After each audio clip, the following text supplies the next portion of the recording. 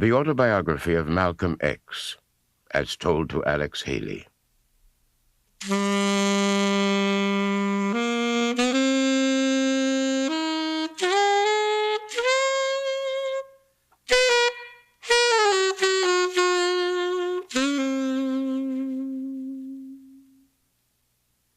When my mother was pregnant with me, she told me later, a party of hooded Ku Klux Klan riders galloped up to our home in Omaha, Nebraska one night. Surrounding the house, brandishing their shotguns and rifles, they shouted for my father to come out. My mother went to the front door and opened it. Standing where they could see her pregnant condition, she told them that she was alone with 3 small children and that my father was away preaching in Milwaukee. The Klansmen shouted threats and warnings at her that we had better get out of town because the good Christian white people were not going to stand for my father spreading trouble among the good Negroes of Omaha with the back to Africa preachings of Marcus Garvey. My father, the Reverend Earl Little, was a Baptist minister, a dedicated organizer for Marcus Aurelius Garvey's Universal Negro Improvement Association. With the help of such disciples as my father, Garvey, from his headquarters in New York City's Harlem, was raising the banner of black race purity and exhorting the Negro masses to return to their ancestral African homeland, a cause which had made Garvey the most controversial black man on earth. Still shouting threats, the Klansmen finally spurred their horses and galloped around the house, shattering every window pane with their gun butts. Then they rode off into the night, their torches flaring, as suddenly as they had come. My father was enraged when he returned. He decided to wait until I was born, which would be soon, and then the family would move. I'm not sure why he made this decision, for he was not a frightened Negro, as most then were, and many still are today. My father was a big 6'4", very black man. He had only one eye. How he'd lost the other one eye I've never known. He was from Reynolds, Georgia, where he had left school after the 3rd or maybe 4th grade. He believed, as did Marcus Garvey, that freedom, independence, and self-respect could never be achieved by the Negro in America, and that therefore the Negro should leave America to the white man and return to his African land of origin. Among the reasons my father had decided to risk and dedicate his life to help disseminate this philosophy among his people was that he had seen 4 of his 6 brothers die by violence, 3 of them killed by white men, including one by lynching. What my father could not know then was that of the remaining 3, including himself, only one, my Uncle Jim, would die in bed of natural causes. Northern white police were later to shoot my Uncle Oscar, and my father was himself to die by the white man's hands. It has always been my belief that I, too, will die by violence. I have done all that I can to be prepared. I was my father's 7th child. He had 3 children by a previous marriage, Ella, Earl, and Mary, who lived in Boston. He had met and married my mother in Philadelphia, where their first child, my oldest full brother, Wilfred, was born. They moved from Philadelphia to Omaha, where Hilda and then Filbert were born. I was next in line. My mother was 28 when I was born on May 19, 1925, in an Omaha hospital. Then we moved to Milwaukee, where Reginald was born. From infancy, he had some kind of hernia condition which was to handicap him physically for the rest of his life. Louise Little, my mother, who was born in Grenada in the British West Indies, looked like a white woman. Her father was white. She had straight black hair, and her accent did not sound like a Negro's. Of this white father of hers, I know nothing except her shame about it. I remember hearing her say she was glad that she had never seen him. It was, of course, because of him that I got my reddish-brown, marinic color of skin and my hair of the same color. I was the lightest child in our family. Out in the world later on, in Boston and New York, I was among the millions of Negroes who were insane enough to feel that it was some kind of status symbol to be light-complexioned, that one was actually fortunate to be born thus. But still later, I learned to hate every drop of that white rapist's blood that is in me. Our family stayed only briefly in Milwaukee, for my father wanted to find a place where he could raise our own food and perhaps build a business. The teaching of Marcus Garvey stressed becoming independent of the white man. We went next, for some reason, to Lansing, Michigan. My father bought a house, and soon, as had been his pattern, he was doing freelance Christian preaching in the local Negro Baptist churches, and during the week he was roaming about spreading word of Marcus Garvey. This time, the get-out-of-town threats came from a local hate society called the Black Legion. They wore black robes instead of white. Soon, nearly everywhere my father went, Black Legionnaires were reviling him as an uppity nigger for wanting to own a store, for living outside the Lansing Negro district, for spreading unrest and dissension among the good niggers. As in Omaha, my mother was pregnant again, this time with my youngest sister. Shortly after Yvonne was born came the Nightmare Night in 1929, my earliest vivid memory. I remember being suddenly snatched awake into a frightening confusion of pistol shots and shouting and smoke and flames. My father had shouted and shot at the two white men who had set the fire and were running away. Our home was burning down around us. We were lunging and bumping and tumbling all over each other trying to escape. My mother, with the baby in her arms, just made it into the yard before the house crashed in, showering sparks. I remember we were outside in the night in our underwear, crying and yelling our heads off. The white police and firemen came and stood around watching as the house burned down to the ground. My father prevailed on some of his friends to clothe and house us temporarily. Then he moved us into another house on the outskirts of East Lansing. In those days, Negroes weren't allowed after dark in East Lansing proper. There's where Michigan State University is located. I related all this to an audience of students when I spoke there in January 1963. I told them how East Lansing harassed us so much that we had to move again, this time 2 miles out of town into the country. This is where my father built for us with his own hands a 4-room house. This is where I really began to remember things, this home where I started to grow up. After the fire, I remember that my father was called in and questioned about a permit for the pistol with which he had shot at the white man who set the fire. I remember the police were always dropping by our house, shoving things around, just checking or looking for a gun. The pistol they were looking for, which they never found, and for which they wouldn't issue a permit, was sewed up inside a pillow. My father's .22 rifle and his shotgun, though, were right out in the open. Everyone had them for hunting birds and rabbits and other game.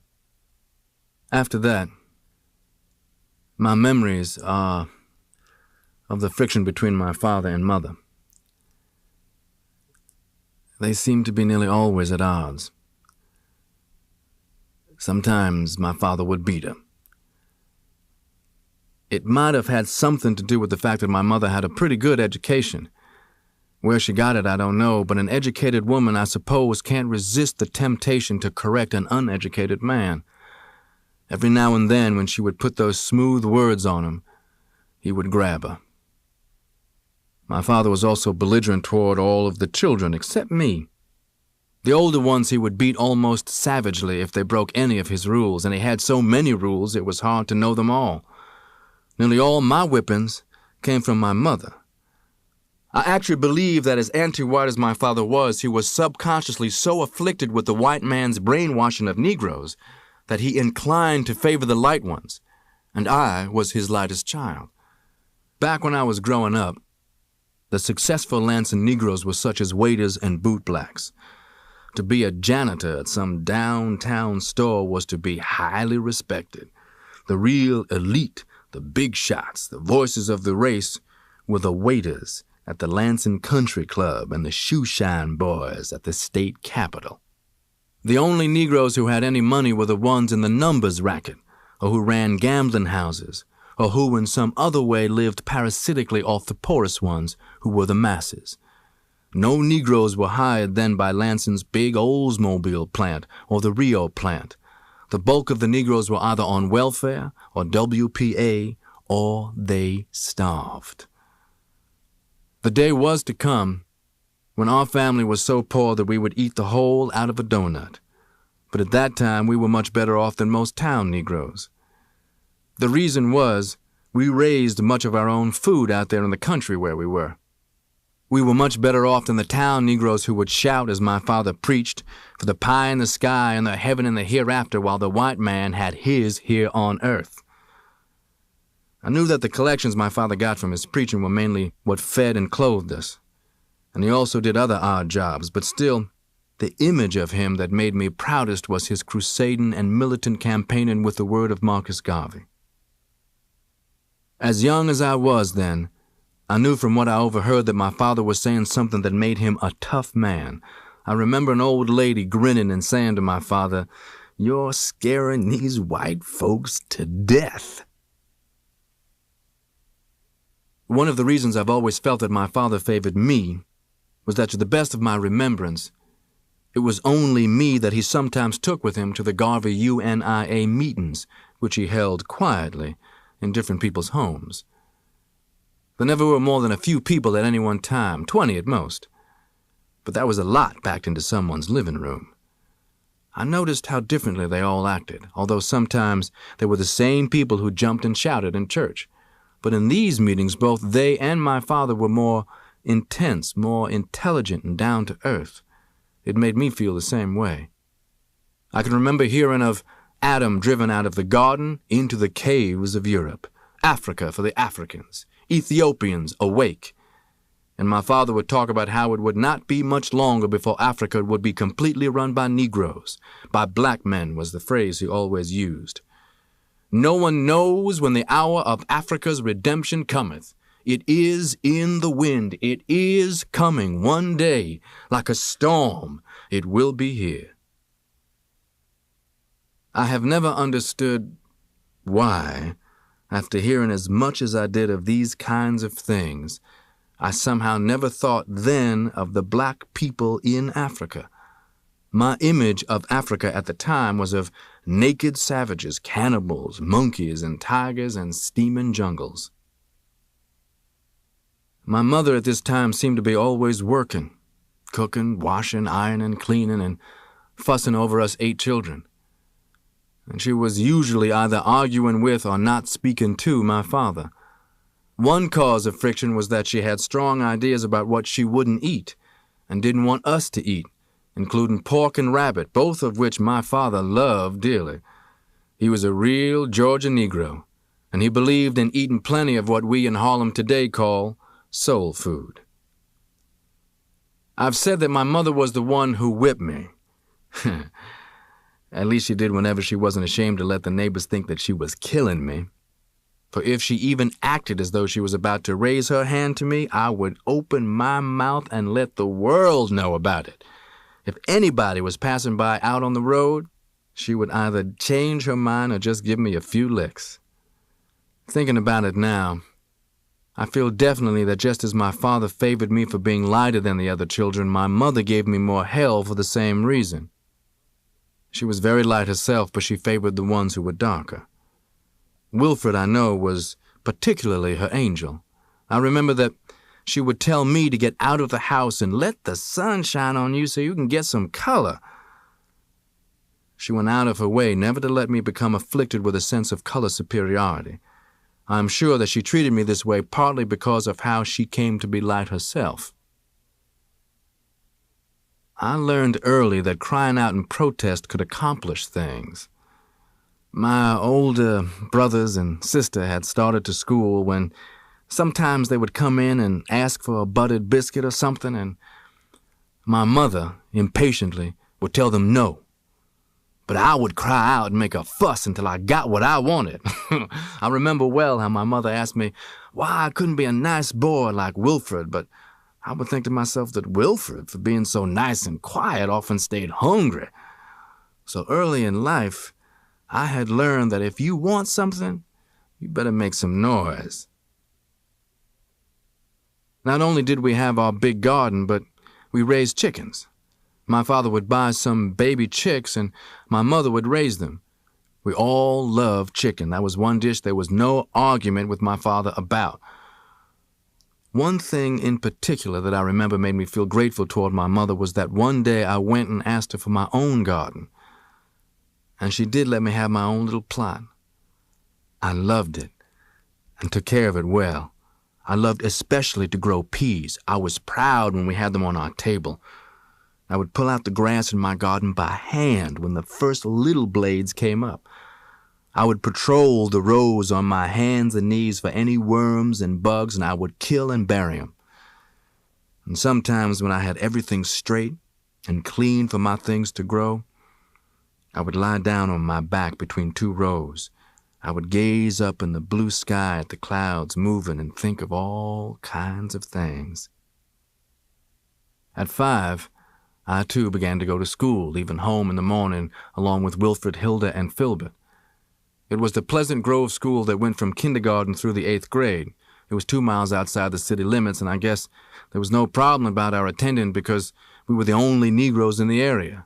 In those days, white people in the North usually would adopt just a few Negroes.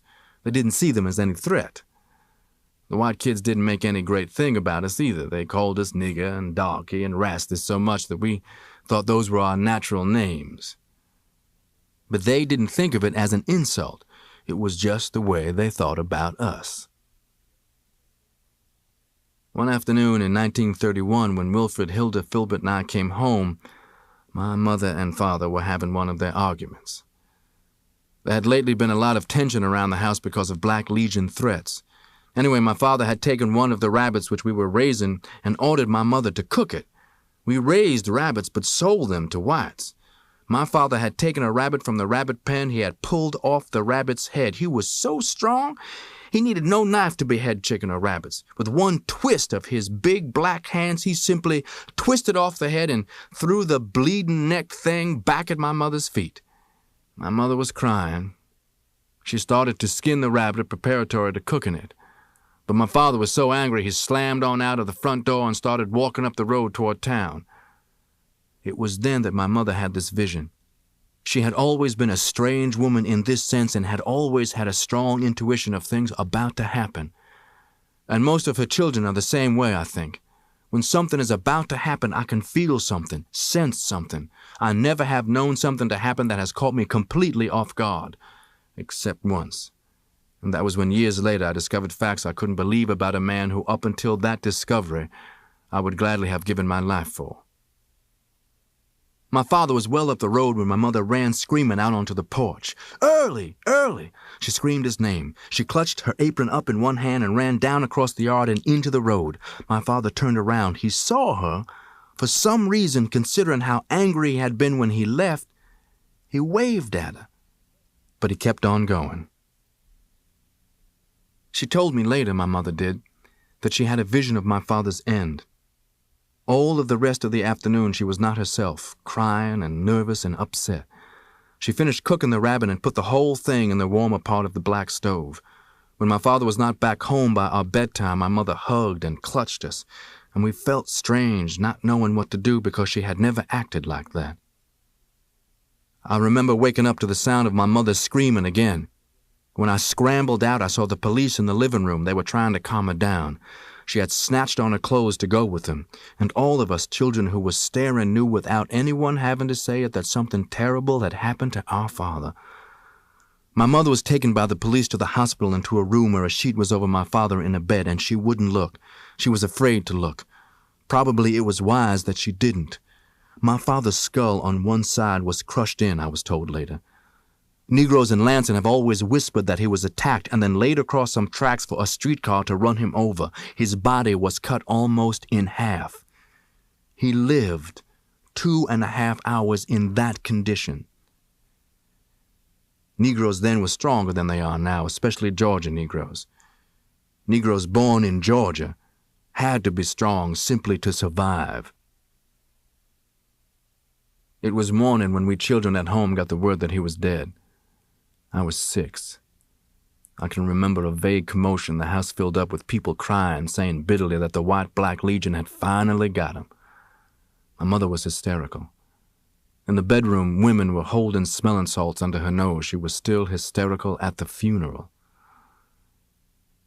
I don't have a very clear memory of the funeral either. Oddly, the main thing I remember about it was that it wasn't in a church, and that surprised me, since my father was a preacher, and I had been there when he preached people's funerals in churches. but his was in a funeral home. And I remember that during the service a big black fly came down and landed on my father's face, and Wilfred sprang up from his chair and he shooed the fly away, and he came groping back to his chair.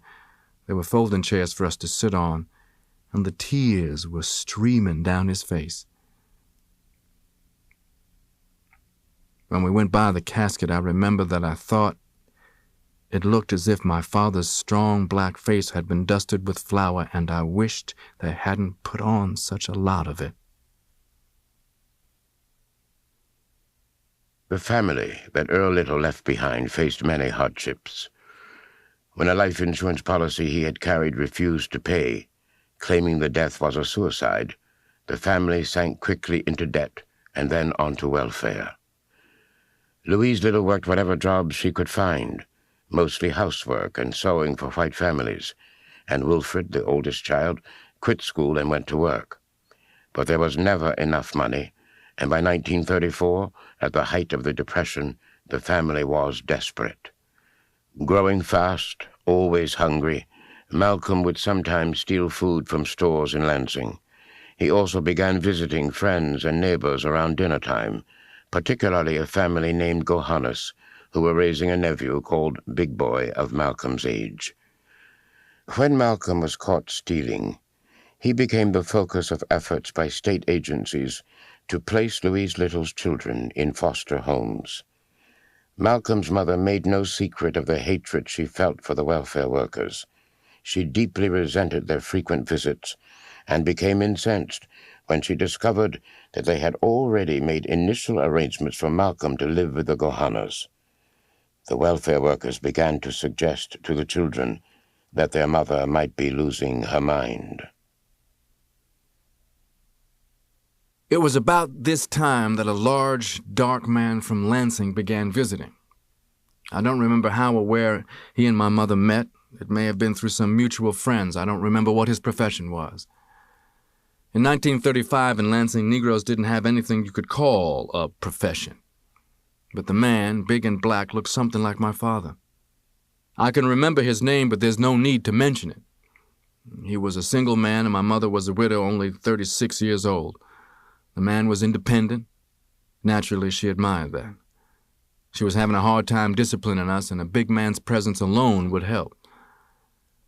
And if she had a man to provide, it would send the state people away forever. We all understood without ever saying much about it, or at least we had no objection. We took it in stride, even with some amusement among us, that when the man came, our mother would be all dressed up in the best that she had. She was still a good-looking woman, and she would act differently, light-hearted and laughing, as we hadn't seen her act in years. It went on for about a year, I guess, and then about 1936 and 1937, the man from Lansing jilted my mother suddenly. He just stopped coming to see her. From what I later understood, he finally backed away from taking on the responsibility of those 8 mouths to feed. He was afraid of so many of us. To this day, I can see the trap that Mother was in, saddled with all of us. I can also understand why he would shun taking on such a tremendous responsibility. But it was a terrible shock to her. It was the beginning of the end of reality for my mother. When she began to sit around and walk around talking to herself, almost as though she was unaware that we were there, it became increasingly terrifying. The state people saw her weakening. That was when they began the definite steps to take me away from home. They began to tell me how nice it was going to be at the Gohannes home, where the Gohannes had all said how much they liked me and would like to have me live with them. I liked all of them too, but I didn't want to leave Wilfred. I looked up to and admired my big brother. I didn't want to leave Hilda, who was like my second mother, or Filbert. Even in our fighting, there was a feeling of brotherly union. Or Reginald especially, who was weak with his hernia condition and who looked up to me as his big brother who looked out for him as I looked up to Wilfred. And I had nothing either against the babies, Yvonne, Wesley, and Robert. As my mother talked to herself more and more, she gradually became less responsive to us and less responsible. The house became less tidy. We began to be more unkempt. And usually now, Hilda cooked. We children watched our anchor giving way.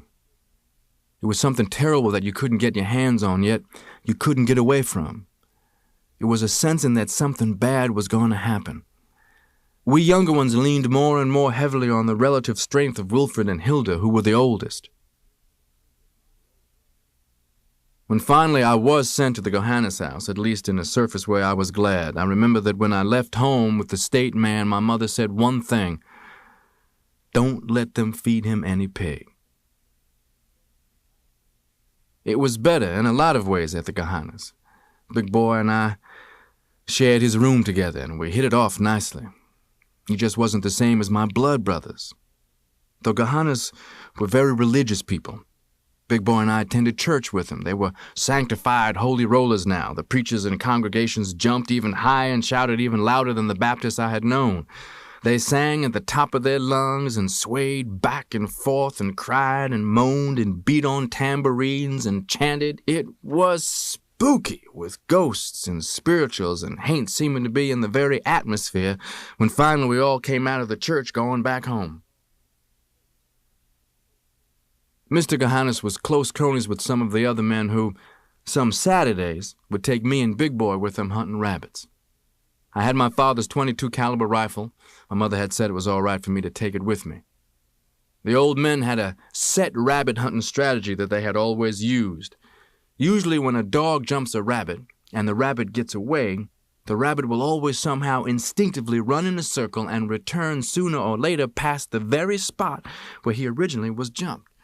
Well, the old men would just sit and wait somewhere for the rabbit to come back, then get their shots at him. I got to thinking about it. And finally I thought of a plan. I would separate from them and Big Boy, and I would go to a point where I figured that the rabbit returning would have to pass me first. It worked like magic. I began to get 3 and 4 rabbits before they got 1. The astonishing thing was that none of the old men ever figured out why. They outdid themselves, exclaiming what a sure shot I was. I was about 12 then. All I had done was to improve on their strategy, and it was the beginning of a very important lesson in life. That any time you find someone more successful than you are, especially when you're both engaged in the same business, you know they're doing something that you aren't. Eventually, my mother suffered a complete breakdown, and the court orders were finally signed. They took her to the state mental hospital at Kalamazoo. It was 70-some miles from Lansing, about an hour and a half on the bus. A Judge McClellan in Lansing had authority over me and all my brothers and sisters. We were state children, court wards. He had the full say-so over us, a white man in charge of a black man's children. Nothing but legal modern slavery, however kindly intentioned. My mother remained in the same hospital at Kalamazoo for about 26 years. Later, when I was still growing up in Michigan, I would go to visit her every so often. Nothing that I can imagine could have moved me so deeply as seeing her pitiful state. In 1963, we got my mother out of the hospital, and she now lives there in Lansing with Filbert and his family. It was so much worse than if it had been a physical sickness, for which a cause might have been known, medicine given, a cure effected. Every time I visited her, when finally they led her, a case, a number, back inside from where we had been sitting together, I felt worse. My last visit, when I knew I would never come to see her again, there, was in 1952. I was 27. My brother Filbert had told me that on his last visit she had recognized him somewhat, in spots, he said. But she didn't recognize me at all. She stared at me. She didn't know who I was. Her mind, when I tried to talk, to reach her, was somewhere else. I asked, "Mama, do you know what day it is?" She said, staring, "All the people have gone." I can't describe how I felt. The woman who had brought me into the world and nursed me and advised me and chastised me and loved me didn't know me. It was as if I was trying to walk up the side of a hill of feathers. I looked at her. I listened to her talk. But there was nothing I could do. I truly believe that if ever a state social agency destroyed a family, it destroyed ours. We wanted and tried to stay together. Our home didn't have to be destroyed, but the welfare, the courts, and the doctor gave us the 1, 2, 3 punch, and ours was not the only case of this kind. I knew I wouldn't be back to see my mother again because it could make me a very vicious and dangerous person. Knowing how they had looked at us as numbers and as a case in their book, not as human beings. And knowing that my mother in there was a statistic that didn't have to be, that existed because of a society's failure, hypocrisy, greed, and lack of mercy and compassion. Hence, I have no mercy or compassion in me for a society that will crush people and then penalize them for not being able to stand up under the weight. I have rarely talked to anyone about my mother, for I believe that I am capable of killing a person without hesitation who happened to make the wrong kind of remark about my mother. So I purposely don't make any opening for some fool to step into. Back when our family was destroyed in 1937, Wilfred and Hilda were old enough so that the state let them stay on their own in the big 4-room house that my father had built. Filbert was placed with another family in Lansing, a Mrs. Hackett, while Reginald and Wesley went to live with a family called Williams, who were friends of my mother's, and Yvonne and Robert went to live with a West Indian family named McGuire. Separated though we were, all of us maintained fairly close touch around Lansing, in school and out, whenever we could get together. Despite the artificially created separation and distance between us, we still remained very close in our feelings toward each other. Not long after this, I came into a classroom with my hat on. I did it deliberately. The teacher, who was white, ordered me to keep the hat on and to walk around and around the room until he told me to stop. That way, he said, everyone can see you. Meanwhile, we'll go on with the class for those who are here to learn something. I was still walking around when he got up from his desk and turned to the blackboard to write something on it. Everyone in the classroom was looking when at this moment I passed behind his desk, snatched up a thumbtack, and deposited it in his chair. When he turned to sit back down, I was far from the scene of the crime, circling around the rear of the room. Then he hit the tack and I heard him holler and caught a glimpse of him spraddling up as I disappeared through the door. With my deportment record, I wasn't really shocked when the decision came that I had been expelled. I guess I must have had some vague idea that if I didn't have to go to school, I'd be allowed to stay on with the Gohannas and wander around town or maybe get a job if I wanted one for pocket money. But I got rocked on my heels when a state man whom I hadn't seen before came and got me at the Gohannas and took me down to court. They told me I was going to reform school. I was still 13 years old. Malcolm was sent to live in a detention home in Mason, a small town about 12 miles from Lansing. There he became, as he called it, the mascot of the couple who ran the home, a Mr. and Mrs. Swirlin. The Swirlins were clearly impressed with Malcolm's intelligence. They gave him small jobs to do around their house and eventually got him a job washing dishes in a local restaurant. But they often spoke disparagingly of niggers in front of him, as if he weren't there. The same way, Malcolm X wrote, people would talk freely in front of a pet canary. Instead of reform school, Malcolm became the first ward of the detention home ever to be placed in Mason Junior High School, where he was a top student and was even elected president of his 7th grade class, and where his history teacher was particularly fond of telling nigger jokes in Malcolm's presence. When Malcolm told his English teacher, whom he had regarded as a friend and advisor, that he'd like to be a lawyer one day, the instructor told him, "That's no realistic goal for a nigger. You're good with your hands. Why don't you plan on carpentry?" After this incident, Malcolm became increasingly withdrawn, especially from white people. He also began to get restless. During the summer of his 14th year, he visited his half-sister, Ella, in Boston. A commanding woman, he wrote of her. The way she sat, moved, talked, did everything, bespoke somebody who did and got exactly what she wanted. Ella had come north from Georgia with nothing, and she had worked hard and invested her savings in property. "I had never been so impressed with anybody," Malcolm noted, and he was equally impressed with the excitement of life in the big city. When he finished 8th grade at Mason Junior High, he left Michigan and moved into Ella's house in the Wambeck and Humboldt Avenue Hill section of Roxbury, Boston's largest black neighborhood.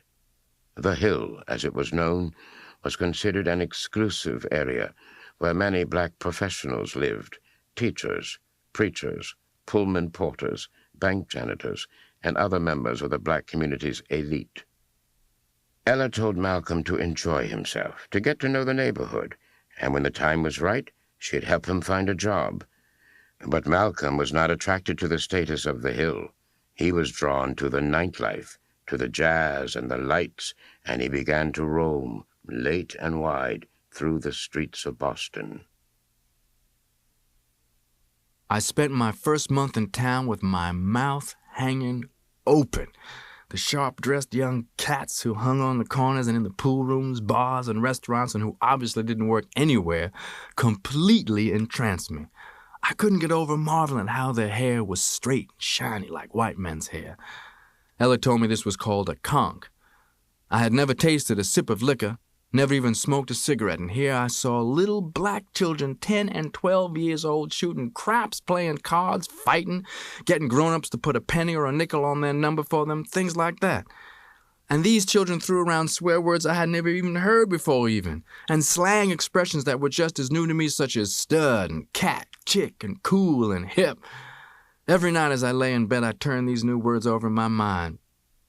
It was shocking to me that in town, especially after dark, you'd occasionally see a white girl and a Negro man strolling arm in arm along the sidewalk and mixed couples drinking in the neon-lighted bars, not slipping off to some dark corner, as in Lansing. I wanted to find a job myself to surprise Ella. One afternoon, something told me to go inside a pool room whose window I was looking through. I'd looked through that window many times. I wasn't yearning to play pool. In fact, I had never held a cue stick. But I was drawn by the sight of the cool-looking cat standing around inside, bending over the big green felt-top tables, making bets and shooting the bright-colored balls into the holes. As I stared through the window this particular afternoon, something made me decide to venture inside and talk to a dark, stubby, conch-headed fellow who racked up balls for the pool players, whom I'd heard called Shorty. One day, he had come outside and seen me standing there, and he said, "Hi, Red." So that made me figure he was friendly. As inconspicuously as I could, I slipped inside the door and around the side of the pool room, avoiding people, and on to the back where Shorty was filling an aluminum can with the powder that pool players dust on their hands. He looked up at me.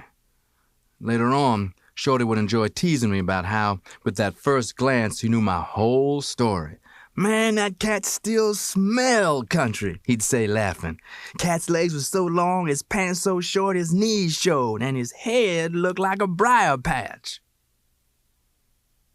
But that afternoon, Shorty didn't let it show in his face how country I'd appeared when I told him I'd appreciate it if he'd tell me how could somebody go about getting a job like his. "If you mean racking up balls," said Shorty, "I don't know of no pool joints around here needing anybody." "You mean you just want any slave you can find?" A slave meant work, a job. He asked me what kind of work I had done. I told him that I'd washed restaurant dishes in Mason, Michigan. He nearly dropped that powder can. "My homeboy, man, give me some skin. I'm from Lansing." I never told Shorty, and he never suspected that he was about 10 years older than I. He took us to be about the same age. First, I would have been embarrassed to tell him. Later, I just never bothered. Shorty had dropped out of first-year high school in Lansing, lived a while with an uncle and aunt in Detroit, and had spent the last 6 years living with his cousin in Roxbury. But when I mentioned the names of Lansing people and places, he remembered many, and pretty soon we sounded as if we had been raised in the same block. I could sense Shorty's genuine gladness, and I don't have to say how lucky I felt to find a friend as hip as he obviously was. "Man, this is a swinging town if you dig it," Shorty said. "You're my homeboy. I'm going to school you to the happenings." I stood there and grinned like a fool. "You got to go anywhere now?" "Well, stick around until I get off." One thing I liked immediately about Shorty was his frankness. When I told him where I lived, he said what I already knew, that nobody in town could stand the hill Negroes. But he thought a sister who gave me a pad, not charging me rent, not even running me out to find some slave, couldn't be all bad. Shorty's slave in the pool room, he said, was just to keep ends together while he learned his horn. A couple of years before, he'd hit the numbers and bought a saxophone. "Got it right here in the closet now for my lesson tonight." Shorty was taking lessons with some other studs, and he intended one day to organize his own small band. "There's a lot of bread to be made gigging right around here in Roxbury," Shorty explained to me. "I don't dig joining some big band one night and all over just to say I played with Count or Duke or somebody." I thought that was smart. I wished I had studied a horn, but I'd never been exposed to one.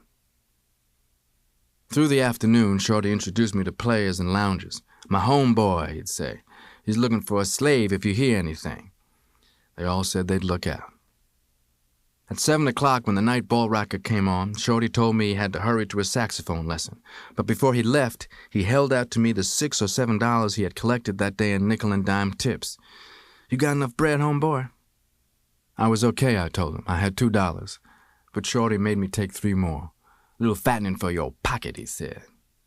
Before we went out, he opened his saxophone case and showed me the horn. It was gleaming brass against the green velvet, an alto sax. He said, "Keep cool, homeboy, and come back tomorrow. Some of the cats will turn you up a slave." Malcolm's first big city job was shining shoes at the Roseland State Ballroom. Besides dancers and drunks, he shined the shoes of Count Basie, Duke Ellington, Cootie Williams, Lionel Hampton, and many other famous musicians who played the Roseland. He also learned his first hustles there, setting up white customers with black whores and selling liquor and reefers on the side. Shorty showed Malcolm the wonders of buying on credit. Malcolm bought his first zoot suit, and when his hair grew long enough, Shorty decided it was time for Malcolm's first conch. I took the little list of ingredients he had printed out for me and went to a grocery store where I got a can of Red Devil Lye, 2 eggs, and 2 medium-sized white potatoes. Then at a drugstore near the pool room, I asked for a large jar of Vaseline, a large bar of soap, a large tooth comb, and a fine tooth comb, one of those rubber hoses with a metal spray head, a rubber apron, and a pair of gloves. "Gonna lay on that first conch?" the drugstore man asked me. I proudly told him, grinning, "Right." Shorty paid $6 a week for a room in his cousin's shabby apartment. His cousin wasn't at home. "It's like the pad's mine, he spends so much time with his woman," Shorty said. "Now, you watch me." He peeled the potatoes and thin-sliced them into a quart-sized mason fruit jar, then started stirring them with a wooden spoon as he gradually poured in a little over half the can of lye. "Never use a metal spoon. The lye will turn it black," he told me. A jelly-like, starchy-looking glop resulted from the lye and potatoes, and Shorty broke in the 2 eggs, stirring real fast, his own conch and dark face bent down close. The congoline turned pale yellowish. "Feel the jar," Shorty said. I cupped my hand against the outside and snatched it away. "Damn right, it's hot. That's the lye," he said. "So you know it's gonna burn when I come in, and it burns bad. But the longer you can stand it, the straighter the hair." He made me sit down, and he tied the string of the new rubber apron tightly around my neck and combed up my bush of hair. Then from the big Vaseline jar, I took a handful and massaged it hard all through my hair and into the scalp. He also thickly Vaselined my neck, ears, and forehead. "When I get to washing out your head, be sure to tell me anywhere you feel any stinging," Shorty warned me. washing his hands and then pulling on rubber gloves and tying on his own rubber apron. You always got to remember that any congoline left in burns a saw into your head. The congoline just felt warm when Shorty started combing it in. But then my head caught fire. I gritted my teeth and tried to pull the sides of the kitchen table together. The comb felt as if it was raking my skin off. My eyes watered, my nose was running. I couldn't stand it any longer. I bolted to the wash basin. I was cursing Shorty with every name I could think of when he got the spray going and started soap lathering my head. He lathered and spray rinsed maybe 10 or 12 times, each time gradually closing the hot water faucet until the rinse was cold, and that helped some. "You feel any stinging spots?" "No," I managed to say. My knees were trembling. "Sit back down, then. I think we got it all out okay." The flame came back as Shorty, with a thick towel, started drying my head, rubbing hard. "Easy, man, easy," I kept shouting. First time's always the worst. You get used to it better before long. "You took it real good, homeboy. You got a good conk." When Shorty let me stand up and see in the mirror, my hair hung down in limp, damp strands. My scalp still flamed, but not as badly. I could bear it. He draped the towel around my shoulders over my rubber apron and began again vaselining my hair. I could feel him combing, straight back, first the big comb, then the fine-toothed one. Then he was using a razor very delicately on the back of my neck, then finally shaping the sideburns. My first view in the mirror blotted out the hurtin'. I'd seen some pretty conks, but when it's the first time on your own head, the transformation after a lifetime of kinks is staggering. The mirror reflected Shorty behind me. We both were grinning and sweating, and on top of my head was this thick, smooth sheen of shining red hair, real red, as straight as any white man's.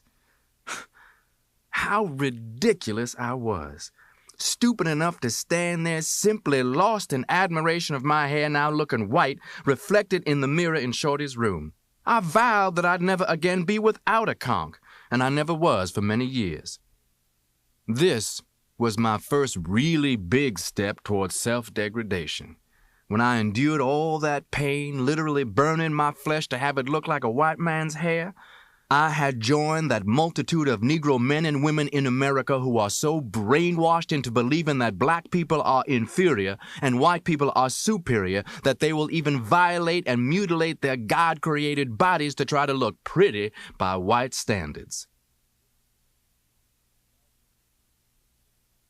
Malcolm moved easily into the hip city life of the Boston ghetto. He spoke the jive, drank the liquor, smoked the reefers and cigarettes, and he learned to dance. Lindy hopping was the craze of the day, and Malcolm became a Lindy hopping star. At 16, he acquired the ultimate black hipster status symbol, a white woman. Sophia, as he called her, it was not her real name, was vague about her background, but she was clearly well off and infatuated with black men, especially Malcolm. For months, he paraded her through the black bars and clubs. Through his sister Ella, Malcolm landed a new job selling sandwiches on the Yankee Clipper, the train that ran from Boston to New York. And in New York, he discovered Harlem, the fabulous nightlife that dwarfed what he had known in Boston, the hookers, pimps, and con artists who made up what Malcolm called the Technicolor Bazaar, that stretched along Lenox between 7th and 8th Avenues, the Apollo Theater, and the Savoy Ballroom, the bar at the Braddock Hotel, where the great black musicians congregated, Dizzy Gillespie, Billy Eckstine, Billie Holiday, Ella Fitzgerald, Dinah Washington. Malcolm dreamed of becoming part of it, and shortly after his 17th birthday, he made the move. He found a job in the center of the action as a day waiter at Small's Paradise, one of Harlem's hippest bars. Every day in Small's Paradise Bar was fascinating to me, and from a Harlem point of view, I couldn't have been in a more educational situation. Some of the ablest of New York's black hustlers took a liking to me, and knowing that I was still green by their terms, soon began in a paternal way to straighten Red out. Their methods would be indirect. A dark, businessman-looking West Indian often would sit at one of my tables. One day when I brought his beer, he said, "Red, hold still a minute." He went over me with one of those yellow tape measures and jotted figures in his notebook. When I came to work the next afternoon, one of the bartenders handed me a package. It was an expensive, dark blue suit, conservatively cut. The gift was thoughtful and the message was clear. The bartenders let me know that this customer was one of the top executives of the fabulous 40 Thieves gang. That was the gang of organized boosters who would deliver to order in one day COD any kind of garment you desired. You would pay about 1/3 the store's price. Plain-clothes detectives soon were quietly identified to me by a nod, a wink. Knowing the law in the area was elementary for the hustlers, and like them in time I would learn to sense the presence of any police types. In late 1942, each of the military services had their civilian dress eyes and ears picking up anything of interest to them, such as hustles being used to avoid the draft, or who hadn't registered, or hustles that were being worked on servicemen. Longshoremen, or fences for them, would come into the bar selling guns, cameras, perfumes, watches, and the like, stolen from the shipping docks. These Negroes got what white longshoremen thievery left over. Merchant marine sailors often brought in foreign items, bargains, and the best marijuana cigarettes to be had were made of the ganja and kiska that merchant sailors smuggled in from Africa and Persia. In the daytime, whites were given a guarded treatment. Whites who came at night got a better reception. The several Harlem nightclubs they patronized were geared to entertain and jive the night white crowd to get their money. And with so many law agencies guarding the morals of servicemen, any of them that came in, and a lot did, were given what they asked for, and were spoken to if they spoke, and that was all, unless someone knew them as natives of Harlem. What I was learning was the hustling society's first rule, that you never trusted anyone outside of your own closed-mouthed circle, and that you selected with time and care before you made any intimates even among these. The bartenders would let me know which among the regular customers were mostly fronts, which really had something going, which were really in the underworld with downtown police or political connections, which really handled some money, and which were making it from day to day, which were the real gamblers, and which had just hit a little luck, and which ones never to run afoul of in any way.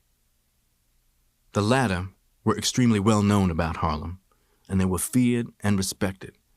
It was known that if upset, they would break open your head and think nothing of it. These were old-timers, not to be confused with the various hot-headed, wild young hustlers out trying to make a name for themselves for being crazy with a pistol trigger or a knife. The old heads that I'm talking about were such as Black Sammy, Bub Hewlett, King Padmore, and West Indian Archie. Most of these tough ones had worked as strong-arm men for Dutch Schultz when he had muscled into the Harlem numbers industry after white gangsters had awakened to the fortunes being made in what they had previously considered nigger pennies, and the numbers game was referred to by the white racketeers as nigger pool. Those tough Negroes' heyday had been before the big 1931 Seabury investigation that started Dutch Schultz on the way out, until his career ended with his 1934 assassination. I heard stories of how they had persuaded people with lead pipes, wet cement, baseball bats, brass knuckles, fists, feet, and blackjacks.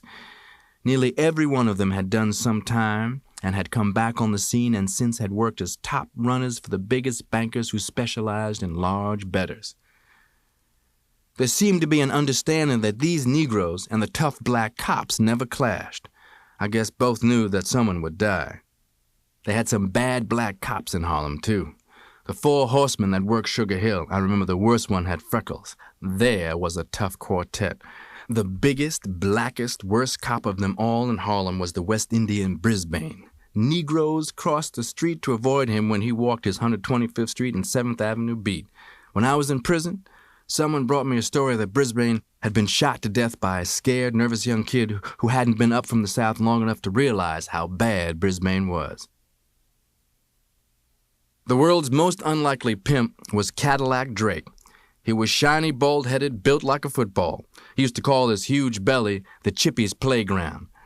Cadillac had a string of about a dozen of the stringiest, scrawniest black and white street prostitutes in Harlem. Just about the complete opposite of Cadillac was the young, smooth, independent acting pimp, Sammy the Pimp. Sammy and I became in time each other's closest friend. Sammy, who was from Kentucky, was a cool, collected expert in his business, and his business was women. Like Cadillac, he too both had black and white women out making his living. But Sammy's women, who would come into Smalls sometimes looking for him to give him money and have him buy them a drink, were about as beautiful as any prostitutes who operated anywhere, I'd imagine. There was a big fat pimp we called Dollar Bill. He loved to flash his Kansas City roll, probably 50 $1 bills folded with a 20 on the inside and a $100 bill on the outside. We always wondered what Dollar Bill would do if someone ever stole his $100 cover. A man who, in his prime, could have stolen Dollar Bill's whole roll blindfolded was threadbare, comic old Few Clothes.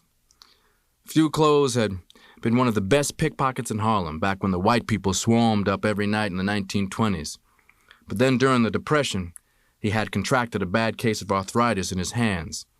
His finger joints were knotted and gnarled so that it made people uncomfortable to look at them. Rain, sleet, or snow every afternoon about 6, Few Clothes would be at Smalls, telling tall tales about the old days. And it was one of the day's rituals for one or another regular customer to ask the bartender to give him drinks, and me to feed him. My heart goes out to all of us who were in those afternoons at Smalls and acted our scene with Few Clothes. I wish you could have seen him, pleasantly high with drinks, take his seat with dignity, no begging, not on anybody's welfare, and open his napkin and study the day's menu that I gave him and place his order. I'd tell the cooks it was for Few Clothes and he'd get the best in the house. I'd go back and serve it as though he were a millionaire. Many times since, I've thought about it and what it really meant. In one sense, we were huddled in there, bonded together in seeking security and warmth and comfort from each other, and we didn't know it. All of us who might have probed space or cured cancer or built industries were instead black victims of the white man's American social system. In another sense, the tragedy of the once master pickpocket made him, for those brother old-timer hustlers, a there but for the grace of God symbol. To wolves who were still able to catch some rabbits, it had meaning that an old wolf who had lost his fangs was still eaten. When I had been around Harlem long enough to show signs of permanence, inevitably I got a nickname that would identify me beyond any confusion with two other red-conked and well-known Reds who were around. I'd met them both.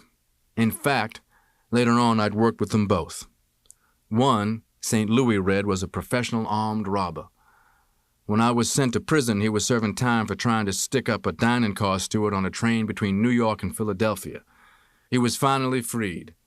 Now I hear he's in prison for a New York City jewel robbery. The other was Chicago Red. We became good buddies in a speakeasy where later on I was a waiter. Chicago Red was the funniest dishwasher on this earth. Now he's making his living being funny as a nationally known stage and nightclub comedian. I don't see any reason why old Chicago Red would mind me telling that he is Red Fox. Anyway, before long my nickname happened. Just when, I don't know, but people, knowing I was from Michigan, would ask me what city. Since most New Yorkers had never heard of Lansing, I would say Detroit. Gradually, I began to be called Detroit Red, and it stuck. One afternoon in early 1943, before the regular 6 o'clock crowd had gathered, a black soldier sat drinking by himself at one of my tables. He must have been there an hour or more. He looked dumb and pitiful and just up from the deep South. The fourth or fifth drink I served this soldier, wiping the table, I bent over close and asked him if he wanted a woman. I knew better. It wasn't only Small's paradise law, it was the law of every tavern that wanted to stay in business. Never get involved with anything that could be interpreted as impairing the morals of servicemen or any kind of hustling off them. This had caused trouble for dozens of places. Some had been put off limits by the military. Some had lost their state or city licenses. I played right into the hands of a military spy. He sure would like a woman. He acted so grateful he even put on an extreme Southern accent. And I gave him the phone number of one of my best friends among the prostitutes where I lived. But something felt wrong. I gave the fellow a half hour to get there, and then I telephoned. I expected the answer I got, that no soldier had been there. I didn't even bother to go back out to the bar. I just went straight to Charlie Small's office. "I just did something, Charlie," I said. "I don't know why I did it." And I told him. Charlie looked at me. "I wish you hadn't done that, Red." We both knew what he meant. When the West Indian plainclothes detective Joe Baker came in, I was waiting. I didn't even ask him any questions. When we got to the 135th Street precinct, it was busy with police in uniform and the MPs with soldiers in tow. I was recognized by some other detectives who, like Joe Baker, sometimes dropped in at Smalls. Two things were in my favor. I'd never given the police any trouble, and when that black spy soldier had tried to tip me, I had waved it away, telling him I was just doing him a favor. They must have agreed that Joe Baker should just scare me. I didn't know enough to be aware that I wasn't taken to the desk and booked. Joe Baker took me back inside of the precinct building into a small room. In the next room, we could hear somebody getting whipped. "Whop! Whop!"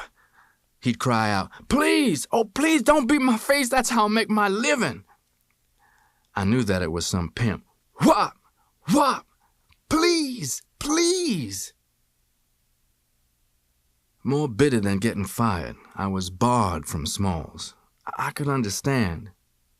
Even if I wasn't actually what was called hot, I was now going to be under surveillance, and the Small brothers had to protect their business. Sammy proved to be my friend in need. He put word on the wire for me to come over to his place. I'd never been there. His place seemed to me a small palace. His women really kept him in style. While we talked about what kind of a hustle I should get into, Sammy gave me some of the best marijuana I'd ever used. Various numbers controllers, Small's regulars, had offered me jobs as a runner, but that meant I would earn very little until I could build up a clientele. Pimping, as Sammy did, was out. I felt I had no abilities in that direction, and that I'd certainly starve to death trying to recruit prostitutes. Peddling reefers, Sammy and I pretty soon agreed, was the best thing. It was a relatively uninvolved, lone wolf type of operation, and one in which I could make money immediately. For anyone with even a little brains, no experience was needed, especially if one had any knack at all with people. Both Sam and I knew some merchant seamen and others who could supply me with loose marijuana. And musicians, among whom I had so many good contacts, were the heaviest consistent market for reefers. And then, musicians also used the heavier narcotics if I later wanted to graduate to them. That would be more risky, but also more money. Handling heroin and cocaine could earn one hundreds of dollars a day, but it required a lot of experience with the narcotics squad for one to be able to last long enough to make anything. I'd been around long enough either to know or to spot instinctively most regular detectives and cops, though not the narcotics people. And among the Smalls' veteran hustler regulars, I had a variety of potentially helpful contacts. This was important because just as Sammy could get me supplied with marijuana, a large facet of any hustler's success was knowing where he could get help when he needed it. The help could involve police and detectives as well as higher-ups. But I hadn't yet reached that stage, so Sammy staked me, about $20, I think it was. Later that same night, I knocked at his door and gave him back his money and asked him if I could lend him some. I'd gone straight from Sammy's to a supplier he had mentioned. I got just a small amount of marijuana, and I got some of the paper to roll up my own sticks. I was able to make enough of them so that after selling them to musicians I knew at the Braddock Hotel, I could pay back Sammy and have enough profit to be in business. And those musicians, when they saw their buddy and their fan in business, my man, Crazy Red. I kept turning over my profit, increasing my supplies, and I sold reefers like a wild man. I scarcely slept. I was wherever musicians congregated. A roll of money was in my pocket. Every day I cleared at least $50 or $60. In those days, this was a fortune to a 17-year-old Negro. I felt for the first time in my life that great feeling of free. Suddenly now, I was the peer of the other young hustlers I had admired. Around Harlem, the narcotics squad detectives didn't take long to find out I was selling reefers, and occasionally one of them would follow me. Many a peddler was in jail because he had been caught with the evidence on his person. I figured a way to avoid that.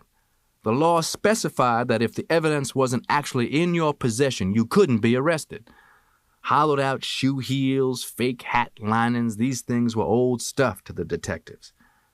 I carried about 50 sticks in a small package inside my coat, under my armpit, keeping my arm flat against my side. Moving about, I kept my eyes open. If anybody looked suspicious, I'd quickly cross the street or go through a door or turn a corner, loosening my arm enough to let the package drop. At night, when I usually did my selling, any suspicious person wouldn't be likely to see the trick. If I decided I had been mistaken, I'd go back and get my sticks. However, I lost many a stick this way. Sometimes I knew I had frustrated a detective, and I kept out of the courts. One morning, though, I came in and found signs that my room had been entered. I knew it had been detectives. I'd heard too many times how if they couldn't find any evidence, they would plant some, where you would never find it, then they'd come back in and find it.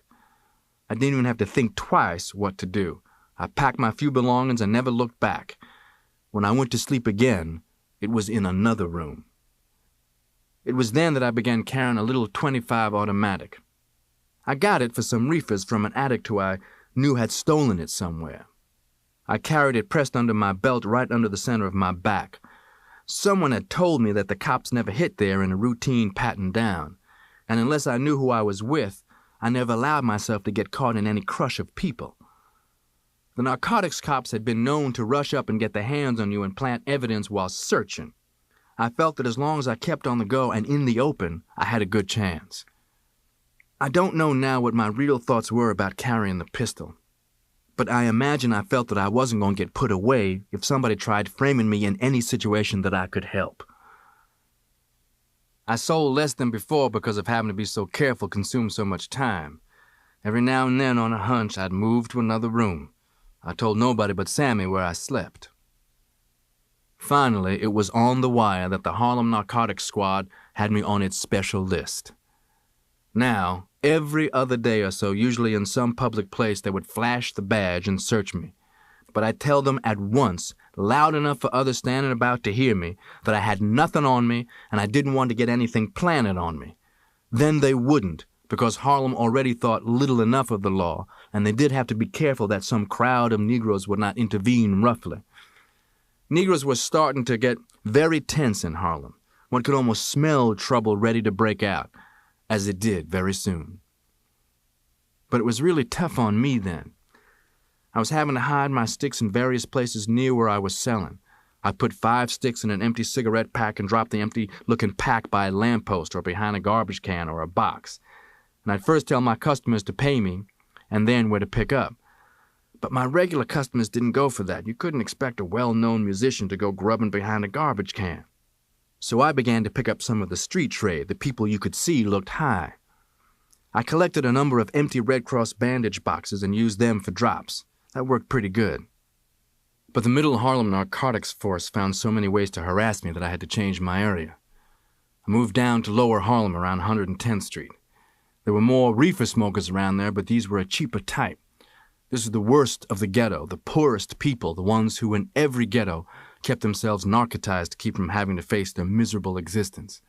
I didn't last long down there either. I lost too much for my product. After I sold to some of those reefer smokers who had the instincts of animals, they followed me and learned my pattern. They'd dart out of a doorway, I'd drop my stuff, and they would be on it like a chicken on corn. When you become an animal, a vulture in the ghetto, as I had become, you enter a world of animals and vultures. It becomes truly the survival of only the fittest. Soon I found myself borrowing little stakes from Sammy, from some of the musicians, enough to buy supplies, enough to keep high myself, enough sometimes just to eat. Then Sammy gave me an idea. "Red, you still got your old railroad identification?" I did have it. They hadn't taken it back. "Well, why don't you use it to make a few runs until the heat cools?" He was right. I found that if you walked up and showed a railroad line's employee identification card, The conductor, even a real cracker if you approached him right, not begging, would just wave you aboard. And when he came around, he would punch you one of those little coach seat slips to ride wherever the train went. The idea came to me that this way I could travel all over the East Coast selling reefers among my friends who were on tour with their bands. I had the New Haven identification.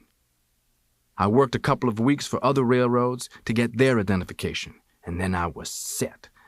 In New York, I rolled and packed a great quantity of sticks and sealed them into jars. The identification card worked perfectly. If you persuaded the conductor you were a fellow employee who had to go home on some family business, he just did the favor for you without a second thought. Most whites don't give a Negro credit for having sense enough to fool him, or nerve enough. I'd turn up in towns where my friends were playing. Red! I was an old friend from home. In the sticks, I was somebody from the Braddock Hotel. My man, Daddy-O! And I had Big Apple reefers. Nobody had ever heard of a traveling reefer peddler. I followed no particular band.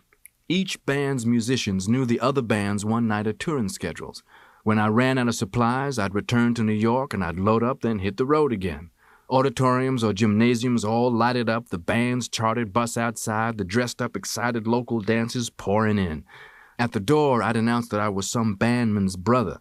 In most cases, they thought I was one of the musicians. Throughout the dance, I'd show the country folks some plain and fancy lindy hopping. Sometimes I'd stay overnight in a town. Sometimes I'd ride the band's bus to the next stop. Sometimes back in New York, I would stay a while. Things had cooled down. Word was around that I had left town, and the narcotics squad was satisfied with that. In some of the small towns, people thinking I was with the band even mobbed me for autographs. Once in Buffalo, my suit was nearly torn off. My brother Reginald was waiting for me one day when I pulled into New York.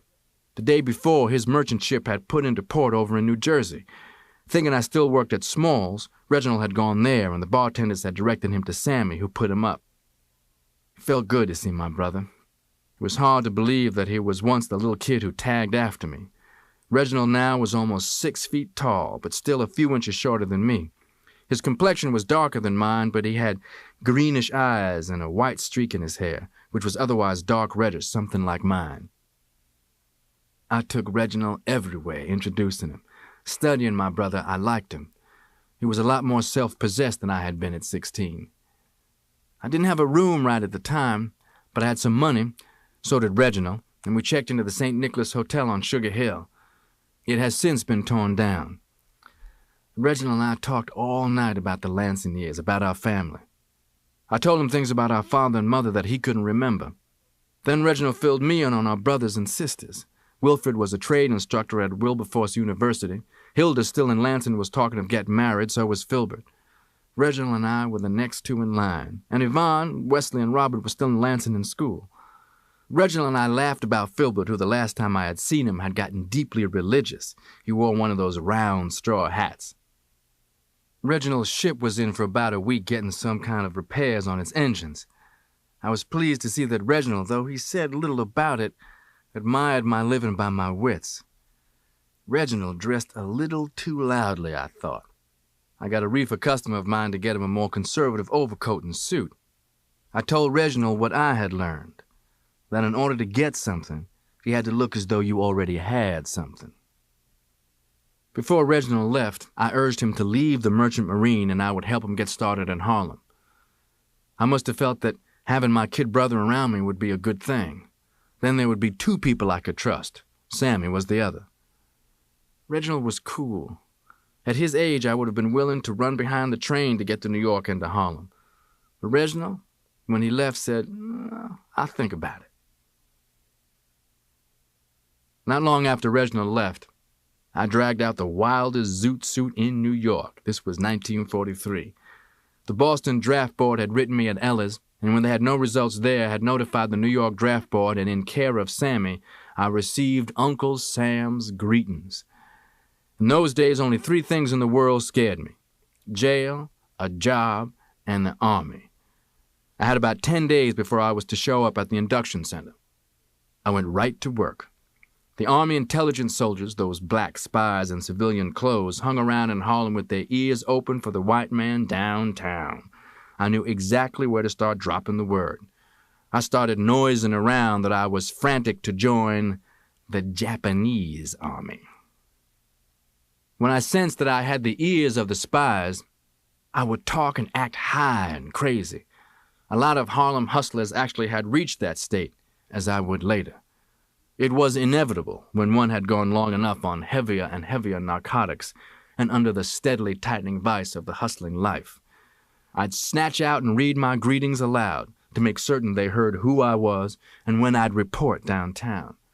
This was probably the only time my real name was ever heard in Harlem in those days. The day I went down there, I costumed like an actor. With my wild zoot suit, I wore the yellow knob-toe shoes, and I frizzled my hair up into a reddish bush of conch. I went in, skipping and tipping, and I thrust my tattered greetings at the reception desk's white soldier. Crazy, oh, daddy-o, get me moving. I can't wait to get in that brown. Very likely that soldier hasn't recovered from me yet. They had their wire on me from uptown, all right, but they still put me through the line. In that big starting room were 40 or 50 other prospective inductees. The room had fallen vacuum quiet with me running my mouth a mile a minute, talking nothing but slang. I was going to fight on all fronts. I was going to be a general, man, before I got done. Such talk as that. Most of them were white, of course. The tender-looking ones appeared ready to run from me. Some others had that vinegary, worst kind of nigger look, and a few were amused seeing me as the Harlem jigaboo archetype. Also amused were some of the room's 10 or 12 Negroes. But the stony-faced rest of them looked as if they were ready to sign up to go off killing somebody. They would have liked to start with me. The line moved along. Pretty soon, stripped to my shorts, I was making my eager-to-join comments in the medical examination rooms, and everybody in the white coats that I saw had 4F in his eyes. I stayed in the line longer than I expected before they siphoned me off. One of the white coats accompanied me around a turning hallway. I knew we were on the way to a head shrinker, the Army psychiatrist. The receptionist there was a Negro nurse. I remember she was in her early 20s and not bad to look at. She was one of those Negro firsts. Negroes know what I'm talking about.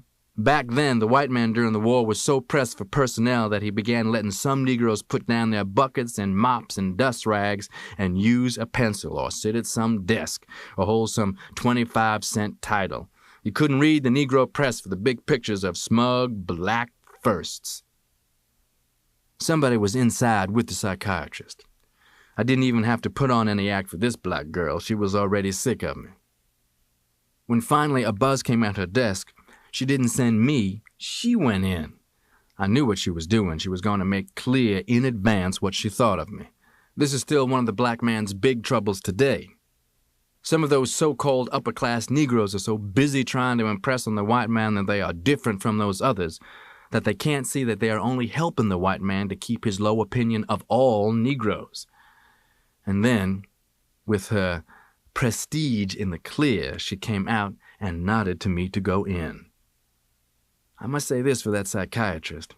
He tried to be objective and professional in his manner. He sat there and doodled with his blue pencil on a tablet, listening to me spiel to him for 3 or 4 minutes before he got a word in. His tack was quiet questions, to get at why I was so anxious. I didn't rush him. I circled and hedged, watching him closely, to let him think he was pulling what he wanted out of me. I kept jerking around backward as though somebody might be listening. I knew I was going to send him back to the books to figure out what kind of case I was. Suddenly, I sprang up and peeped under both doors, the one I'd entered and another that probably was a closet, and then I bent and whispered fast in his ear, "Daddy-o, now, you and me, we're from up north here, so don't you tell nobody. I want to get sent down south. Organize them nigger soldiers, you dig? Steal us some guns and kill up some crackers."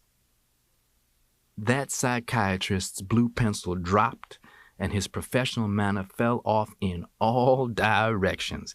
He stared at me as if I were a snake's egg hatching, fumbling for his red pencil. I knew I had him. I was going back out past Miss First when he said, "That will be all." A 4F card came to me in the mail, and I never heard from the Army anymore and never bothered to ask why I was rejected. Malcolm's career as a traveling reefer salesman came to an abrupt end when he pulled a gun on another railroad worker in a poker game dispute at Grand Central Station. He was blackballed by the railroads and banned from the station by the police. Back on the streets of Harlem, looking for a hustle, Malcolm turned to armed robbery. He keyed himself up for jobs with drugs and stayed high the rest of the time to keep from getting nervous. Sometimes he worked alone, sometimes with Sammy the pimp. Reginald came to town again, and this time Malcolm convinced him to stay.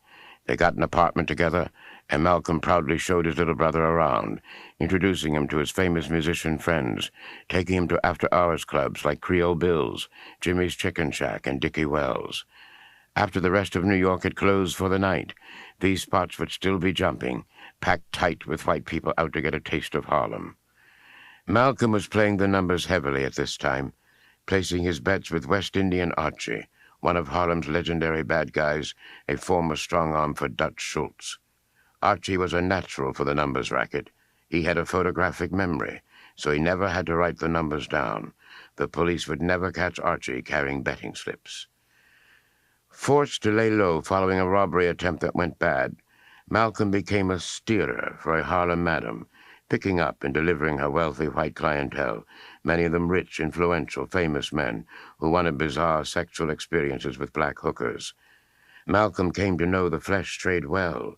He also steered occasionally for a white lesbian who ran a stable of black male prostitutes catering exclusively to white women. Malcolm's steady diet of cocaine, opium, alcohol, and marijuana began to take its toll. He caught colds that he couldn't shake. He stayed high continually, living in a dream world. But it was about to turn into a nightmare that not even the drugs could obscure. Up in the Bronx, a Negro held up some Italian racketeers in a floating crap game. I heard about it on the wire. Whoever did it, aside from being a fool, was said to be a tall, light-skinned Negro masked with a woman's stocking. Up in Fat Man's bar on the hill overlooking the polo grounds, I had just gone into a telephone booth. Everyone in the bar, all over Harlem in fact, was drinking up excited about the news that Branch Rickey, the Brooklyn Dodgers owner, had just signed Jackie Robinson to play in Major League Baseball with the Dodgers farm team in Montreal, which would place the time in the fall of 1945. Early in the afternoon, I had collected from West Indian Archie for a 50-cent combination bet. He had paid me $300 right out of his pocket. I was telephoning Jean Parks. Jean was one of the most beautiful women who ever lived in Harlem. She once sang with Sarah Vaughan and the Blue Bonnets, a quartet that sang with Earl Hines.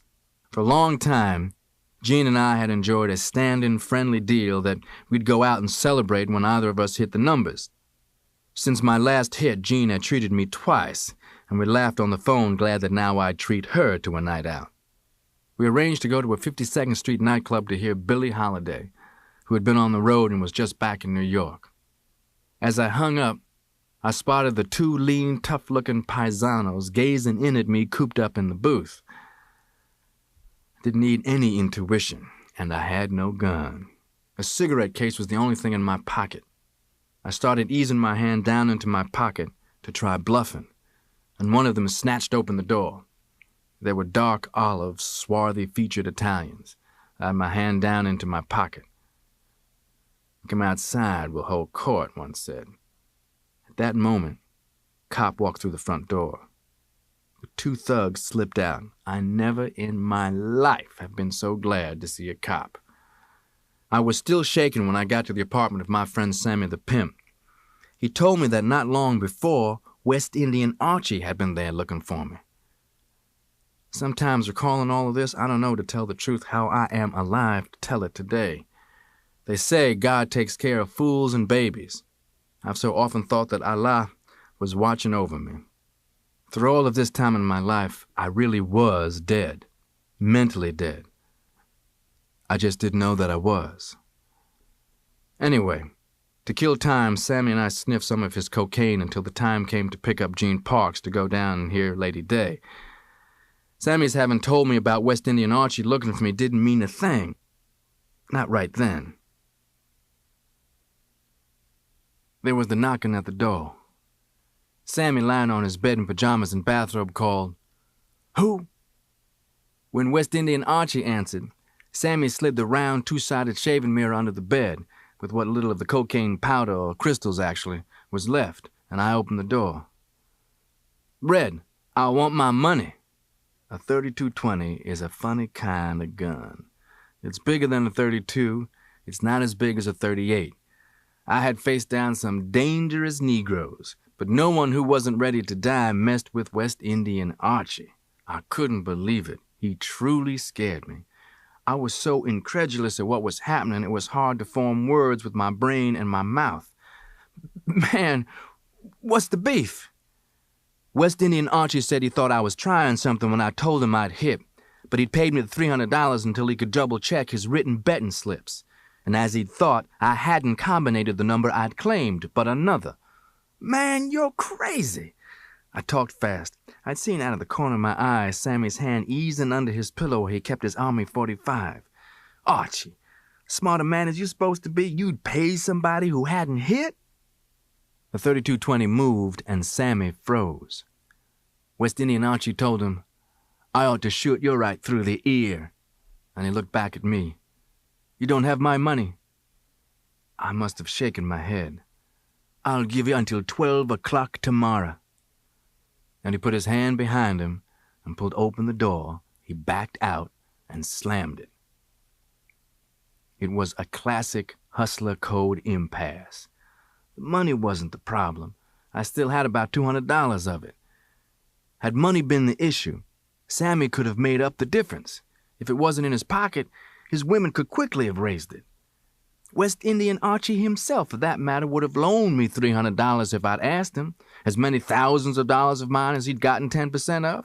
Once, in fact, when he'd heard I was broke, he had looked me up and handed me some money and grunted, "Stick this in your pocket." The issue was the position which his action had put us both into. For Hustler in our sidewalk jungle world, face and honor were important. No hustler could have it known that he'd been hyped, meaning outsmarted or made a fool of. And worse, a hustler could never afford to have it demonstrated that he could be bluffed, that he could be frightened by a threat, that he lacked nerve. West Indian Archie knew that some young hustlers rose in stature in our world when they somehow hoodwinked older hustlers, then put it on the wire for everyone to hear. He believed I was trying that. In turn, I knew he would be protecting his stature by broadcasting all over the wire his threat to me. Because of this code, in my time in Harlem, I'd personally known a dozen hustlers who, threatened, left town disgraced. Once the wire had it, any retreat by either of us was unthinkable. The wire would be awaiting the report of the showdown. I'd also known of at least another dozen showdowns in which one took the dead-on-arrival ride to the morgue and the other went to prison for manslaughter or the electric chair for murder. Sammy let me hold his 32. My guns were at my apartment. I put the 32 in my pocket, with my hand on it, and walked out. I couldn't stay out of sight. I had to show up at all of my usual haunts. I was glad that Reginald was out of town. He might have tried protecting me, and I didn't want him shot in the head by West Indian Archie. It was just about time for me to go and pick up Gene Parks to go downtown to see Billie Holiday at the Onyx Club. So much was swirling in my head. I thought about telephoning her and calling it off, making some excuse. But I knew that running now was the worst thing I could do. So I went on and picked up Gene at her place. We took a taxi down to 52nd Street. Billie, at the microphone, had just finished a number when she saw Gene and me. Her white gown glittered under the spotlight. Her face had that coppery Indianish look, and her hair was in that trademark ponytail. For her next number, she did the one she knew I always liked so. You don't know what love is until you face each dawn with sleepless eyes until you've lost the love you hate to lose. When her set was done, Billy came over to our table.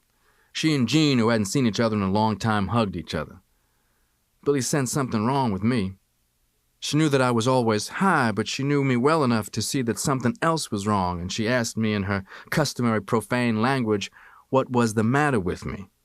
And in my own foul vocabulary of those days, I pretended to be without a care, so she let it drop. We had a picture taken by the club photographer that night. The three of us were sitting close together. That was the last time I ever saw Lady Day. She's dead. Dope and heartbreak stopped that heart as big as a barn in that sound and style that no one successfully copies. Lady Day sang with the soul of Negroes from the centuries of sorrow and oppression. What a shame that proud, fine black woman never lived where the true greatness of the black race was appreciated. In the Onyx Club men's room, I sniffed the little packet of cocaine I'd gotten from Sammy. Jean and I, riding back up to Harlem in a cab, decided to have another drink. She had no idea what was happening when she suggested one of my main hangouts, the bar of the Lamar Cherie on the corner of 147th Street and St. Nicholas Avenue. I had my gun and the cocaine courage, and I said okay. By the time we'd had the drink, I was so high that I asked Jean to take a cab on home, and she did. I never have seen Jean again either. Like a fool, I didn't leave the bar. I stayed there, sitting like a bigger fool with my back to the door, thinking about West Indian Archie. Since that day, I have never sat with my back to a door, and I never will again. But it's a good thing I was then. I'm positive if I'd seen West Indian Archie come in, I'd have shot to kill. The next thing I knew, West Indian Archie was standing before me, cursing me loud, his gun on me. He was really making his public point, floor showing for the people. He called me foul names, threatened me. Everyone, bartenders, customers, sat or stood as though carved, drinks in midair. The jukebox in the rear was going. I had never seen West Indian Archie high before. Not a whiskey high. I could tell it was something else. I knew the hustler's characteristic of keying up on dope to do a job. I was thinking, I'm going to kill Archie. I'm just going to wait until he turns around to get the drop on him. I could feel my own .32 resting against my ribs where it was tucked under my belt, beneath my coat. West Indian Archie, seeming to read my mind, quit cursing, and his words jarred me. You're thinking you're going to kill me first, Red. But I'm going to give you something to think about. I'm 60. I'm an old man. I've been to Sing Sing. My life is over. You're a young man. Kill me, you're lost anyway. All you can do is go to prison. I've since thought that West Indian Archie may have been trying to scare me into running to save both his face and his life. It may be that's why he was so high. No one knew that I hadn't killed anyone, but no one who knew me, including myself, would doubt that I'd kill. I can't guess what might have happened, but under the code, if West Indian Archie had gone out the door after having humiliated me as he did, I'd have had to follow him out. We'd have shot it out in the street. But some friends of West Indian Archie moved up alongside him, quietly calling his name. Archie, Archie. And he let them put their hands on him, and they drew him aside. I watched them move him past where I was sitting, glaring at me. They're working him back toward the rear. Then, taking my time, I got down off the stool. I dropped a bill on the bar for the bartender. Without looking back, I went out. I stood outside in full view of the bar with my hand in my pocket for perhaps 5 minutes. When West Indian Archie didn't come out, I left. It must have been 5 in the morning when downtown I woke up a white actor I knew who lived in the Howard Hotel on 45th Street off 6th Avenue. I knew I had to stay high. The amount of dope I put into myself within the next several hours sounds inconceivable. I got some opium from that fellow. I took a cab back to my apartment and I smoked it. My gun was ready if I heard a mosquito cough. My telephone rang. It was the white lesbian who lived downtown. She wanted me to bring her and her girlfriend $50 worth of reefers. I felt that if I had always done it, I had to do it now. Opium had me drowsy. I had a bottle of Benzedrine tablets in my bathroom. I swallowed some of them to perk up. The two drugs working in me had my head going in opposite directions at the same time. I knocked at the apartment right behind mine. The dealer let me have loose marijuana on credit. He saw I was so high that he even helped me roll it, 100 sticks. And while we were rolling it, we both smoked some. Now, opium, Benzedrine, reefers. I stopped by Sammy's on the way downtown. Sammy was by this time very badly addicted. He seemed hardly to recognize me. Lying in bed, he reached under again and brought out that inevitable shaving mirror on which, for some reason, he always kept his cocaine crystals. He motioned for me to sniff some. I didn't refuse. Going downtown to deliver the reefers, I felt sensations I cannot describe, in all those different grooves at the same time.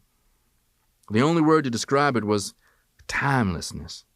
A day might have seemed to me 5 minutes, or a half hour might have seemed a week. I can't imagine how I looked when I got to the hotel. When the lesbian and her girlfriend saw me, they helped me to a bed. I fell across it and passed out.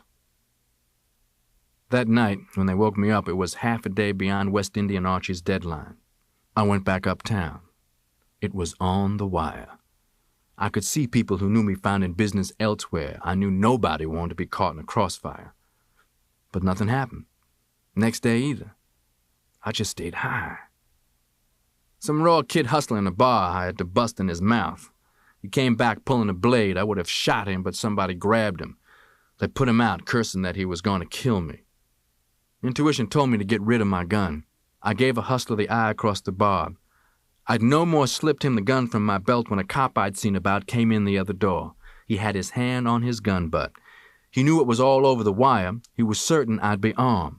He came slowly over toward me, and I knew if I sneezed, he'd blast me down. He said, "Take your hand out of your pocket, Red," real carefully.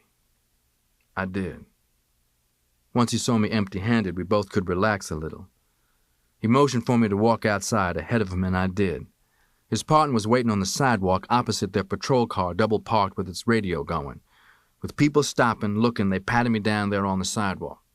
"What are you looking for?" I asked them when they didn't find anything. "Red, there's a report you're carrying a gun." "I had one," I said, "but I threw it in the river."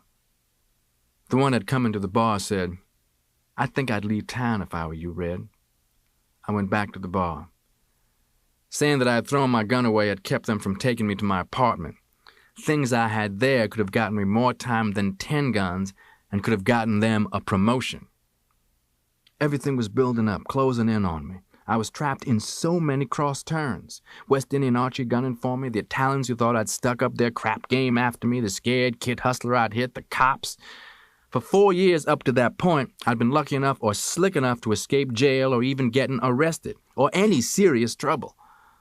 But I knew that any minute now, something had to give. Sammy had done something for me I've often wished I could have thanked him for. When I heard the car's horn, I was walking on St. Nicholas Avenue, but my ears were hearing a gun. I didn't dream the horn could possibly be for me. "Homeboy!" I jerked around. I came close to shooting. Shorty! From Boston! I'd scared him nearly to death. "Daddy, yo!" I couldn't have been happier. Inside the car, he told me Sammy had telephoned about how I was jammed up tight and told him he'd better come and get me. And Shorty did his band's date, then borrowed his piano man's car and burned up the miles to New York. I didn't put up any objections to leaving. Shorty stood watch outside my apartment. I brought out and stuffed into the car's trunk what little stuff I cared to hang on to. Then we hit the highway. Shorty had been without sleep for about 36 hours. He told me afterward that through just about the whole ride back, I talked out of my head. Back in Boston again, even Shorty was amazed and a bit frightened by the animal edge that Malcolm had developed on the streets of Harlem. The hustlers of Roxbury learned quickly that Detroit Red carried a gun and was crazy enough to use it. Malcolm was looking for a new hustle, and this time he settled on house burglary. He began recruiting people to join him, starting with Shorty, who was tired of just getting by on his earnings as a musician. Shorty also brought in a friend named Rudy. Sophia, Malcolm's white girlfriend from his earlier days in Boston, also joined. She was married now, but her husband was away most of the time on business. Sophia completed the group when she brought in her younger sister. Malcolm found an apartment in Harvard Square that served as their base of operations. Posing as saleswomen, poll-takers, or whatever seemed suitable, the two women would scout wealthy white neighborhoods for the best houses to burglarize. Malcolm and Shorty would do the job, breaking in with lockpicks or entering through a window. Rudy drove the getaway car. The ring operated through the winter of 1945, cashing in heavily during the Christmas season.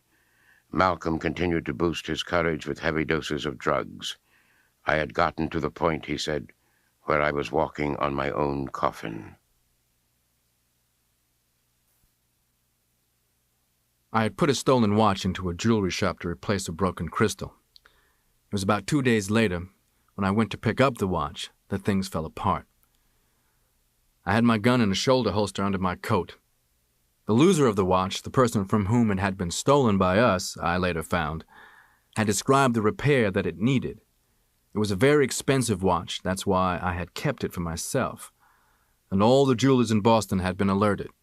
The jeweler waited until I paid him before he laid the watch on the counter. He gave his signal, and this other fellow suddenly appeared from the back, walking toward me. One hand was in his pocket. I knew he was a cop. He said quietly, "Step into the back." Just as I started back there, an innocent Negro walked into the shop. I remember later hearing that he had just that day gotten out of the military. The detective, thinking he was with me, turned to him. There I was, wearing my gun, and the detective talking to that Negro with his back to me. Today I believe that Allah was with me even then. I didn't try to shoot him, and that saved my life. I remember that his name was Detective Slack. I raised my arm and motioned to him. "Here, take my gun." I saw his face when he took it. He was shocked. Because of the sudden appearance of the other Negro, he had never thought about a gun. It really moved him that I hadn't tried to kill him. Then, holding my gun in his hand, he signaled, and out from where they had been concealed walked two other detectives. They'd had me covered. One false move, I'd have been dead. I was going to have a long time in prison to think about that. The detectives grilled me. They didn't beat me. They didn't even put a finger on me. And I knew it was because I hadn't tried to kill the detective. They got my address from some papers they found on me. The girls soon were picked up. Shorty was pulled right off the bandstand that night. The girls also had implicated Rudy. To this day, I have always marveled at how Rudy somehow got the word. I know he must have caught the first thing smoking out of Boston, and he got away. They never got him. The cops found the apartment loaded with evidence: fur coats, some jewelry, other small stuff, plus the tools of our trade: a jimmy, a lockpick, glass cutters, screwdrivers, pencil beam flashlights, false keys, and my small arsenal of guns. The girls got low bail. They were still white, burglars or not. Their worst crime was their involvement with Negroes.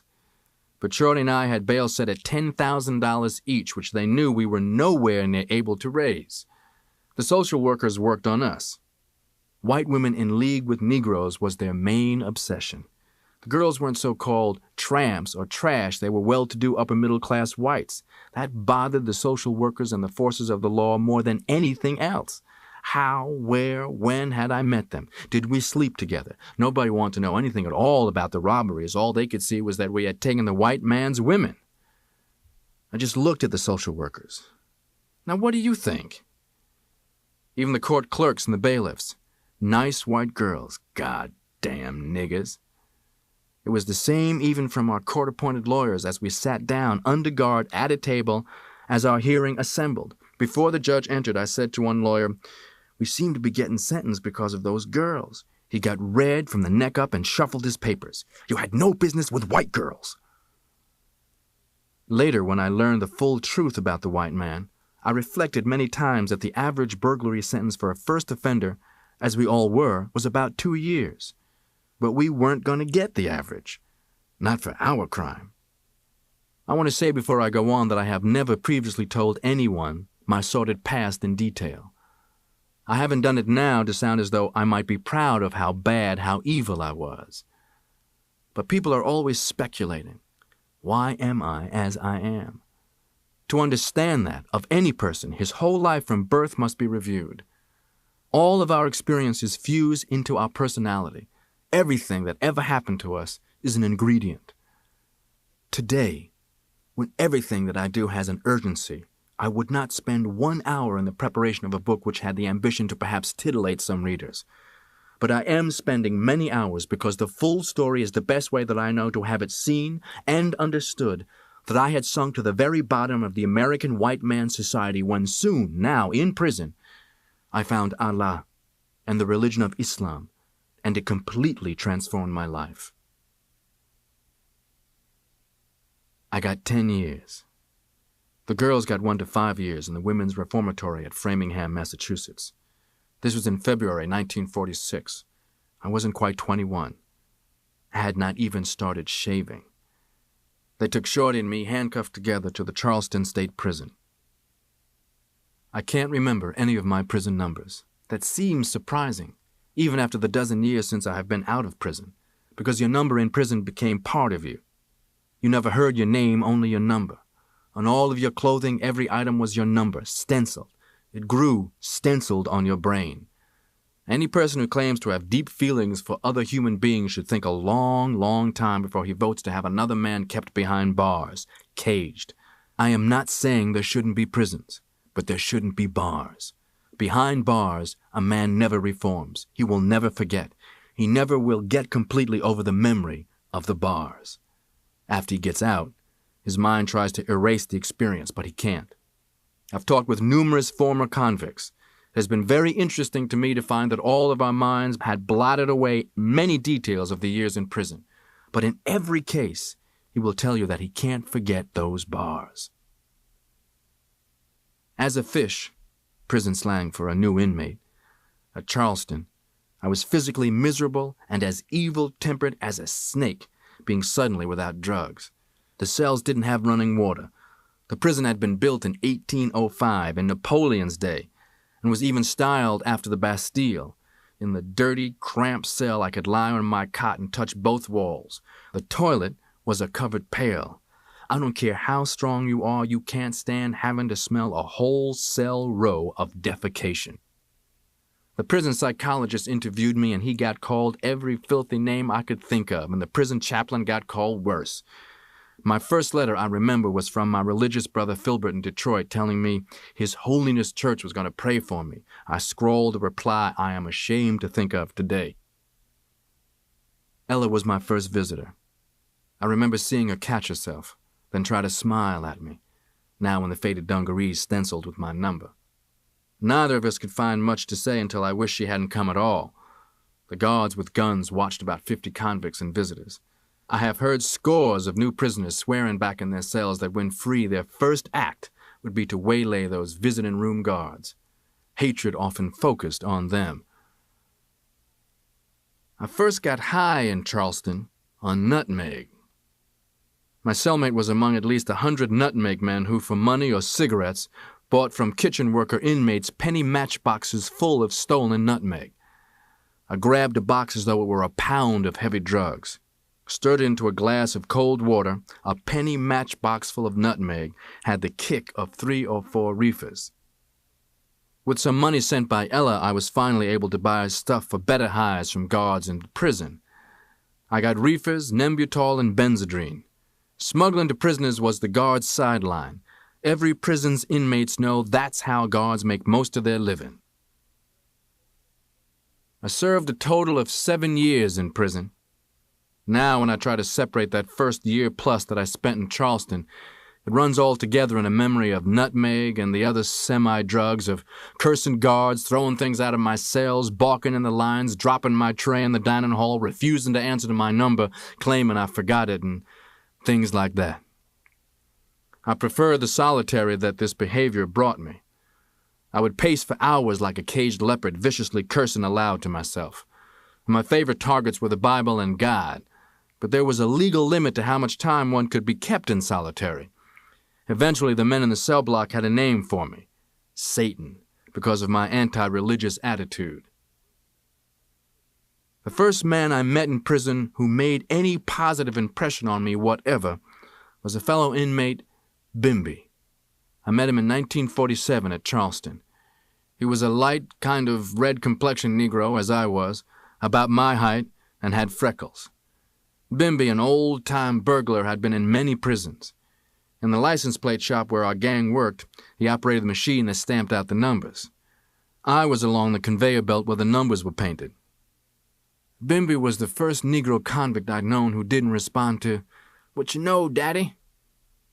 Often after we had done our day's license plate quota, we would sit around, perhaps 15 of us, and listen to Bimby. Normally, white prisoners wouldn't think of listening to Negro prisoners' opinions on anything, but guards even would wander over close to hear Bimby on any subject. He would have a cluster of people riveted, often on odd subjects you never would think of. He would prove to us, dipping into the science of human behavior, that the only difference between us and outside people was that we had been caught. He liked to talk about historical events and figures. When he talked about the history of Concord, where I was to be transferred later, you would have thought he was hired by the Chamber of Commerce, and I wasn't the first inmate who had never heard of Thoreau until Bimby expounded on him. Bimby was known as the library's best customer. What fascinated me with him most of all was that he was the first man I had ever seen command total respect with his words. Bimby seldom said much to me. He was gruff to individuals, but I sensed he liked me. What made me seek his friendship was when I heard him discuss religion. I considered myself beyond atheism. I was Satan. But Bimby put the atheist philosophy in a framework, so to speak, that ended my vicious cursing attacks. My approach sounded so weak alongside his, and he never used a foul word. Out of the blue one day, Bimby told me flatly, as was his way, that I had some brains if I'd use them. I had wanted his friendship, not that kind of advice. I might have cursed another convict, but nobody cursed Bimby. He told me I should take advantage of the prison correspondence courses and the library.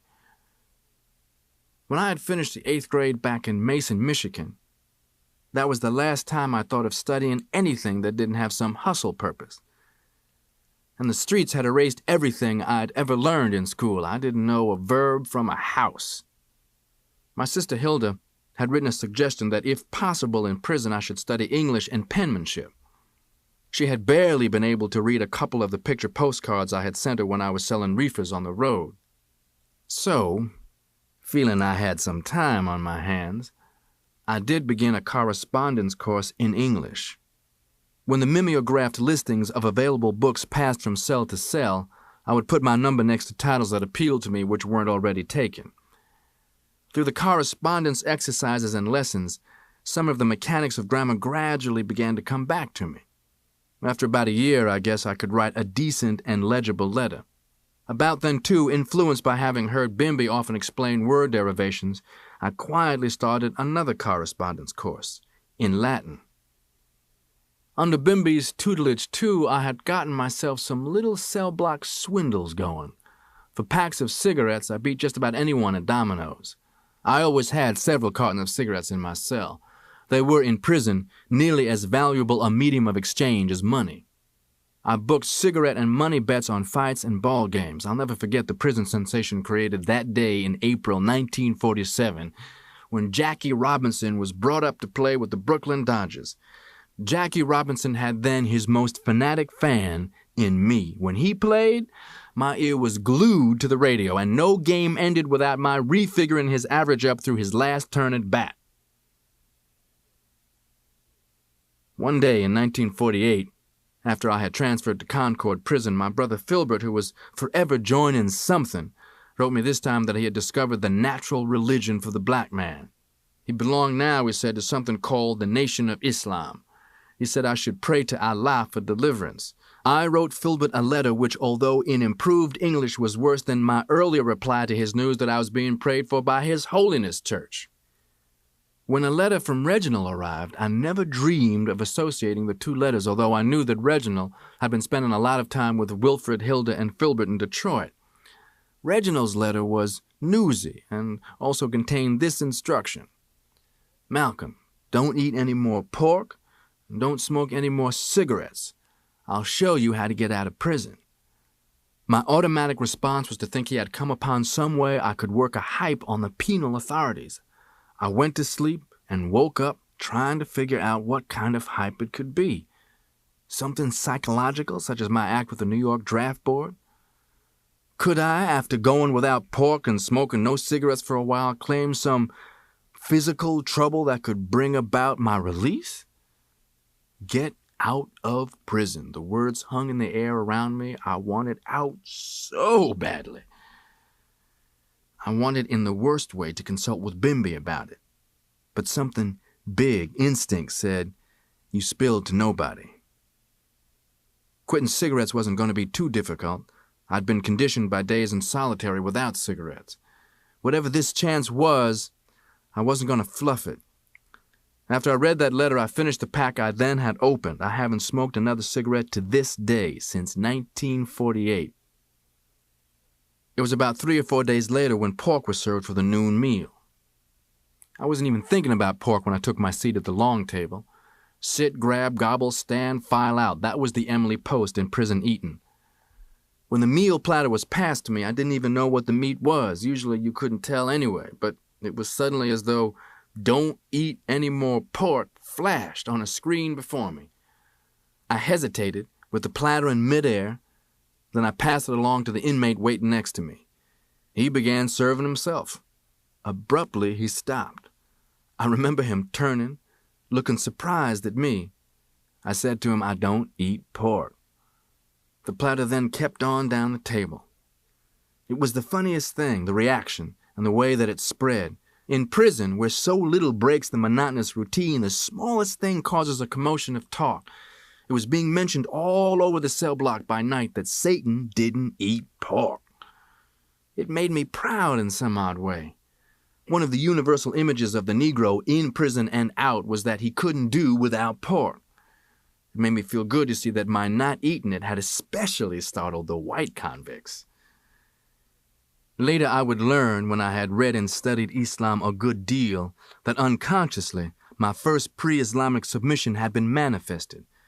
I had experienced for the first time the Muslim teaching, if you will take one step toward Allah, Allah will take 2 steps toward you. My brothers and sisters in Detroit and Chicago had all become converted to what they were being taught was the natural religion for the black man of which Filbert had written to me. They all prayed for me to become converted while I was in prison. But after Filbert reported my vicious reply, they discussed what was the best thing to do. They had decided that Reginald, the latest convert, the one to whom I felt closest, would best know how to approach me, since he knew me so well in the street life. Independently of all this, my sister Ella had been steadily working to get me transferred to the Norfolk, Massachusetts prison colony, which was an experimental rehabilitation jail. In other prisons, convicts often said that if you had the right money or connections, you could get transferred to this colony whose penal policy sounded almost too good to be true. Somehow, Ella's efforts in my behalf were successful in late 1948, and I was transferred to Norfolk. The colony was, comparatively, a heaven in many respects. It had flushing toilets. There were no bars, only walls, and within the walls you had far more freedom. There was plenty of fresh air to breathe that was not in a city. There were 24 house units, 50 men living in each unit, if memory serves me correctly. This would mean that the colony had a total of around 1,200 inmates. Each house had 3 floors, and greatest blessing of all, each inmate had his own room. About 15 or 20% of the inmates were Negroes, distributed about 5 to 9 Negroes in each house. Norfolk Prison Colony represented the most enlightened form of prison that I have ever heard of. In place of the atmosphere of malicious gossip, perversion, grafting, hateful guards, there was more relative culture, as culture is interpreted in prisons.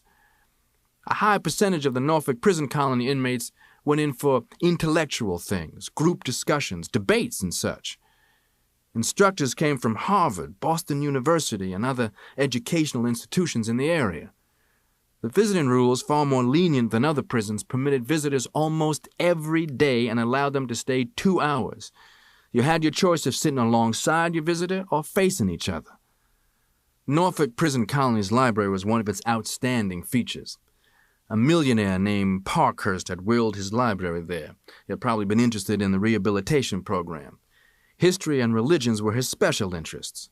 Thousands of his books were on the shelves, and in the back were boxes and crates full, for which there wasn't space on the shelves. At Norfolk, we could actually go into the library with permission, walk up and down the shelves, pick books. There were hundreds of old volumes, some of them probably quite rare. I read aimlessly until I learned to read selectively with a purpose.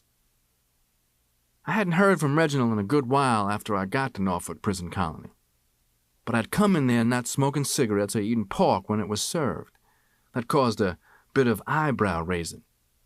Then a letter from Reginald telling me when he was coming to see me. By the time he came, I was really keyed up to hear the hype he was going to explain. Reginald knew how my street hustler mind operated. That's why his approach was so effective. He had always dressed well, and now, when he came to visit, was carefully groomed. I was aching with wanting the no pork and cigarettes riddle answered. But he talked about the family, what was happening in Detroit, Harlem, the last time he was there. I have never pushed anyone to tell me anything before he is ready.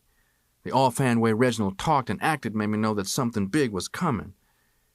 He said finally, as though it had just happened to come into his mind, "Malcolm, if a man knew everything imaginable that there is to know, who would he be?" Back in Harlem, he'd often liked to get at something through this kind of indirection. It had often irritated me because my way had always been direct. I looked at him. Well, he would have to be some kind of a god. Reginald said, "There's a man who knows everything." I asked, "Who is that?" "God is a man," Reginald said. "His real name is Allah." Allah? That word came back to me from Filbert's letter. It was my first hint of any connection. But Reginald went on. He said that God had 360 degrees of knowledge. He said that 360 degrees represented the sum total of knowledge. To say I was confused is an understatement. I don't have to remind you of the background against which I sat hearing my brother Reginald talk like this. I just listened, knowing he was taking his time, putting me on to something. And if somebody's trying to put you on to something, you need to listen. The devil had only 33 degrees of knowledge, known as masonry, Reginald said. I can so specifically remember the exact phrases since, later, I was going to teach them so many times to others. The devil uses his masonry to rule other people. He told me that this God had come to America and that he had made himself known to a man named Elijah, a black man, just like us. This God had let Elijah know, Reginald said, that the devil's time was up. I didn't know what to think. I just listened. "The devil is also a man," Reginald said. "What do you mean?" With a slight movement of his head, Reginald indicated some white inmates and their visitors talking, as we were, across the room.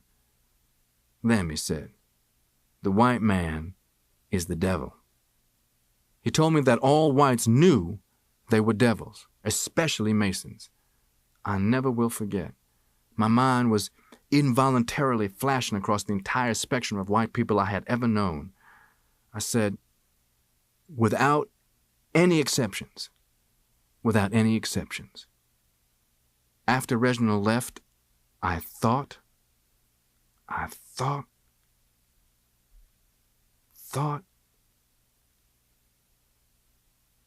couldn't make of it head or tail or middle. The white people I had known marched before my mind's eye from the start of my life. The state white people always in our house after the other whites I didn't know had killed my father.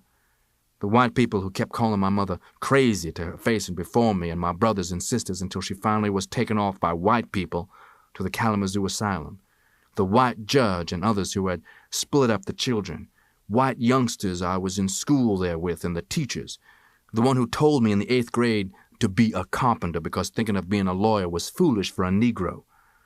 My head swam with the parading faces of white people, the ones in Boston, in the white-only dances at the Roseland Ballroom where I shined their shoes, at the Parker House where I took their dirty plates back to the kitchen, the railroad crewmen and passengers, Sophia, the whites in New York City, the cops, the white criminals I dealt with, the whites who piled into the Negro speakeasies for a taste of Negro soul, the white women who wanted Negro men, the men I'd steered to the black specialty sex they wanted. The fence back in Boston and his ex-con representative, Boston cops, the social workers, the Middlesex County court people, the judge who gave me 10 years, the prisoners I'd known, the guards and the officials.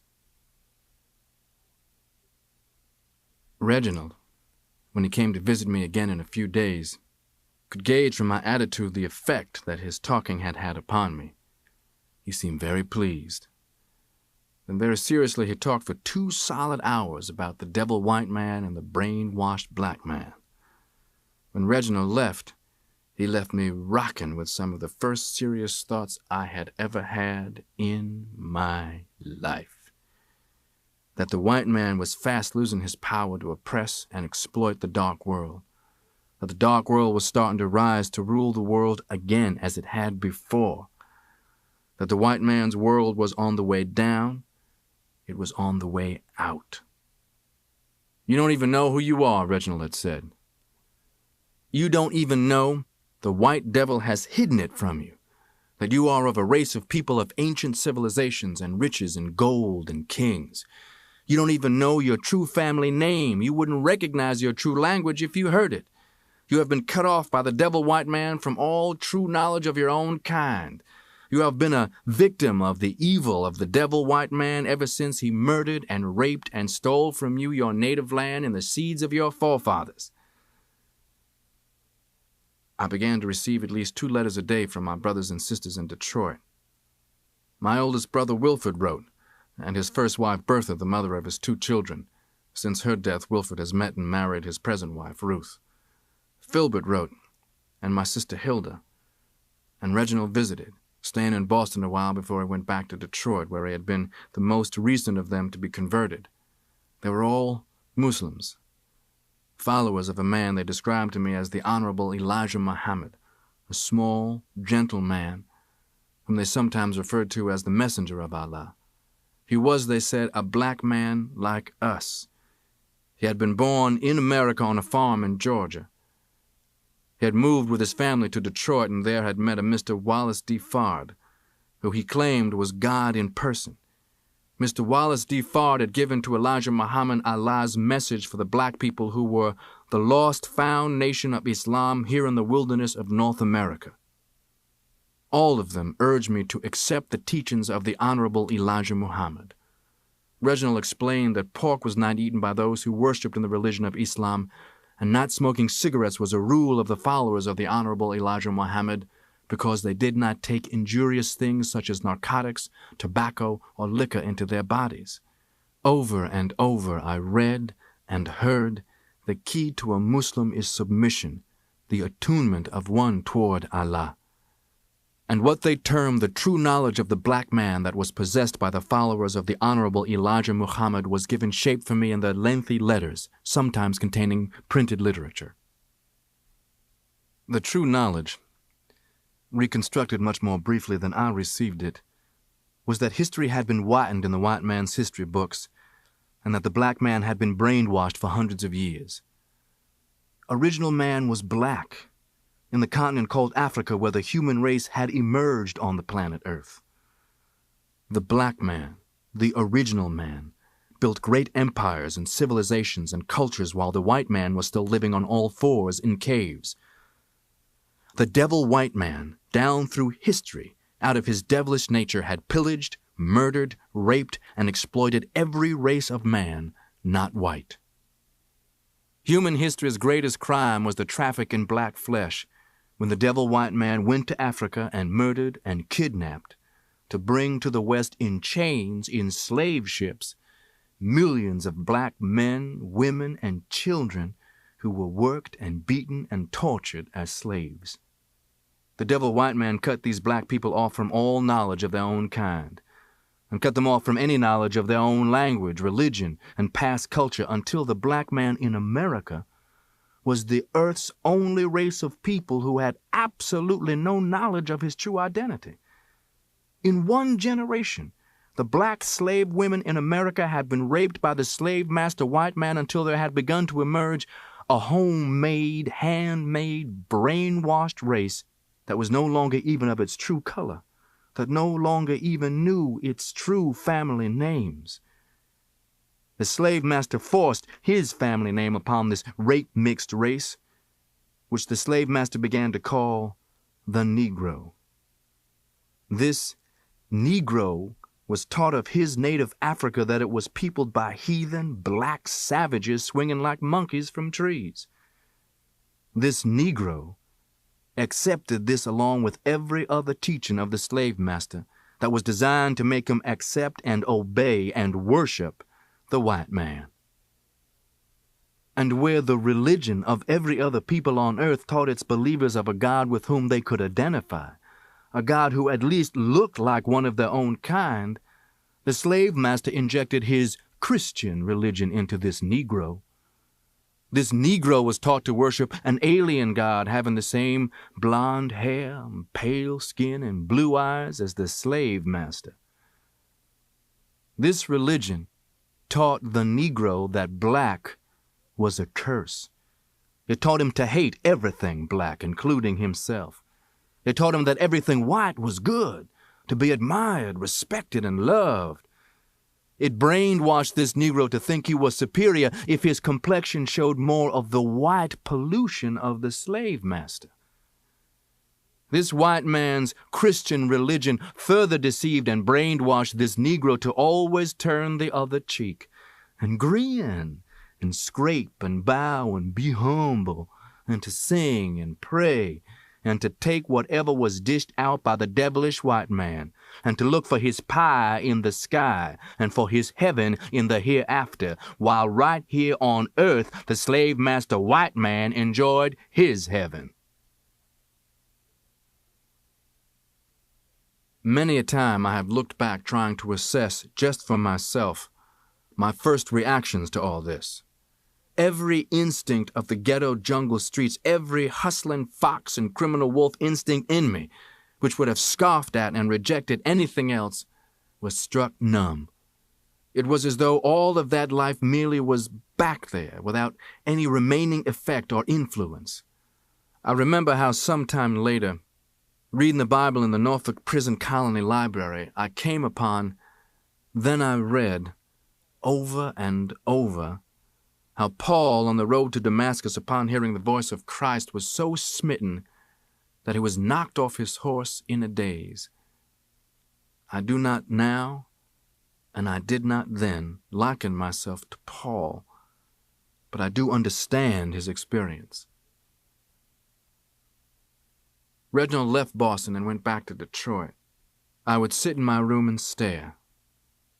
At the dining room table I would hardly eat, only drink the water. I nearly starved. Fellow inmates, concerned, and guards, apprehensive, asked what was wrong with me. It was suggested that I visit the doctor, and I didn't. The doctor advised, visited me. I don't know what his diagnosis was, probably that I was working on some act. I was going through the hardest thing, also the greatest thing for any human being to do, to accept that which is already within you and around you. At the urging of his brothers and sisters, Malcolm wrote a letter to the Honorable Elijah Muhammad. His penmanship, his spelling, and his grammar were poor. He scratched out an apology for his ineptitude. To his amazement, Elijah Muhammad wrote back, That letter's effect on Malcolm was profound in the fullest sense of the word. He began to write daily, to Elijah Muhammad, to his siblings, even to Sammy the Pimp and his other former running mates in Harlem.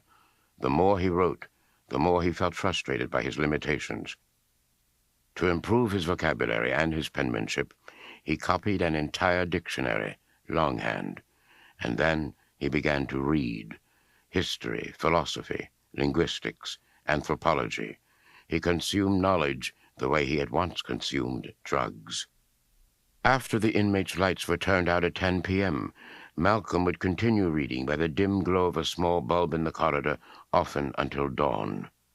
And everywhere, in the books, in the letters from his family, in conversations with Reginald when he came to visit, Malcolm found evidence that supported the teachings of the Honorable Elijah Muhammad. In prison, Malcolm learned to pray. He became a Muslim. He began participating in weekly formal debates held at the Norfolk prison, and he also began recruiting other black inmates for the Nation of Islam. During the spring of 1952, I joyously wrote Elijah Muhammad and my family that the Massachusetts State Parole Board had voted that I should be released. But still a few months were taken up with the red tape delay of paperwork that went back and forth arranging for my parole release in the custody of my oldest brother Wilford in Detroit, who now managed a furniture store. Wilford got the Jew who owned the store to sign a promise that upon release I would be given immediate employment. It was in August when they gave me a lecture, a cheap little Abner suit, and a small amount of money, and I walked out of the gate. I never looked back, but that doesn't make me any different from 1 million inmates who have left the prison behind them. The first stop I made was at a Turkish bath. I got some of that physical feeling of prison taint steamed off me. Ella, with whom I stayed only overnight, had agreed that it would be best for me to start again in Detroit. The police in a new city wouldn't have it in for me. That was Ella's consideration, not the Muslims, for whom Ella had no use. Both Hilda and Reginald had tried to work on Ella, but Ella, with her strong will, didn't go for it at all. She told me that she felt anyone could be whatever he wanted to be, Holy Roller, Seventh-day Adventist, or whatever it was, but she wasn't going to become any Muslim. Hilda the next morning gave me some money to put in my pocket. Before I left, I went out, bought 3 things I remember well. I bought a better-looking pair of eyeglasses than the pair the prison had issued to me, and I bought a suitcase and a wristwatch. I have thought since that without fully knowing it, I was preparing for what my life was about to become, because those are the 3 things I've always used more than anything else. My eyeglasses correct the astigmatism that I got from all the reading in prison. I travel so much that my wife keeps alternate suitcases packed so that when necessary I can just grab one. And you won't find anybody more time-conscious than I am. I live by my watch, keeping appointments. Even when I'm using my car, I drive by my watch, not my speedometer. Time is more important to me than distance. I caught a bus to Detroit. The furniture store that my brother Wilford managed was right in the black ghetto of Detroit. I better not name the store if I'm going to tell the way they rob Negroes.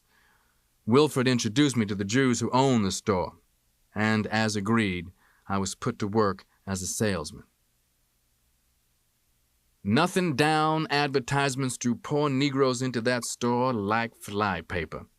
In all my years in the streets, I'd been looking at the exploitation that for the first time I really saw and understood. Now I watched brothers entwining themselves in the economic clutches of the white man who went home every night with another bag of money drained out of the ghetto. I saw the money that, instead of helping the black man, was going to help enrich these white merchants who usually lived in an exclusive area where a black man had better not get caught unless he worked there for somebody white. Wilford invited me to share his home, and gratefully I accepted. The warmth of a home and a family was a healing change from the prison cage for me. It would deeply move almost any newly freed convict, I think. But especially this Muslim home's atmosphere sent me often to my knees to praise Allah. My family's letters while I was in prison had included a description of the Muslim home routine, but to truly appreciate it, One had to be a part of the routine. Each act and the significance of that act was gently, patiently explained to me by my brother Wilfred. There was none of the morning confusion that exists in most homes. Wilfred, the father, the family protector and provider, was the first to rise. "The father prepares the way for his family," he said. He, then I, performed the morning ablutions. Next came Wilfred's wife, Ruth, and then their children, so that orderliness prevailed in the use of the bathroom. "In the name of Allah, I perform the ablution," the Muslim said aloud before washing first the right hand and then the left hand. The teeth were thoroughly brushed, followed by 3 rinsings out of the mouth. The nostrils also were rinsed out thrice. A shower then completed the whole body's purification in readiness for prayer. Each family member, even children, upon meeting each other for that new day's first time, greeted softly and pleasantly, "Assalamu alaikum," the Arabic for "peace be unto you," while "alaikum salam," and "unto you be peace," was the other's reply. Over and over again the Muslim said in his own mind, "Allahu Akbar, Allahu Akbar, Allah is the greatest." The prayer rug was spread by Wilfred while the rest of the family purified themselves. It was explained to me that a Muslim family prayed with the sun near the horizon. If that time was missed, the prayer had to be deferred until the sun was beyond the horizon. Muslims are not sun worshippers. We pray facing the east to be in unity with the rest of our 725 million brothers and sisters in the entire Muslim world. All the family, in robes, lined up facing east. In unison, we stepped from our slippers to stand on the prayer rug. Today, I say with my family in Arabic tongue the prayer which I first learned in English. I perform the morning prayer to Allah, the Most High. Allah is the greatest. Glory to Thee, O Allah. Thine is the praise. Blessed is Thy name, and exalted is Thy majesty. I bear witness that nothing deserves to be served or worshipped besides Thee. No solid food, only juice and coffee was taken for our breakfasts. Wilfred and I went off to work. There, at noon and again at around 3 in the afternoon, unnoticed by the others in the furniture store, we would rinse our hands, faces, and mouths, and softly meditate. Wednesdays, Fridays, and Sundays were the meeting days of the relatively small Detroit Temple No. 1. Near the temple, which was actually a storefront, were 3 hog slaughtering pens. The squealing of hogs being slaughtered filtered into our Wednesday and Friday meetings. I'm describing the condition that we Muslims were in back in the early 1950s. The address of Temple No. 1 was 1470 Frederick Street, I think. The first temple to be formed back in 1931 by Master W.D. Fard was formed in Detroit, Michigan. I never had seen any Christian-believing Negroes conduct themselves like the Muslims, the individuals, and the families alike. The men were quietly, tastefully dressed. The women wore ankle-length gowns, no makeup, and scarves covered their heads. The neat children were mannerly not only to adults, but to other children as well. I had never dreamed of anything like that atmosphere among black people who had learned to be proud they were black, who had learned to love other black people instead of being jealous and suspicious. I thrilled at how we Muslim men used both hands to grasp a black brother's both hands, voicing and smiling our happiness to meet him again. The Muslim sisters, both married and single, were given an honor and respect that I had never seen black men give to their women, and it felt wonderful to me. The salutations which we all exchanged were warm, filled with mutual respect and dignity. Brother, sister, ma'am, sir, even children speaking to other children used these terms. Beautiful. Lemuel Hassan then was the minister at Temple No. 1. As-alaikum, he greeted us. Was-alaikum, we returned. Minister Lemuel stood before us near a blackboard. The blackboard had fixed upon it in permanent paint on one side the United States flag and under it the words slavery, suffering, and death. Then the word Christianity alongside the sign of the cross.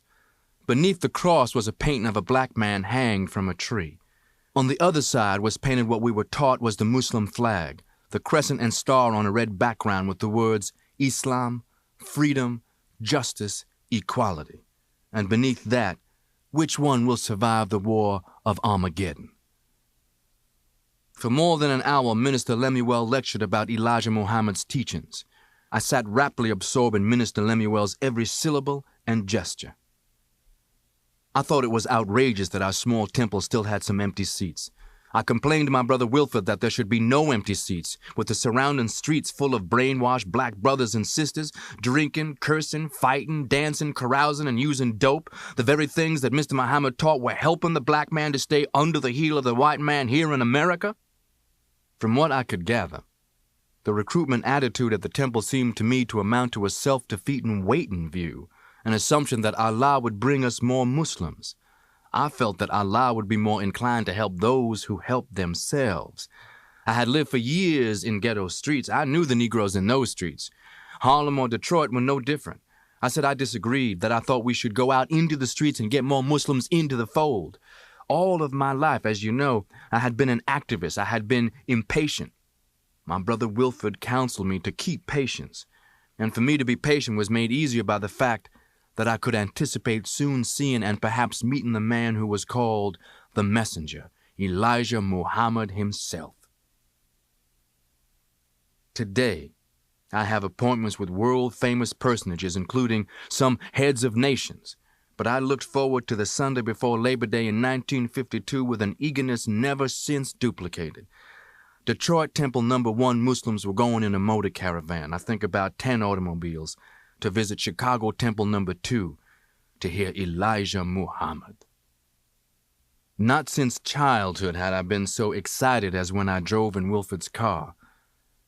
At great Muslim rallies since then I have seen and heard and felt 10,000 black people applauding and cheering. But on that Sunday afternoon when our two little temples assembled, perhaps only 200 Muslims, the Chicagoans welcoming and greeting us Detroiters, I experienced tinglings up my spine as I've never had since. I was totally unprepared for the messenger Elijah Muhammad's physical impact upon my emotions. From the rear of the Temple No. 2, he came toward the platform. The small, sensitive, gentle, brown face that I had studied on photographs until I had dreamed about it was fixed straight ahead as the messenger strode, encircled by the marching, strapping fruit of Islam guards. The messenger, compared to them, seemed fragile, almost tiny. He and the fruit of Islam were dressed in dark suits, white shirts, and bow ties. The messenger wore a gold-embroidered fez. I stared at the great man who had taken the time to write to me when I was a convict whom he knew nothing about. He was the man whom I had been told had spent years of his life in suffering and sacrifice to lead us, the black people, because he loved us so much. And then, hearing his voice, I sat leaning forward, riveted upon his words. I tried to reconstruct what Elijah Muhammad said from having since heard him speak hundreds of times. I have not stopped one day for the past 21 years. I have been standing, preaching to you throughout those past 21 years while I was free and even while I was in bondage. I spent 3.5 years in the federal penitentiary and also over a year in the city jail for teaching this truth. I was also deprived of a father's love for his family for 7 long years while I was running from hypocrites and other enemies of this word and revelation of God, which will give life to you and put you on the same level with all other civilized and independent nations and peoples of this planet Earth.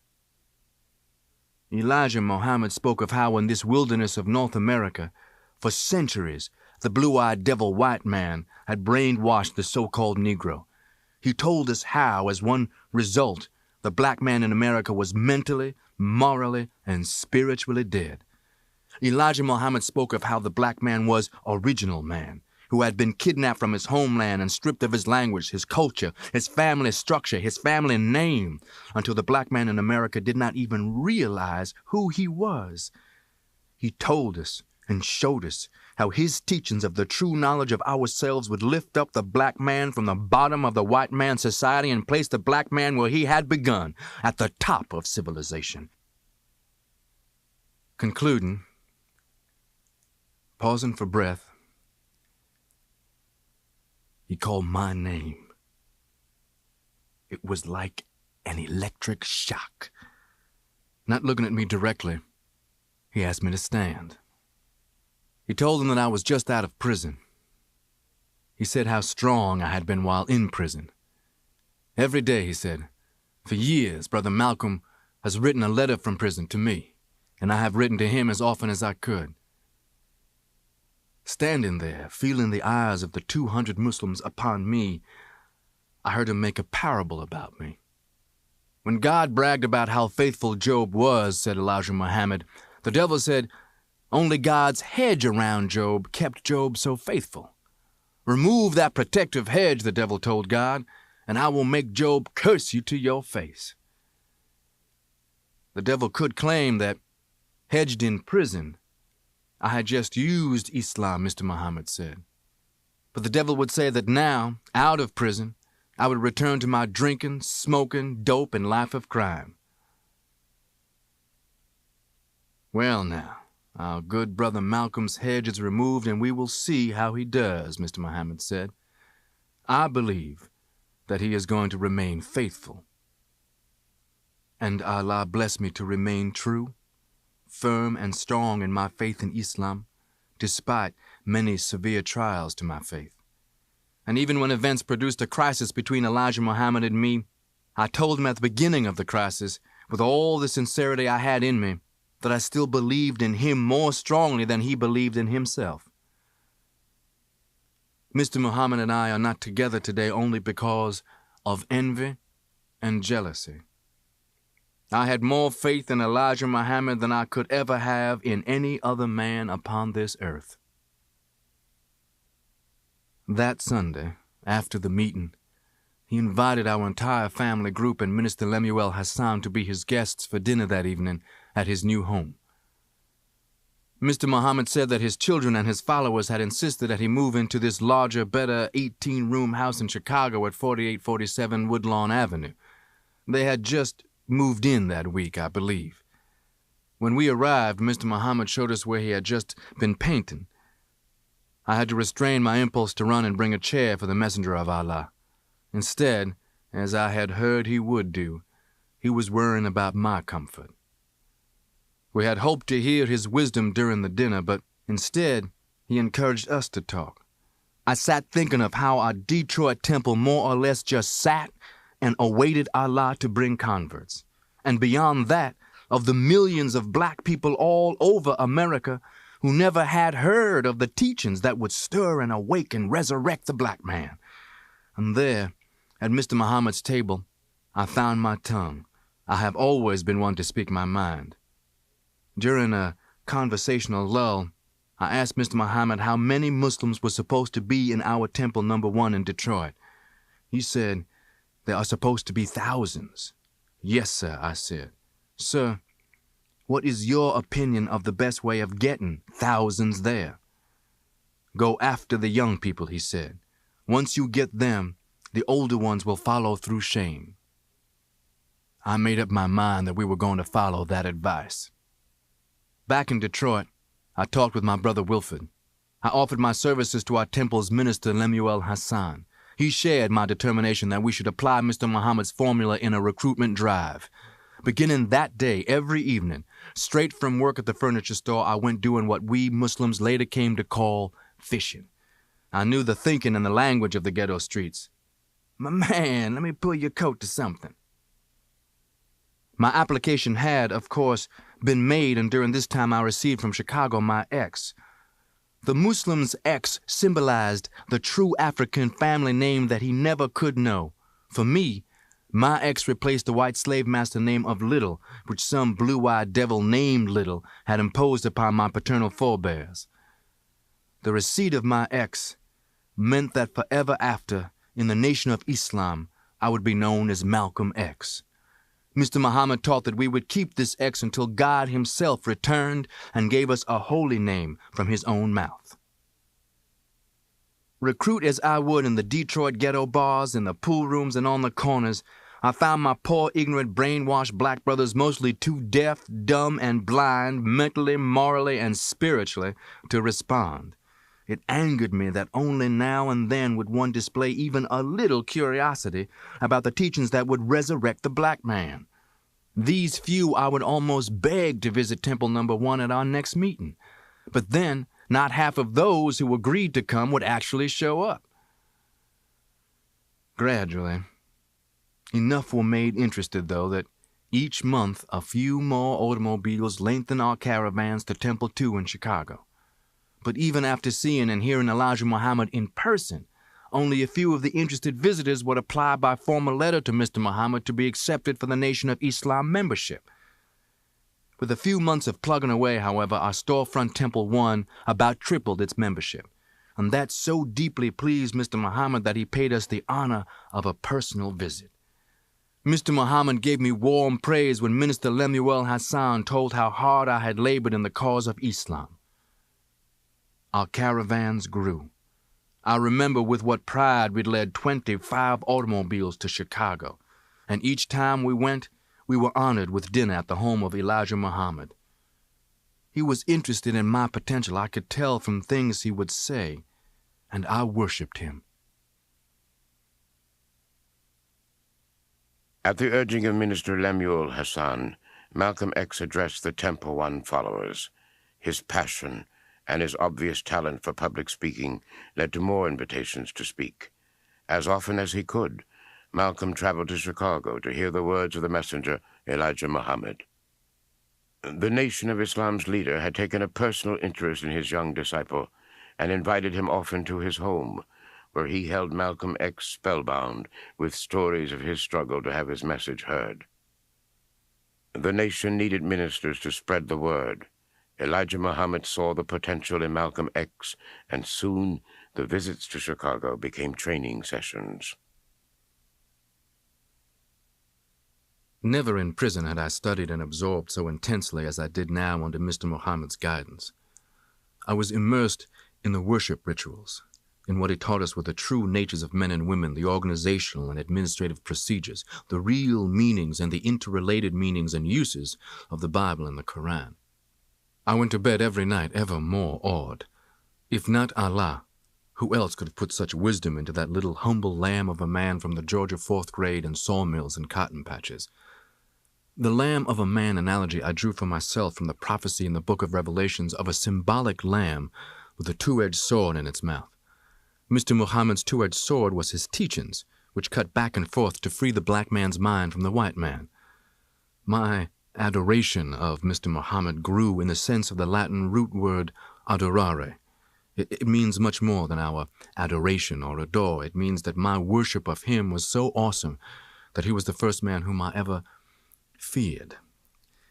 Not fear such as of a man with a gun, but the fear such as one has of the power of the sun. Mr. Muhammad, when he felt me able, permitted me to go to Boston. Brother Lloyd X lived there. He invited people whom he had gotten interested in Islam to hear me in his living room. God has given Mr. Muhammad some sharp truth, I told him. It is like a two-edged sword. It cuts into you. It causes you great pain. But if you can take the truth, it will cure you and save you from what otherwise would be certain death. Then I wouldn't waste any time to start opening their eyes about the devil white man. I know you don't realize the enormity, the horrors of the so-called Christian white man's crime. Not even in the Bible is there such a crime. God, in his wrath, struck down with fire the perpetrators of lesser crimes. 100 million of us black people, your grandparents, mine, murdered by this white man. To get 15 million of us here to make us slaves on the way he murdered 100 million.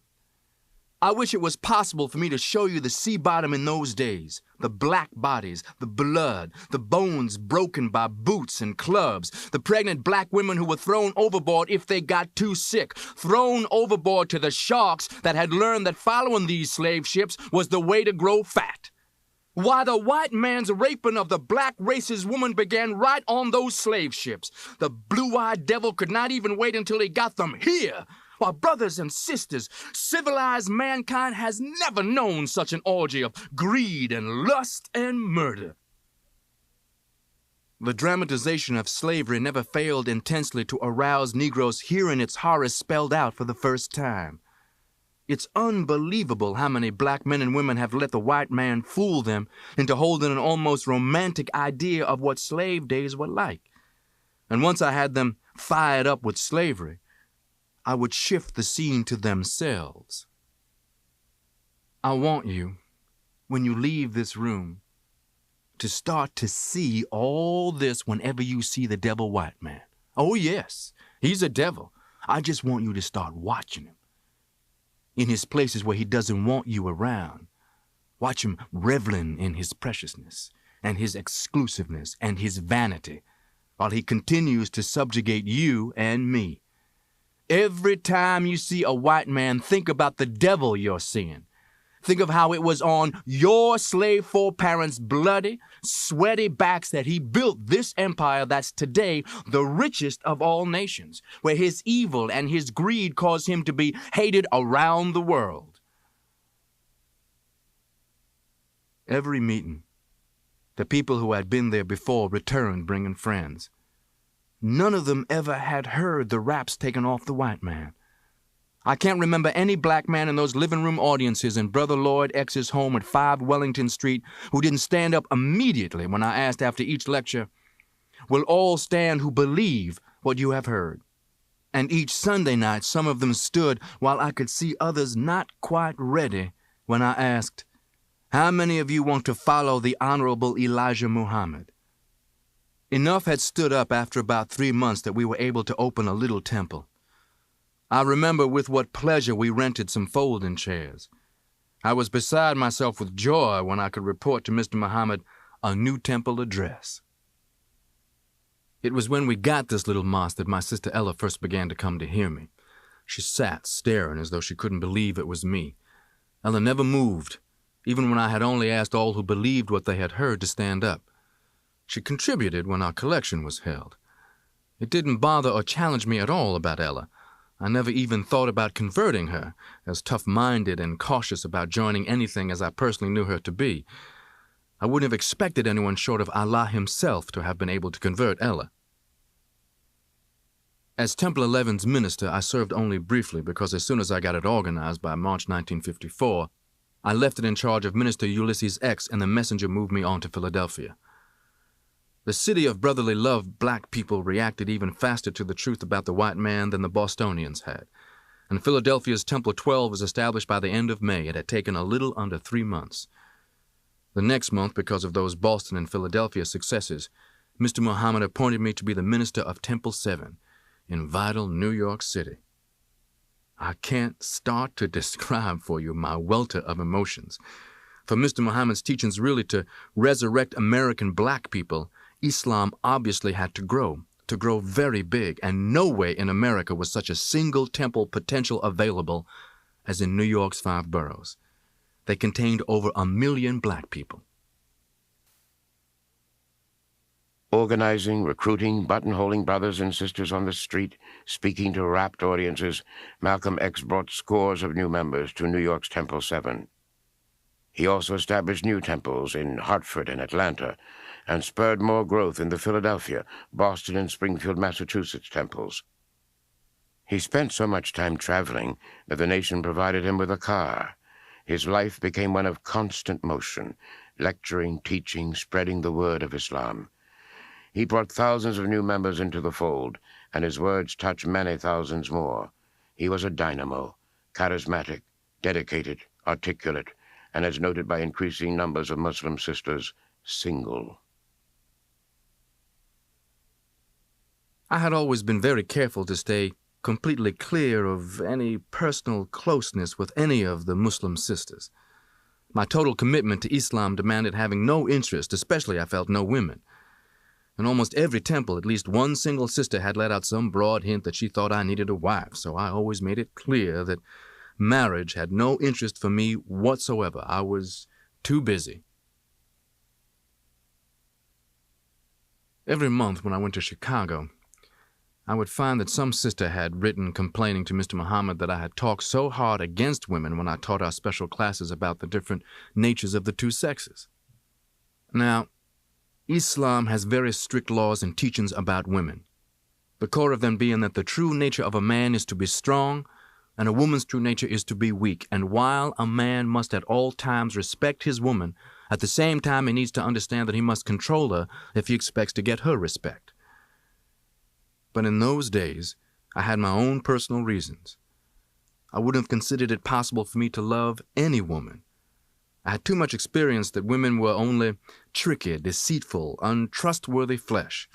I had seen too many men ruined or at least tied down or in some other way messed up by women. Women talk too much. To tell a woman not to talk was like telling Jesse James not to carry a gun or telling a hen not to cackle. Can you imagine Jesse James without a gun or a hen that didn't cackle? And for anyone in any kind of leadership position such as I was, the worst thing in the world that he could have was the wrong woman. Even Samson, the world's strongest man, was destroyed by the woman who slept in his arms. She was the one whose words hurt him. Anyway, it had been 10 years since I thought anything about any mistress, I guess, and as a minister now, I was thinking even less about getting any wife. And Mr. Muhammad himself encouraged me to stay single. This sister, well, in 1956, she joined Temple 7. I just noticed her, not with the slightest interest, you understand. For about the next year, I just noticed her. You know, she never would have dreamed I was even thinking about her. In fact, probably you couldn't have convinced her I even knew her name. It was Sister Betty X. She was tall, brown skin, darker than I was, and she had brown eyes. I knew she was a native of Detroit and that she had been a student at Tuskegee Institute in Alabama, an education major. She was in New York in one of the big hospitals' school of nursing. She lectured to the Muslim girls in women's classes on hygiene and medical facts. One day, I thought it would help the women's classes if I took her, just because she happened to be an instructor, to the Museum of Natural History. I wanted to show her some museum displays having to do with the tree of evolution that would help her in her lectures. I could show her proofs of Mr. Muhammad's teachings of such things as that the filthy pig is only a large rodent. The pig is a graft between a rat, a cat, and a dog, Mr. Muhammad taught us. When I mentioned my idea to Sister Betty X, I made it very clear that it was just to help her lectures to her sisters. I had even convinced myself that this was the only reason. Then, by the time of the afternoon I said we would go, well, I telephoned her. I told her I had to cancel the trip, that something important had come up. She said, "Well, you sure waited long enough to tell me, Brother Minister. I was just ready to walk out the door." So I told her, well, all right, just come on then. I'd make it somehow. But I wasn't going to have much time. While we were down there, offhandedly, I asked her all kinds of things. I just wanted some idea of her thinking. You understand, I mean, how she thought. I was halfway impressed by her intelligence and also her education. In those days, she was one of those few whom we had attracted who had attended college. Then, right after that, one of the oldest sisters confided to me a personal problem that Sister Betty X was having. I was really surprised that when she had had the chance, Sister Betty X had not mentioned anything to me about it. Every Muslim minister is always hearing the problems of young people whose parents have ostracized them for becoming Muslims. Well, when Sister Betty X told her foster parents who were financing her education that she was a Muslim, they gave her a choice: leave the Muslims or they'd cut off her nursing school. It was right near the end of her term, but she was hanging on to Islam. She began taking babysitting jobs for some of the doctors who lived on the grounds of the hospital where she was training. In my position, I would never have made any move without thinking how it would affect the Nation of Islam organization as a whole. I got to turning it over in my mind. What would happen if I just should happen sometime to think about getting married to somebody? For instance, Sister Betty X. Although it could be any sister in any temple, but Sister Betty X, for instance, would just happen to be the right height for somebody of my height, and also the right age. I was so shocked at myself when I realized what I was thinking, I quit going anywhere near Sister Betty X or anywhere I knew she would be. If she came into our restaurant and I was there, I went out somewhere. I was glad I knew that she had no idea what I'd been thinking about. My not talking to her wouldn't give her any reason to think anything, since there had never been one personal word spoken between us, even if she had thought anything. I studied about if I just should happen to say something to her, what would her position be, because she wasn't going to get any chance to embarrass me. I had heard too many women bragging, "I told that chump, get lost." I had too much experience of the kind to make a man very cautious. I wasn't about to say any of that romance stuff that Hollywood and television had filled women's heads with. If I was going to do something, I was going to do it directly. And anything I was going to do my way, and because I wanted to do it, not because I saw somebody do it or read about it in a book or saw it in a moving picture somewhere. I told Mr. Muhammad when I visited him in Chicago that month that I was thinking about a very serious step. He smiled when he heard what it was. I told him I was just thinking about it, that was all. Mr. Muhammad said that he'd like to meet this sister. The nation by this time was financially able to bear the expenses so that instructor sisters from different temples could be sent to Chicago to attend the headquarters Temple 2 women's classes and, while there, to meet the Honorable Elijah Muhammad in person. Sister Betty X, of course, knew all about this, so there was no reason for her to think anything of it when it was arranged for her to go to Chicago. And like all visiting instructor sisters, she was the house guest of the messenger and Sister Clara Muhammad. Mr. Muhammad told me that he thought Sister Betty X was a fine sister. If you're thinking about doing a thing, you ought to make up your mind if you're going to do it or not do it. One Sunday night after the Temple 7 meeting, I drove my car out on the Garden State Parkway. I was on my way to visit my brother Wilfred in Detroit. Wilfred, the year before, in 1957, had been made the minister of Detroit's Temple No. 1. I hadn't seen him or any of my family in a good while. It was about 10 in the morning when I got inside Detroit. Getting gas at a filling station, I just went to their payphone on a wall. I telephoned Sister Betty X. I had to get information to get the number of the nurse's residence at this hospital. Most numbers I memorized, but I had always made it some point never to memorize her number. Somebody got her to the phone finally. She said, "Oh, hello, Brother Minister." I just said it to her direct. "Look, do you want to get married?" Naturally, she acted all surprised and shocked. The more I have thought about it, to this day, I believe she was always putting on an act, because women know. They know. She said, just like I knew she would, "Yes." Then I said, "Well, I don't have a whole lot of time. She'd better catch a plane to Detroit." So she grabbed a plane. I met her foster parents who lived in Detroit. They had made up by this time. They were very friendly and happily surprised. At least, they acted that way. Then I introduced Sister Betty X at my oldest brother Wilfred's house. I had already asked him where people could get married without a whole lot of mess and waiting. He told me in Indiana. Early the next morning, I picked up Betty at her parents' home. We drove to the first town in Indiana. We found out that only a few days before, the state law had been changed, and now Indiana had a long waiting period. This was the 14th day of January, 1958, a Tuesday. We weren't far from Lansing, where my brother Filbert lived. I drove there. Filbert was at work when we stopped at his house, and I introduced Betty X. She and Filbert's wife were talking when I found out on the phone that we could get married in one day if we rushed. We got the necessary blood tests, and then the license. Where the certificate said religion, I wrote Muslim. Then we went to the Justice of the Peace. An old, hunchback white man performed the wedding, and all the witnesses were white. Where you're supposed to say all the I do's, we did. They were all standing there smiling and watching every move. The old devil said, "I pronounce you man and wife," and then, "Kiss your bride." I got her out of there. We drove right back to New York together. The news really shook everybody in Temple 7. Some young brothers looked at me as though I had betrayed them, but everybody else was grinning like Cheshire cats. The sisters just about ate up Betty. I never will forget hearing one exclaim, "You got him!" That's like I was telling you, the nature of women.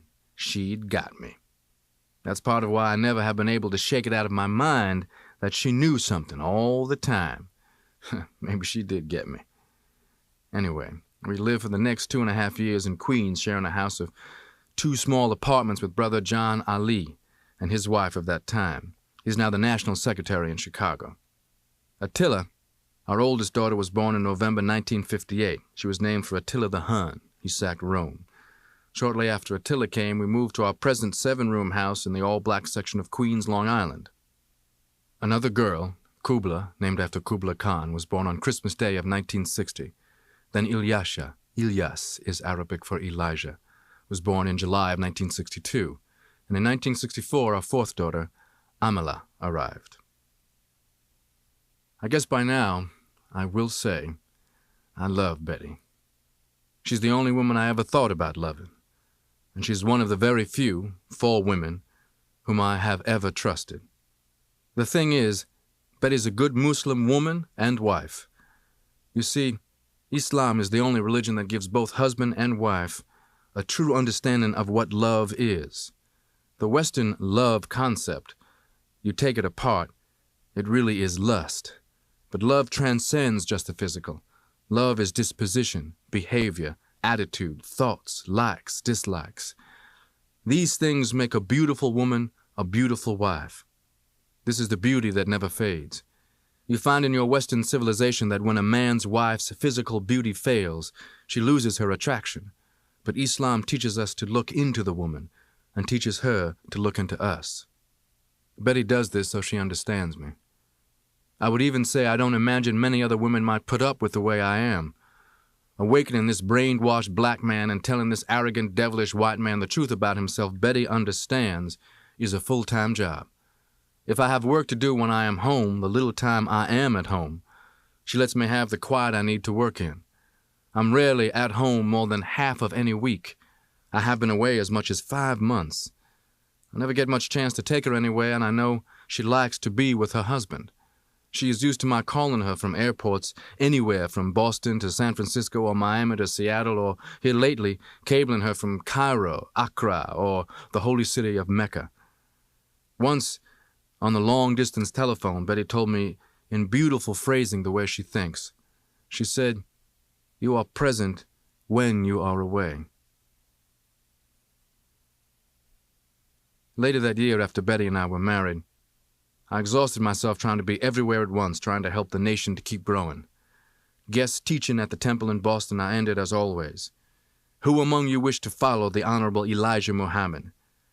And then I saw, in utter astonishment, that among those who were standing was my sister, Ella. We have a saying that those who are the hardest to convince make the best Muslims, and for Ella it had taken 5 years. I mentioned, you will remember, how in a big city, a sizable organization can remain practically unknown unless something happens that brings it to the general public's attention. Well, certainly no one in the Nation of Islam had any anticipation of the kind of thing that would happen in Harlem one night. 2 white policemen breaking up a street scuffle between some Negroes ordered other Negro passerbys to move on. Of these bystanders, 2 happened to be Muslim brother Johnson Hinton and another brother of Temple 7. They didn't scatter and run the way the white cops wanted. Brother Hinton was attacked with nightsticks. His scalp was split open and a police car came and he was taken to a nearby precinct. The second brother telephoned our restaurant. And with some telephone calls, in less than half an hour, about 50 of Temple 7's men of the Fruit of Islam were standing in ranks formation outside the police precinct house. Other Negroes, curious, came running and gathered in excitement behind the Muslims. The police, coming to the station house front door and looking out of the windows, couldn't believe what they saw. I went in as minister of Temple 7 and demanded to see our brother. The police first said he wasn't there. Then they admitted he was, but said I couldn't see him.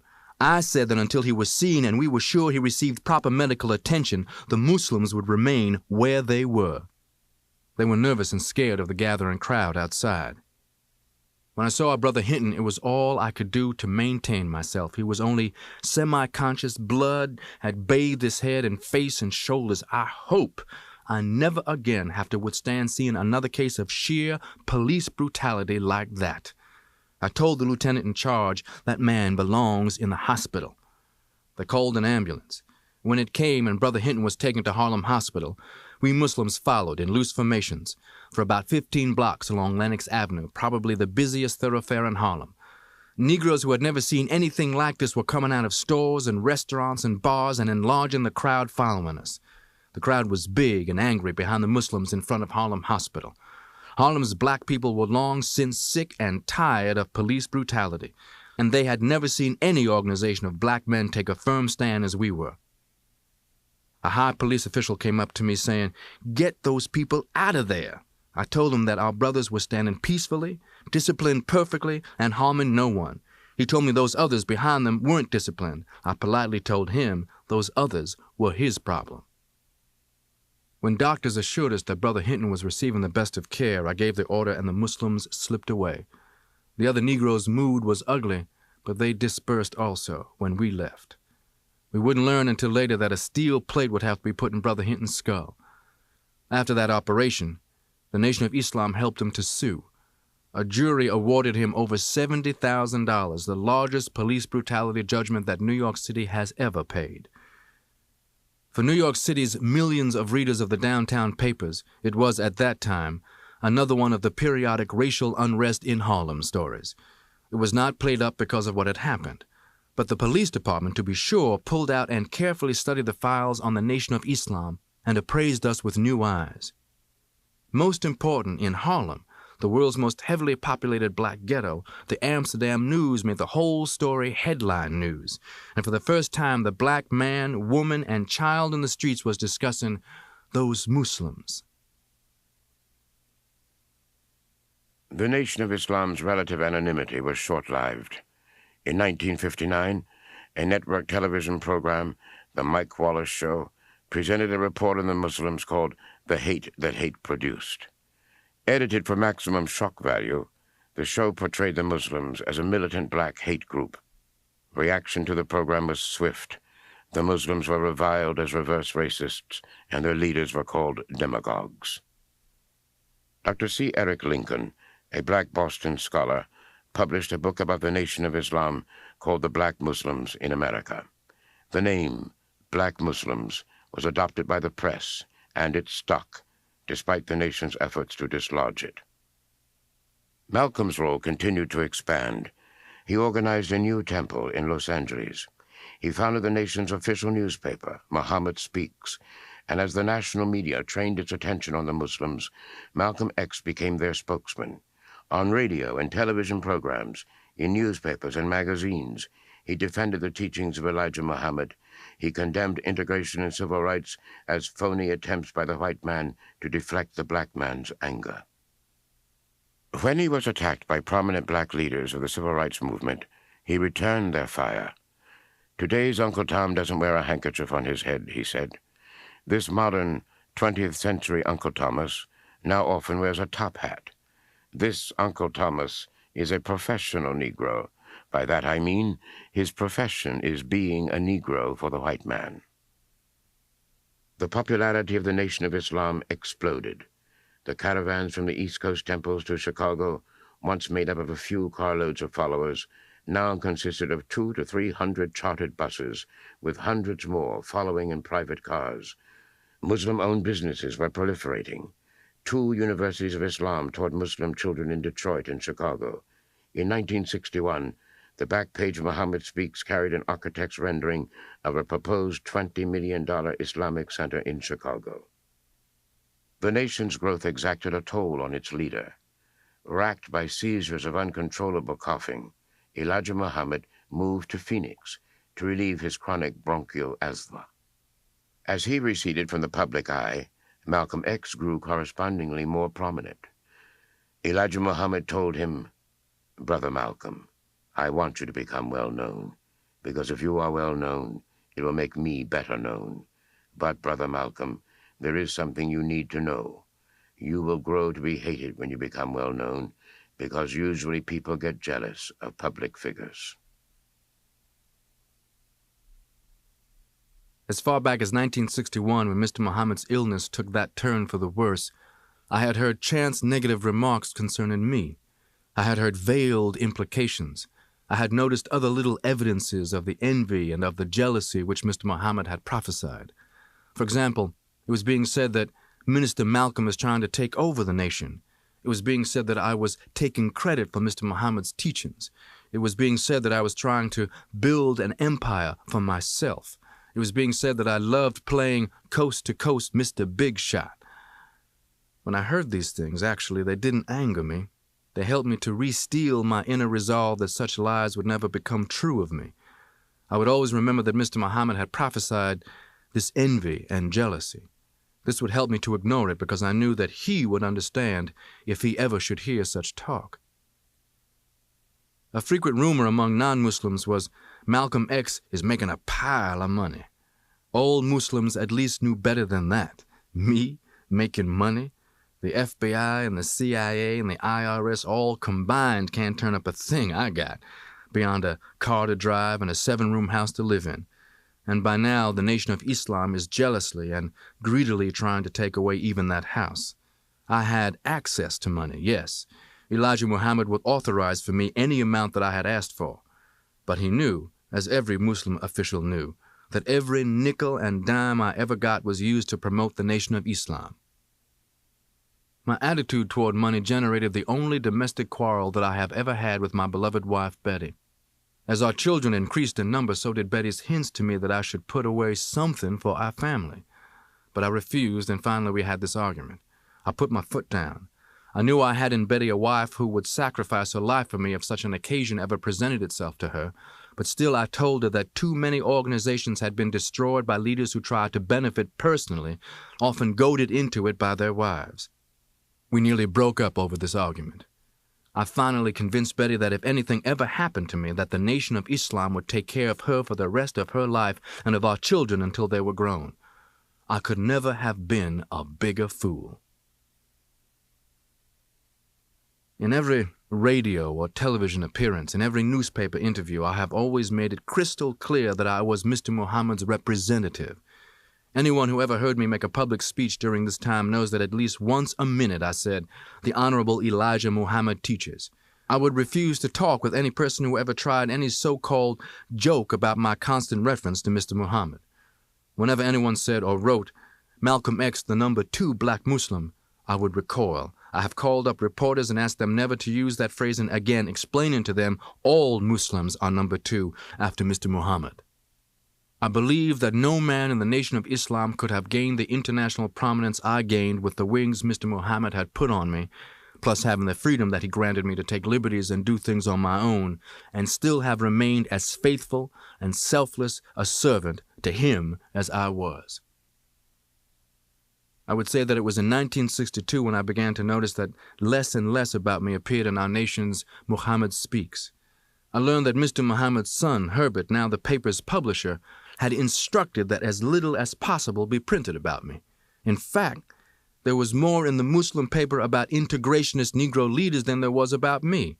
I could read more about myself in the European, Asian, and African press. I'm not griping about publicity for myself.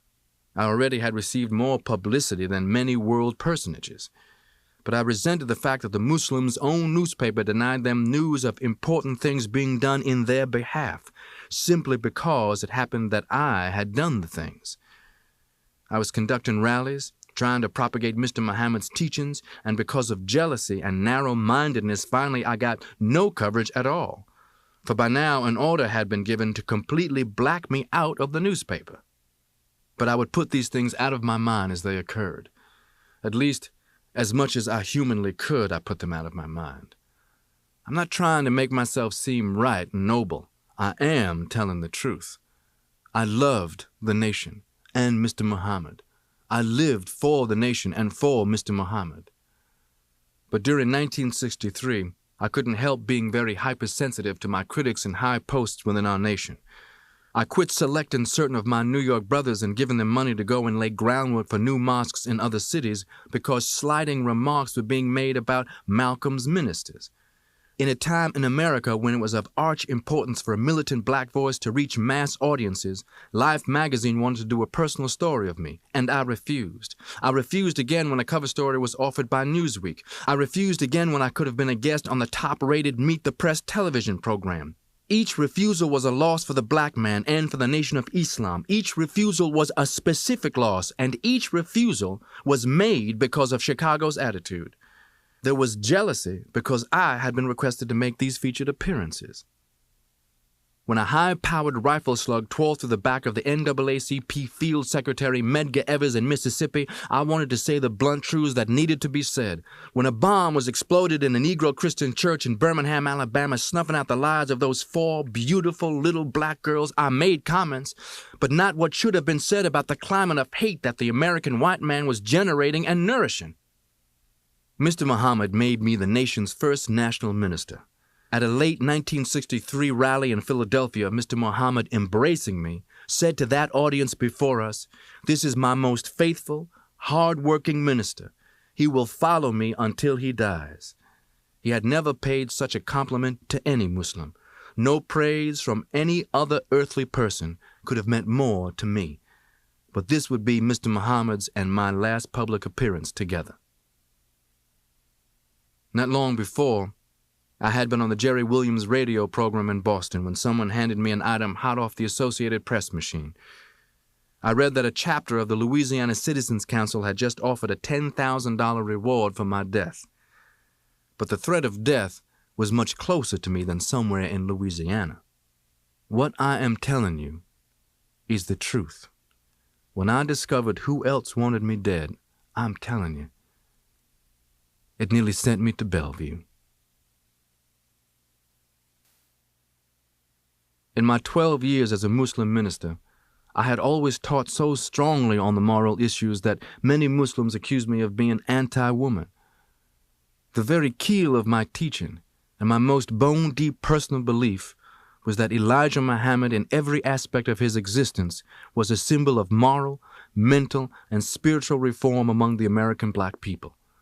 For 12 years, I had taught that within the entire nation of Islam, my own transformation was the best example I knew of Mr. Muhammad's power to reform black men's lives.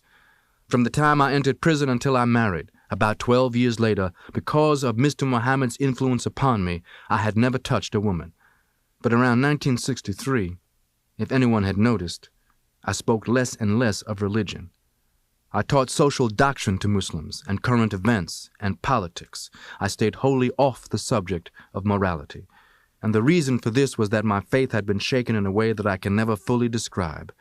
For I had discovered Muslims had been betrayed by Elijah Muhammad himself. I want to make this as brief as I can, only enough so that my position and my reactions will be understood. As to whether or not I should reveal this, there's no longer any need for any question in my mind, for now the public knows. To make it concise, I will quote from one wire service story as it appeared in newspapers and was reported over radio and television across the United States. Los Angeles, July 3rd, UPI. Elijah Muhammad, 67-year-old leader of the Black Muslim movement, today faced paternity suits from 2 former secretaries who charged he fathered their 4 children. Both women are in their 20s. Miss Rosary and Miss Williams charged they had intimacies with Elijah Muhammad from 1957 until this year. Miss Rosary alleged he fathered her 2 children and said she was expecting a 3rd child by him. The other plaintiff said he was the father of her daughter. As far back as 1955, I had heard hints, but believe me when I tell you this. For me even to consider believing anything as insane-sounding as any slightest implication of any immoral behavior of Mr. Muhammad, why, the very idea made me shake with fear. And so my mind simply refused to accept anything so grotesque as adultery mentioned in the same breath with Mr. Muhammad's name. Adultery. Why, any Muslim guilty of adultery was summarily ousted in disgrace. One of the nation's most closely kept scandals was that a succession of the personal secretaries of Mr. Muhammad had become pregnant. They were brought before Muslim courts and charged with adultery, and they confessed. Humiliated before the general body, they received sentences from 1 to 5 years of isolation. That meant they were to have no contact whatsoever with any other Muslims.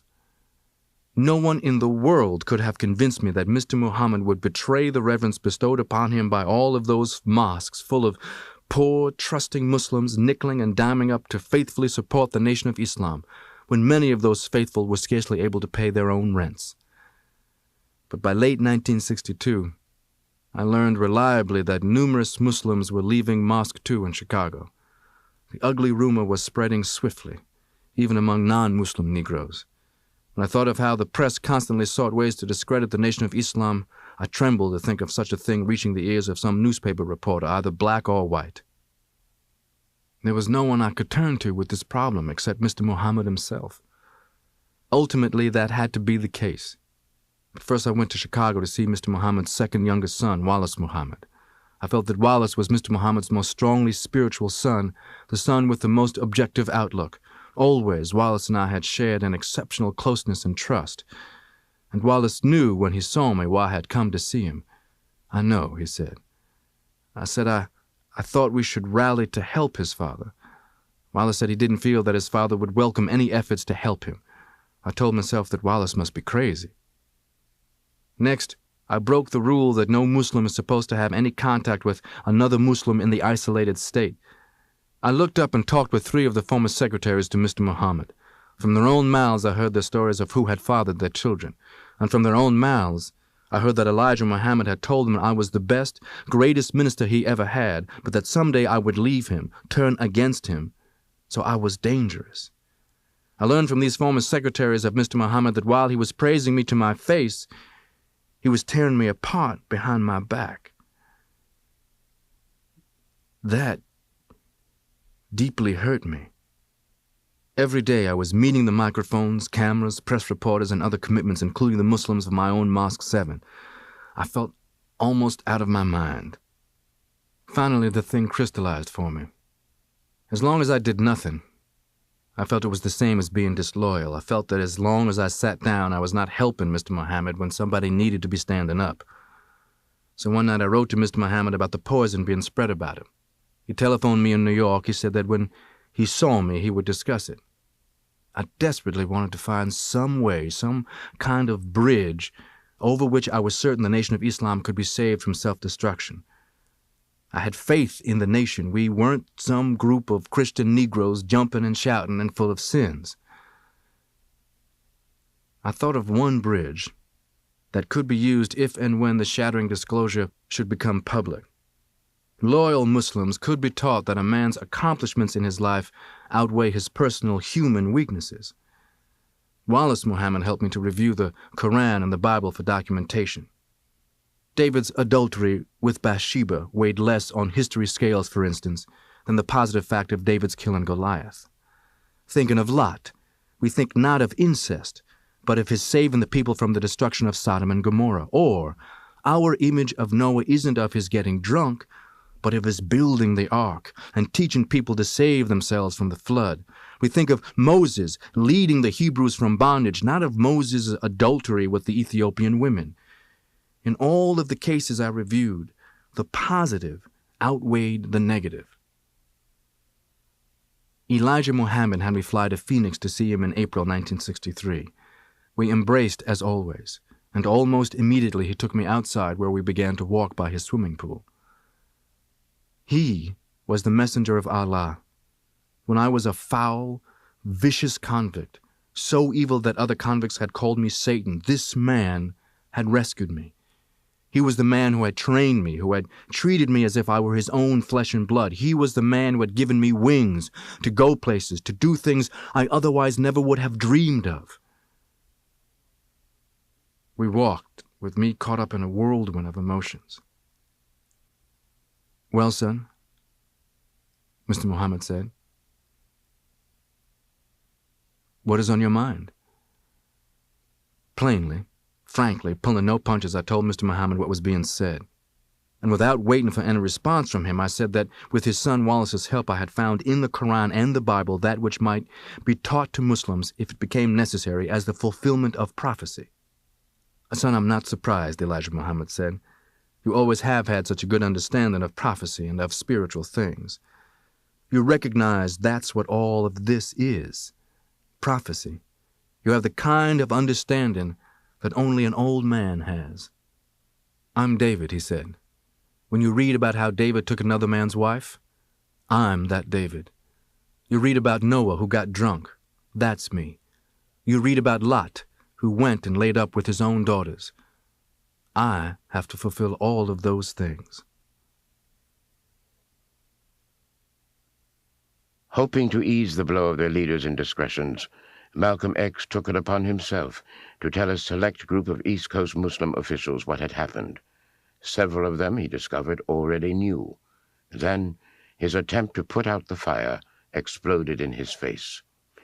In Chicago, temple officials accused Malcolm X of demeaning the character of Elijah Muhammad. Malcolm was shocked by their reaction, but it was only the first of a succession of revelations. On November 22, 1963, John F. Kennedy was assassinated in Dallas. Elijah Muhammad immediately issued a directive to his ministers to make no comment concerning the assassination. At a speaking engagement a few days later, Malcolm X was asked his opinion of Kennedy's death. He said what he felt, that it was a case of the chickens coming home to roost. The white man's hate, he said, had spread beyond the killing of innocent blacks and now had reached America's president. The climate of hate and violence in America was cited by many world leaders and journalists as a reason for Kennedy's murder. But when Malcolm X said it, the nation's newspapers screamed in outrage, and to Malcolm it revealed another hard truth. The jealousies that Elijah Muhammad had prophesied were manifest in Elijah Muhammad himself. The Muslim leader seized on Malcolm's Kennedy comment as a reason to first silence and then banish his principal minister. But Malcolm soon learned his ouster was not enough. The Muslims wanted his life.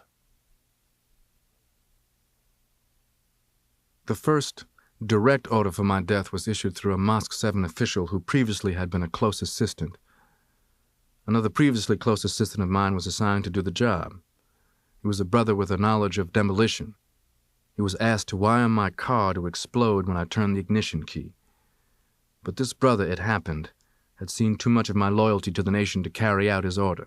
Instead, he came to me. I thanked him for my life. I told him what was really going on in Chicago. He was stunned almost beyond belief. This brother was close to others in the Mosque 7 circle who might subsequently be called upon to eliminate me.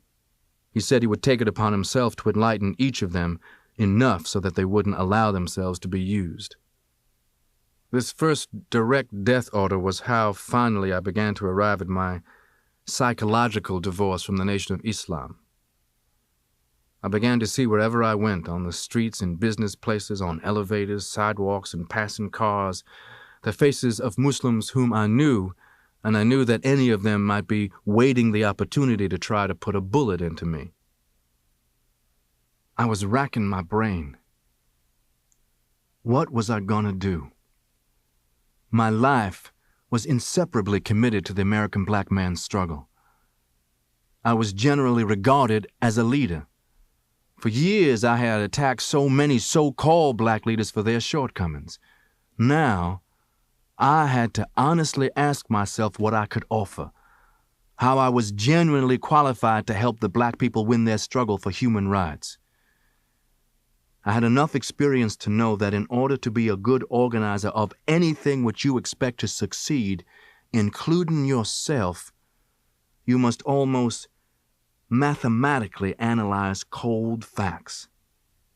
I had, as one asset I knew, an international image. No amount of money could have bought that. I knew that if I said something newsworthy, people would read or hear of it, maybe even around the world, depending on what it was. More immediately in New York City, where I would naturally base any operation, I had a large, direct personal following of non-Muslims. I knew that the great lack of most of the big-named Negro leaders was their lack of any true rapport with the ghetto Negroes. How could they have rapport when they spent most of their time integrating with white people? I knew that the ghetto people knew that I never left the ghetto in spirit, and I never left it physically any more than I had to. I had a ghetto instinct. For instance, I could feel if tension was beyond normal in a ghetto audience, and I could speak and understand the ghetto's language. There was an example of this that always flew into my mind every time I heard some of the big-name Negro leaders declaring they spoke for the ghetto black people. After a Harlem street rally, one of these downtown leaders and I were talking when we were approached by a Harlem hustler. To my knowledge, I'd never seen this hustler before. He said to me approximately, "Hey, baby, I dig you holding this all-original scene at the track. I'm going to lay a vine under the Jew's balls for a dime. Got to give you a play. Got the shorts out here trying to scuffle up on some bread. Well, my man, I'll get on. Got to go peck a little and cop me some Z's." And the hustler went on up 7th Avenue.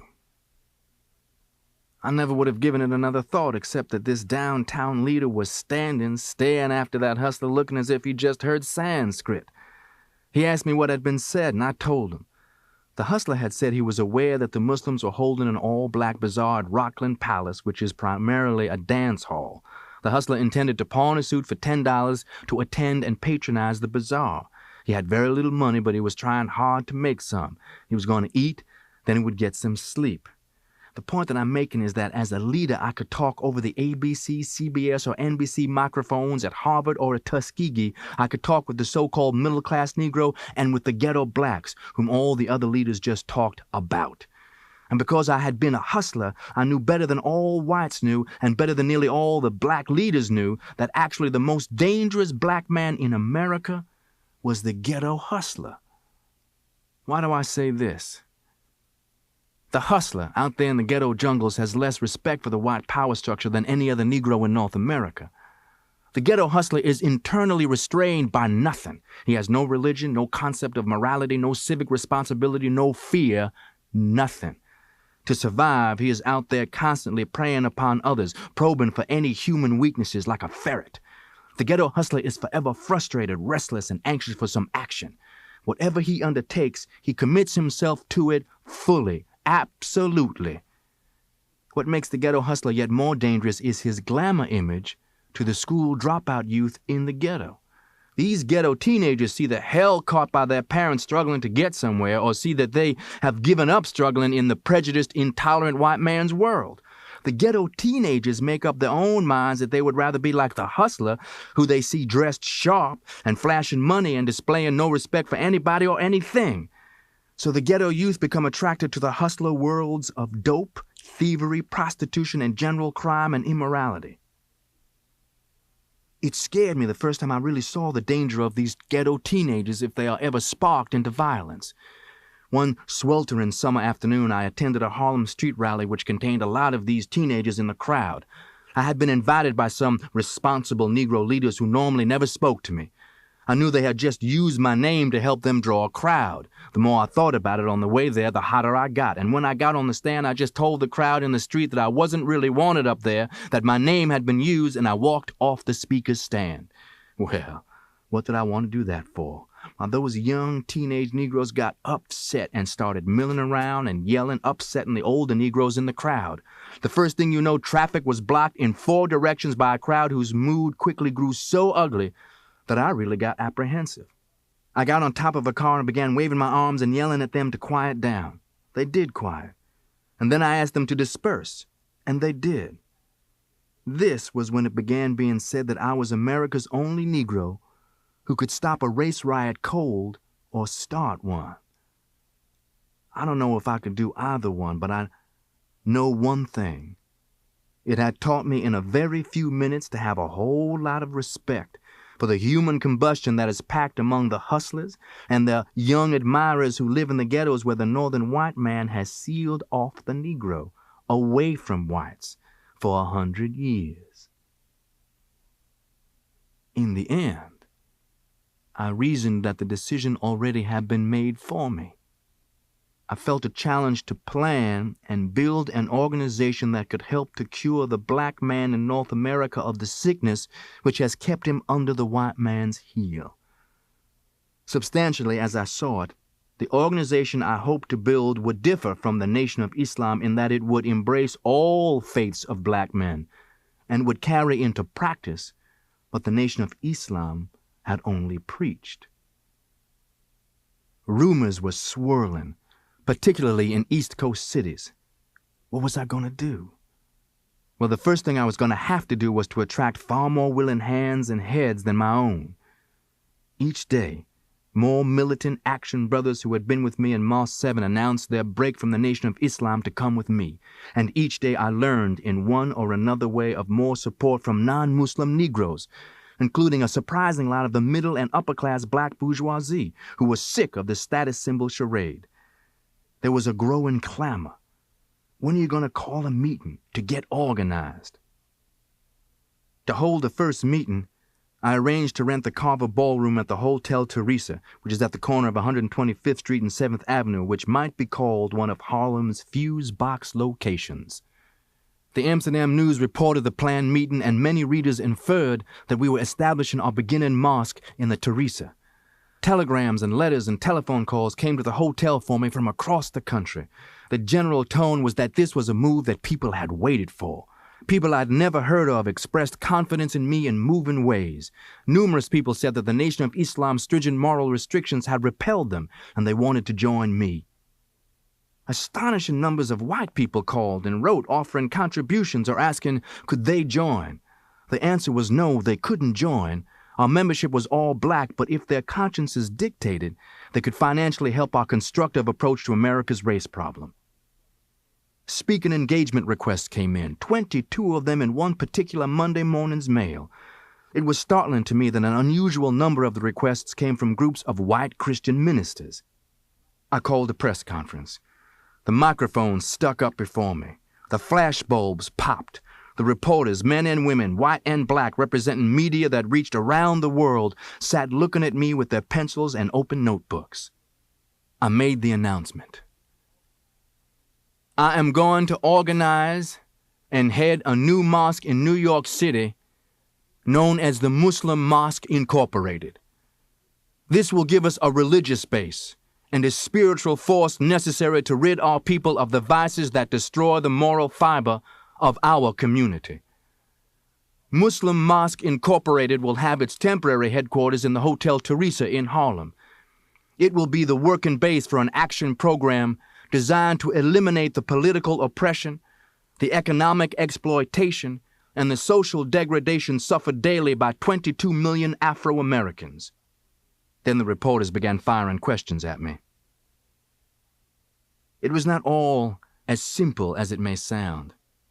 I went few places without constant awareness that any number of my former brothers felt they would make heroes of themselves in the Nation of Islam if they killed me. I knew how Elijah Muhammad's followers thought. I had taught so many of them to think. I knew that no one would kill you quicker than a Muslim if he felt that's what Allah wanted him to do.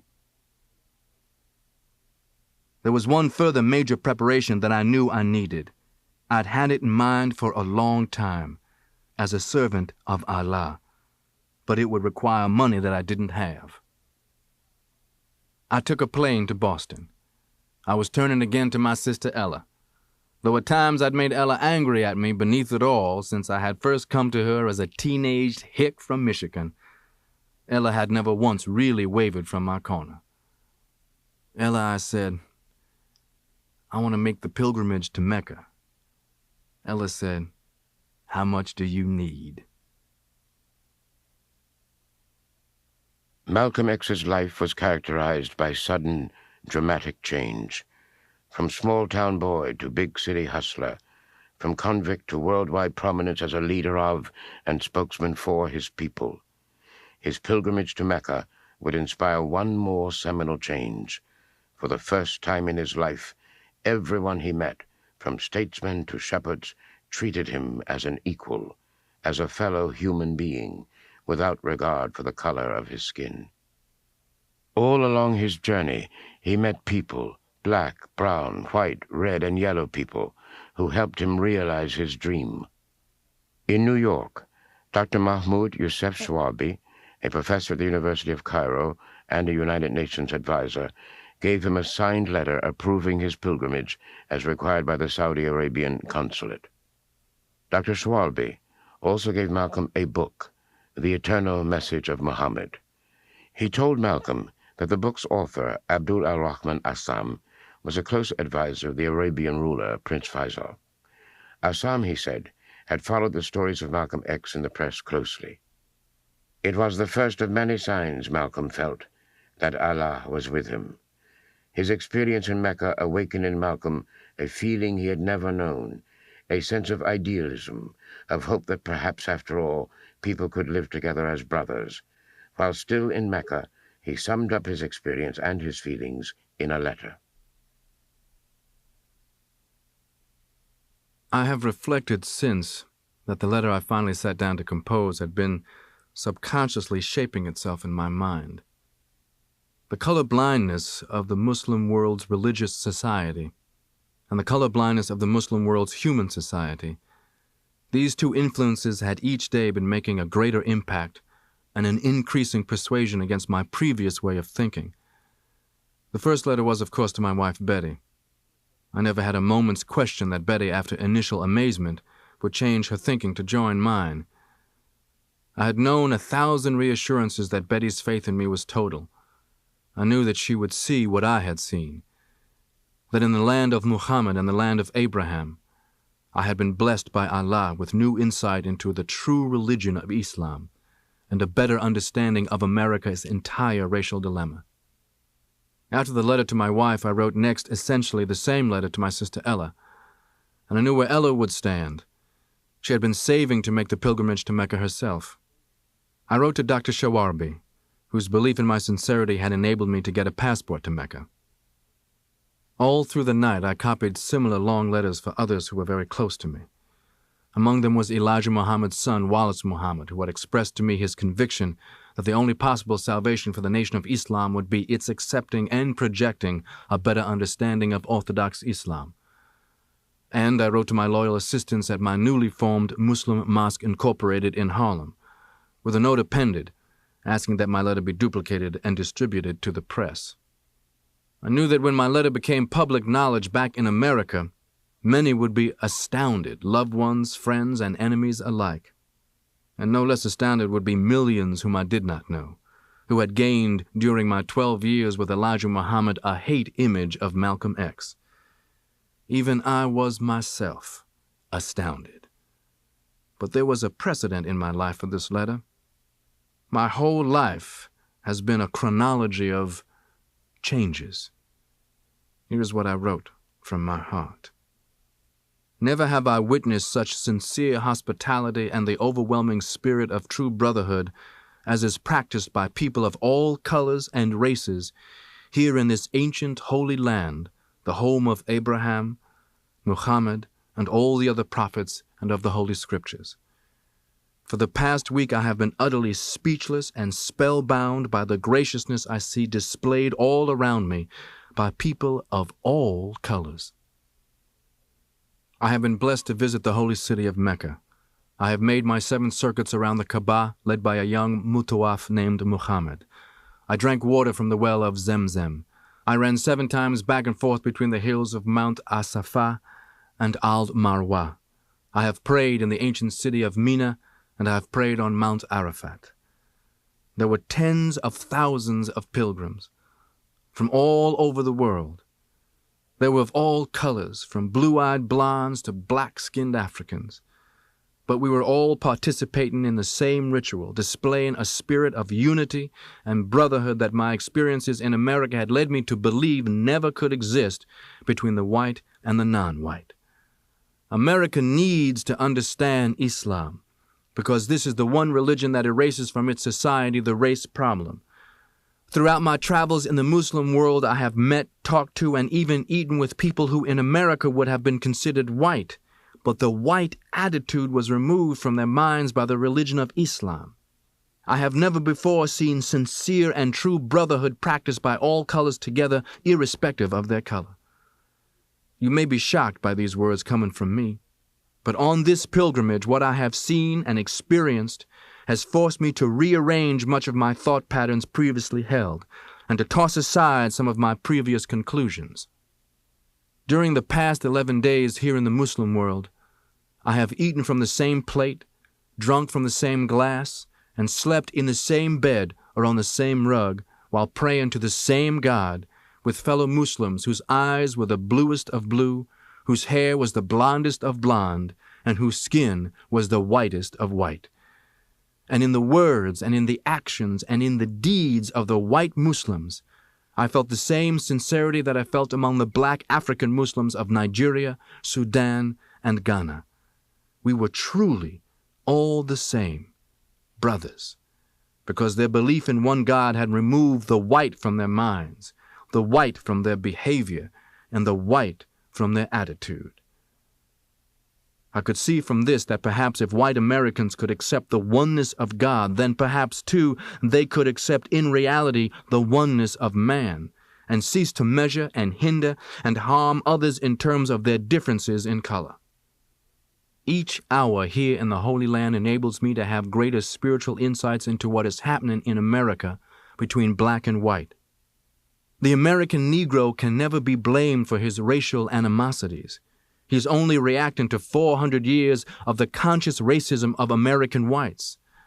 But as racism leads America up the suicide path, I do believe from the experiences that I have had with them that the whites of the younger generation in the colleges and universities will see the handwriting on the wall, and many of them will turn to the spiritual path of truth, the only way left to America to ward off the disaster that racism inevitably must lead to. Never have I been so highly honored. Never have I been made to feel more humble and unworthy. Who would believe the blessings that have been heaped upon an American Negro? A few nights ago, a man who would be called in America a white man, a United Nations diplomat, an ambassador, a companion of kings, gave me his hotel suite, his bed. By this man, His Excellency Prince Faisal, who rules this holy land, was made aware of my presence here in Jeddah. The very next morning, Prince Faisal's son, in person, informed me that by the will and decree of his esteemed father, I was to be a state guest. The Deputy Chief of Protocol himself took me before the Hajj court. His Holiness Sheikh Muhammad Harkoon himself okayed my visit to Mecca. His Holiness gave me 2 books on Islam with his personal seal and autograph, and he told me that he prayed that I would be a successful preacher of Islam in America. A car, a driver, and a guide have been placed at my disposal, making it possible for me to travel about this holy land almost at will. The government provides air-conditioned quarters and servants in each city that I visit. Never would I have even thought of dreaming that I would ever be a recipient of such honors. Honors that in America would be bestowed upon a king, not a Negro. All praise is due to Allah, the Lord of all the worlds. Sincerely, El Hajj Malik El Shabazz, Malcolm X. When his pilgrimage was over, Malcolm X did not go directly home. He went instead to Lebanon, and from there back to Egypt, and then to Nigeria and Ghana. At all of these stops, he was treated as a visiting dignitary. He addressed students at leading universities and met with heads of state, and he was again struck by what was missing from these African cultures, the racial hatred that permeated the United States. He celebrated his 39th birthday in Algiers, waiting for his flight back to America. It would be his final birthday. The Pan American jet which took me home, it was Flight 115, landed at New York's Kennedy Air Terminal on May 21st at 4:25 in the afternoon. We passengers filed off the plane and toward customs. When I saw the crowd of 50 or 60 reporters and photographers, I honestly wondered what celebrity I had been on the plane with. But I was the villain they had come to meet. In Harlem especially, and also in some other U.S. cities, the 1964 long, hot summer's predicted explosions had begun. Article after article in the white man's press had cast me as a symbol, if not a causative agent, of the revolt and of the violence of the American black man wherever it had sprung up. In the biggest press conference that I had ever experienced anywhere, the camera bulbs flashed and the reporters fired questions. Mr. Malcolm X, what about those blood brothers reportedly affiliated with your organization, reportedly trained for violence, who have killed innocent white people? Mr. Malcolm X, what about your comment that Negroes should form rifle clubs? I answered the questions. I knew I was back in America again, hearing the subjective, scapegoat-seeking questions of the white man. New York white youth were killing victims. That was a sociological problem. But when black youth killed somebody, the power structure was looking to hang somebody. When black men had been lynched or otherwise murdered in cold blood, it was always said, things will get better.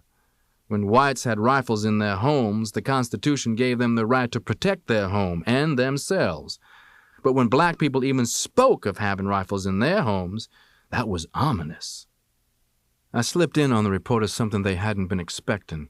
I said that the American black man needed to quit thinking what the white man had taught him, which was that the black man had no alternative except to beg for his so-called civil rights. I said that the American black man needed to recognize that he had a strong, airtight case to take to the United States before the United Nations on a formal accusation of denial of human rights, and that if Angola and South Africa were precedent cases, then there would be no easy way that the United States could escape being censored right on its own home ground. Just as I had known, the press wanted to get me off that subject. I was asked about my letter from Mecca. I was all set with a speech regarding that.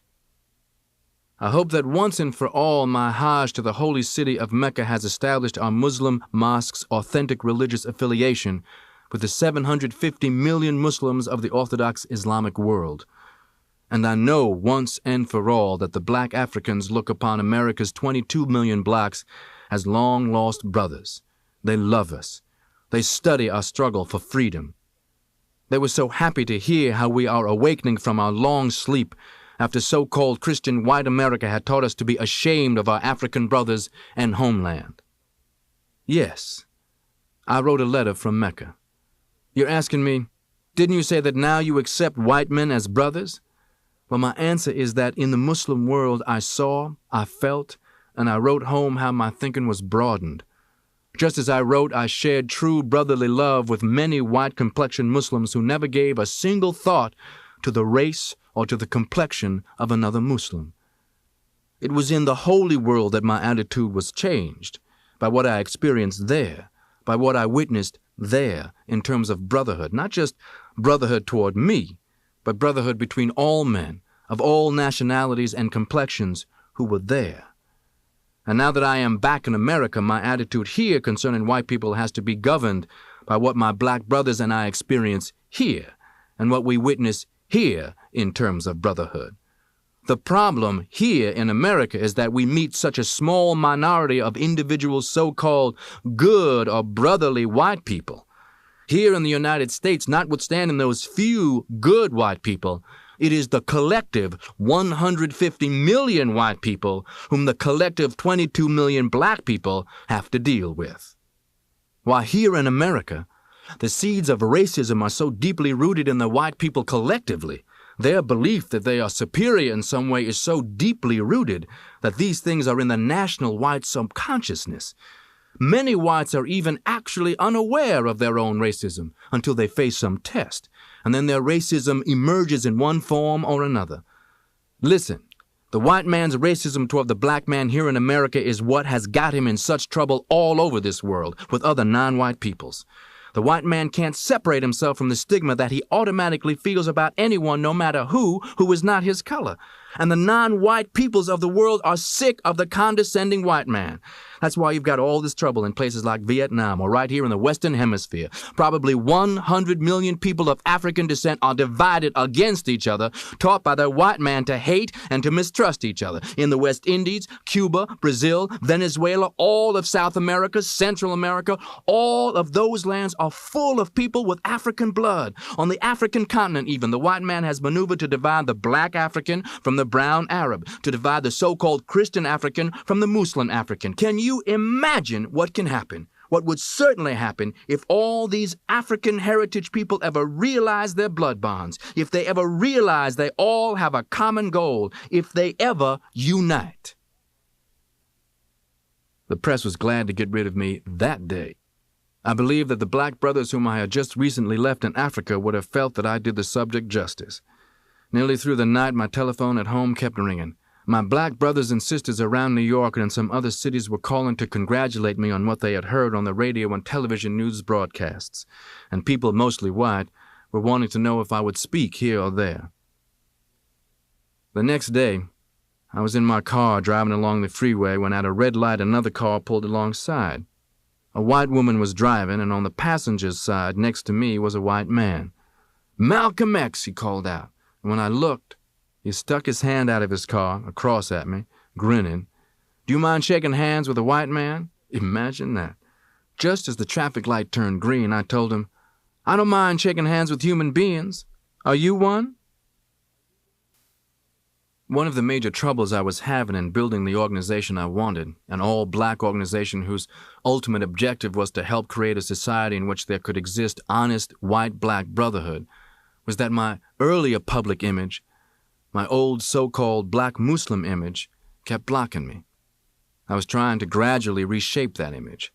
I was trying to turn a corner into a new regard by the public, especially Negroes.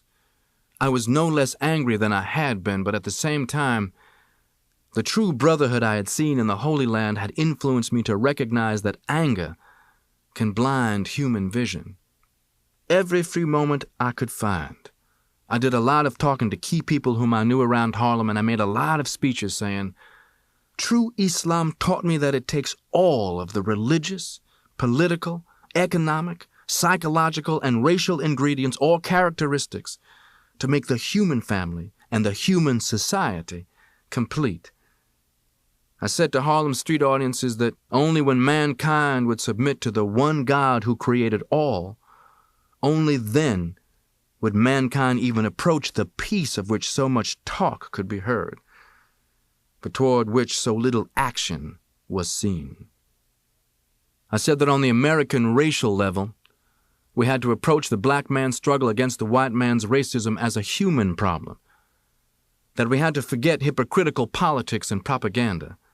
I said that both races, as human beings, had the obligation, the responsibility of helping to correct America's human problem. The well-meaning white people, I said, had to combat actively and directly the racism in other white people. And the black people had to build within themselves much greater awareness that along with equal rights there had to be the bearing of equal responsibilities. I knew, better than most Negroes, how many white people truly wanted to see American racial problems solved. I knew that many whites were as frustrated as Negroes.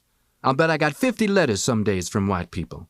The white people in meeting audiences would throng around me asking me after I had addressed them somewhere, "What can a sincere white person do?"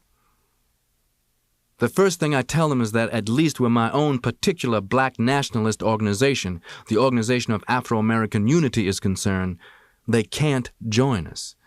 I have these very deep feelings that white people who want to join black organizations are really just taking the escapist way to salve their consciences. By visibly hovering near us, they are proving that they are with us. But the hard truth is, this isn't helping to solve America's racist problem. The Negroes aren't the racists. Where the really sincere white people have got to do their proving of themselves is not among the black victims, but out on the battle lines of where America's racism really is, and that's in their own home communities. America's racism is among their own fellow whites. That's where the sincere whites who really mean to accomplish something have got to work. Aside from that, I mean nothing against any sincere whites when I say that as members of black organizations, generally whites' very presence subtly renders the black organization automatically less effective. Even the best white members will slow down the Negroes' discovery of what they need to do, and particularly of what they can do for themselves, working by themselves among their own kind in their own communities. I tell sincere white people, work in conjunction with us, each of us working among our own kind. Let sincere white individuals find all other white people they can who feel as they do, and let them form their own all-white groups to work trying to convert other white people who are thinking and acting so racist. Let sincere whites go and teach nonviolence to white people. We will completely respect our white co-workers. They will deserve every credit. We will give them every credit. We will meanwhile be working among our own kind in our own black communities, showing and teaching black men in ways that only other black men can, that the black man has got to help himself. Working separately the sincere white people and sincere black people actually will be working together. In our mutual sincerity, we might be able to show a road to the salvation of America's very soul. It can only be salvaged if human rights and dignity in full are extended to black men. Only such real, meaningful actions as those which are sincerely motivated from a deep sense of humanism and moral responsibility can get at the basic causes that produce the racial explosions in America today. Otherwise, the racial explosions are only going to grow worse. Certainly nothing is going to be solved by throwing upon me or other so-called black extremists and demagogues the blame for the racism that is in America. Sometimes I have dared to dream to myself that one day history may even say that my voice, which disturbed the white man's smugness and his arrogance and his complacency, that my voice helped to save America from a grave, possibly even a fatal catastrophe. The goal has always been the same, with the approaches to it as different as mine and Dr. Martin Luther King's nonviolent marching, that dramatized the brutality and the evil of the white man against defenseless blacks. And in the racial climate of this country today, it is anybody's guess which of the extremes in approach to the black man's problems might personally meet a fatal catastrophe first, nonviolent Dr. King or so-called violent me. Anything I do today, I regard as urgent. No man is given but so much time to accomplish whatever is his life's work. My life, in particular, never has stayed fixed in any one position for very long. You have seen how throughout my life I have often known unexpected drastic changes. I am only facing the facts when I know that any moment of any day or any night could bring me death. This is particularly true since the last trip that I made abroad. I have seen the nature of things that are happening, and I have heard things from sources which are reliable. To speculate about dying doesn't disturb me as it might some people. I have never felt that I would live to become an old man. Even before I was a Muslim, when I was a hustler in the ghetto jungle and then a criminal in prison, it always stayed on my mind that I would die a violent death. In fact, it runs in my family. My father and most of his brothers died by violence, my father because of what he believed in. To come right down to it, if I take the kind of things in which I believe, then add to that the kind of temperament that I have, plus the 100% dedication I have to whatever I believe in, these are ingredients which make it just about impossible for me to die of old age. I have given to this book so much of whatever time I have because I feel and I hope that if I honestly and fully tell my life's account, read objectively, it might prove to be a testimony of some social value. I think that an objective reader may see how in the society to which I was exposed as a black youth here in America, for me to wind up in prison was really just about inevitable. It happens to so many thousands of black youth. I think that an objective reader may see how when I heard the white man is the devil, when I played back what had been my own experiences, it was inevitable that I would respond positively.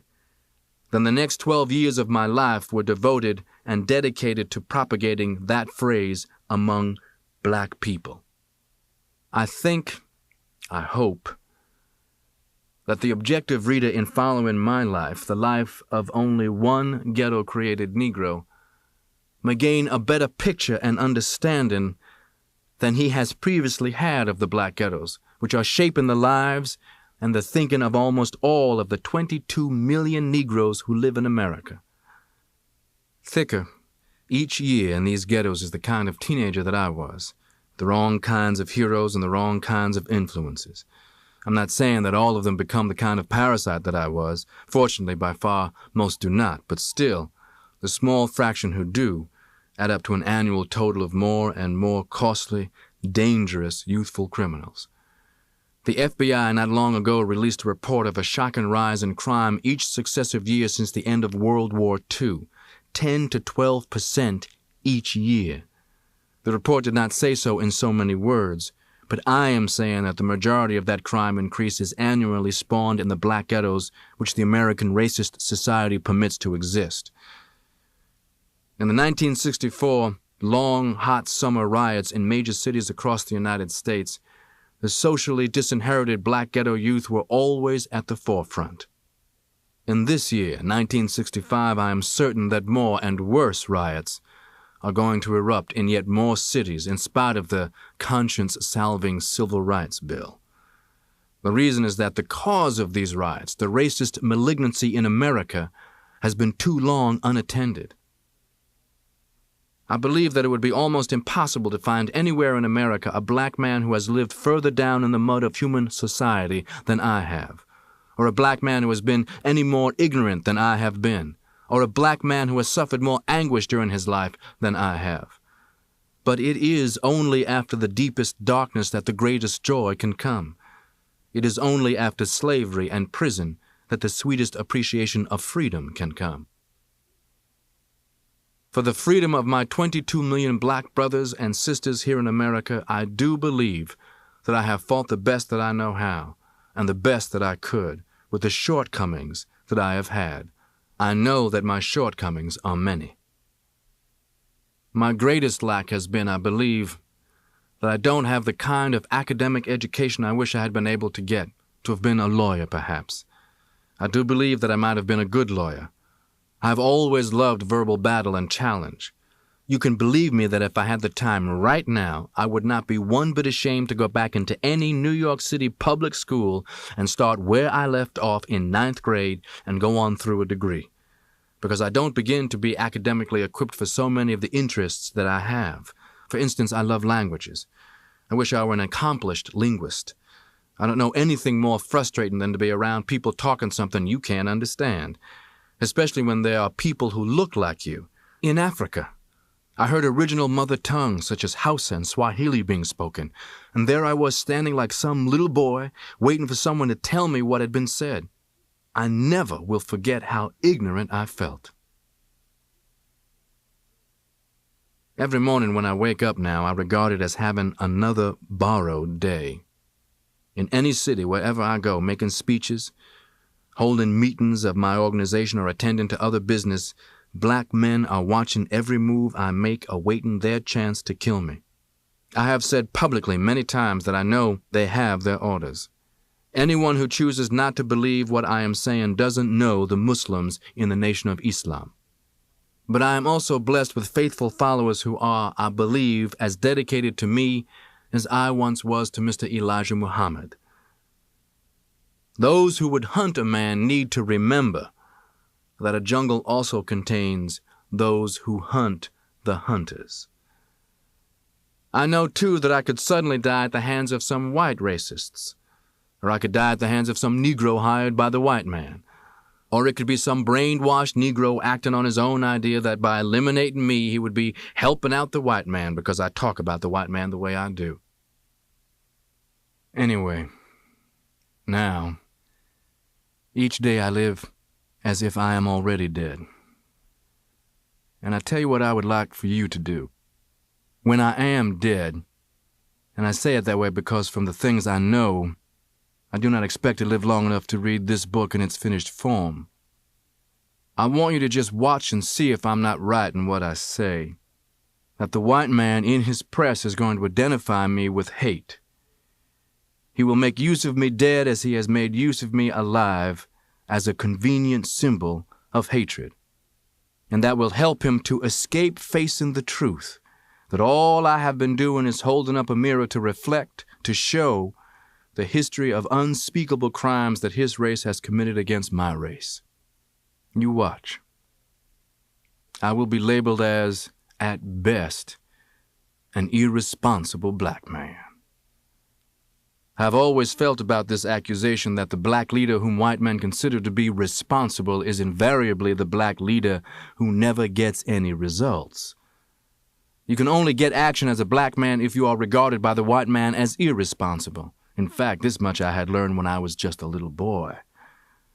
And since I have been some kind of a leader of black people here in the racist society of America, I have been more reassured each time the white man resisted me or attacked me harder, because each time made me more certain that I was on the right track in the American black man's best interests. The racist white man's opposition automatically made me know that I did offer the black man something worthwhile. Yes, I have cherished my demagogue role. I know that societies often have killed the people who have helped to change those societies. And if I can die having brought any light, having exposed any meaningful truth that will help to destroy the racist cancer that is malignant in the body of America, then all of the credit is due to Allah. Only the mistakes have been mine. Malcolm X, who was now El-Hajj Malik el-Shabazz, spent the months following his return from Mecca building his new organization of Afro-American unity and delivering his message of hope. True Islam, he told his audiences, taught me that it takes all of the religious, political, economic, psychological, and racial ingredients or characteristics to make the human family and the human society complete. In spite of a rash of death threats, he kept up his schedule, traveling across the country and to Europe and again to Africa. On Saturday, February 14, 1965, flaming gasoline bombs were hurled through the front window of his home, virtually destroying it. Malcolm and his family barely escaped. He arranged for emergency housing and rearranged his schedule so he and Sister Betty could find a new home. A week later, they did find one, and Malcolm asked for advances from the publisher of his autobiography so they could make the down payment and move in. He didn't live to make the move. On Sunday, February 21st, Malcolm X was assassinated at the Audubon Ballroom in New York City. He had just been introduced to the audience and had issued his familiar greeting, "Assalamu alaikum, brothers and sisters." A scuffle erupted near the front of the crowd, and as the audience's attention was diverted to it, several gunmen stood up in the front row and opened fire. Eyewitnesses also reported seeing two men rushing toward the stage, one with a shotgun, the other with two revolvers. Malcolm X clutched his chest as the bullets hit him and toppled backwards, stiffly.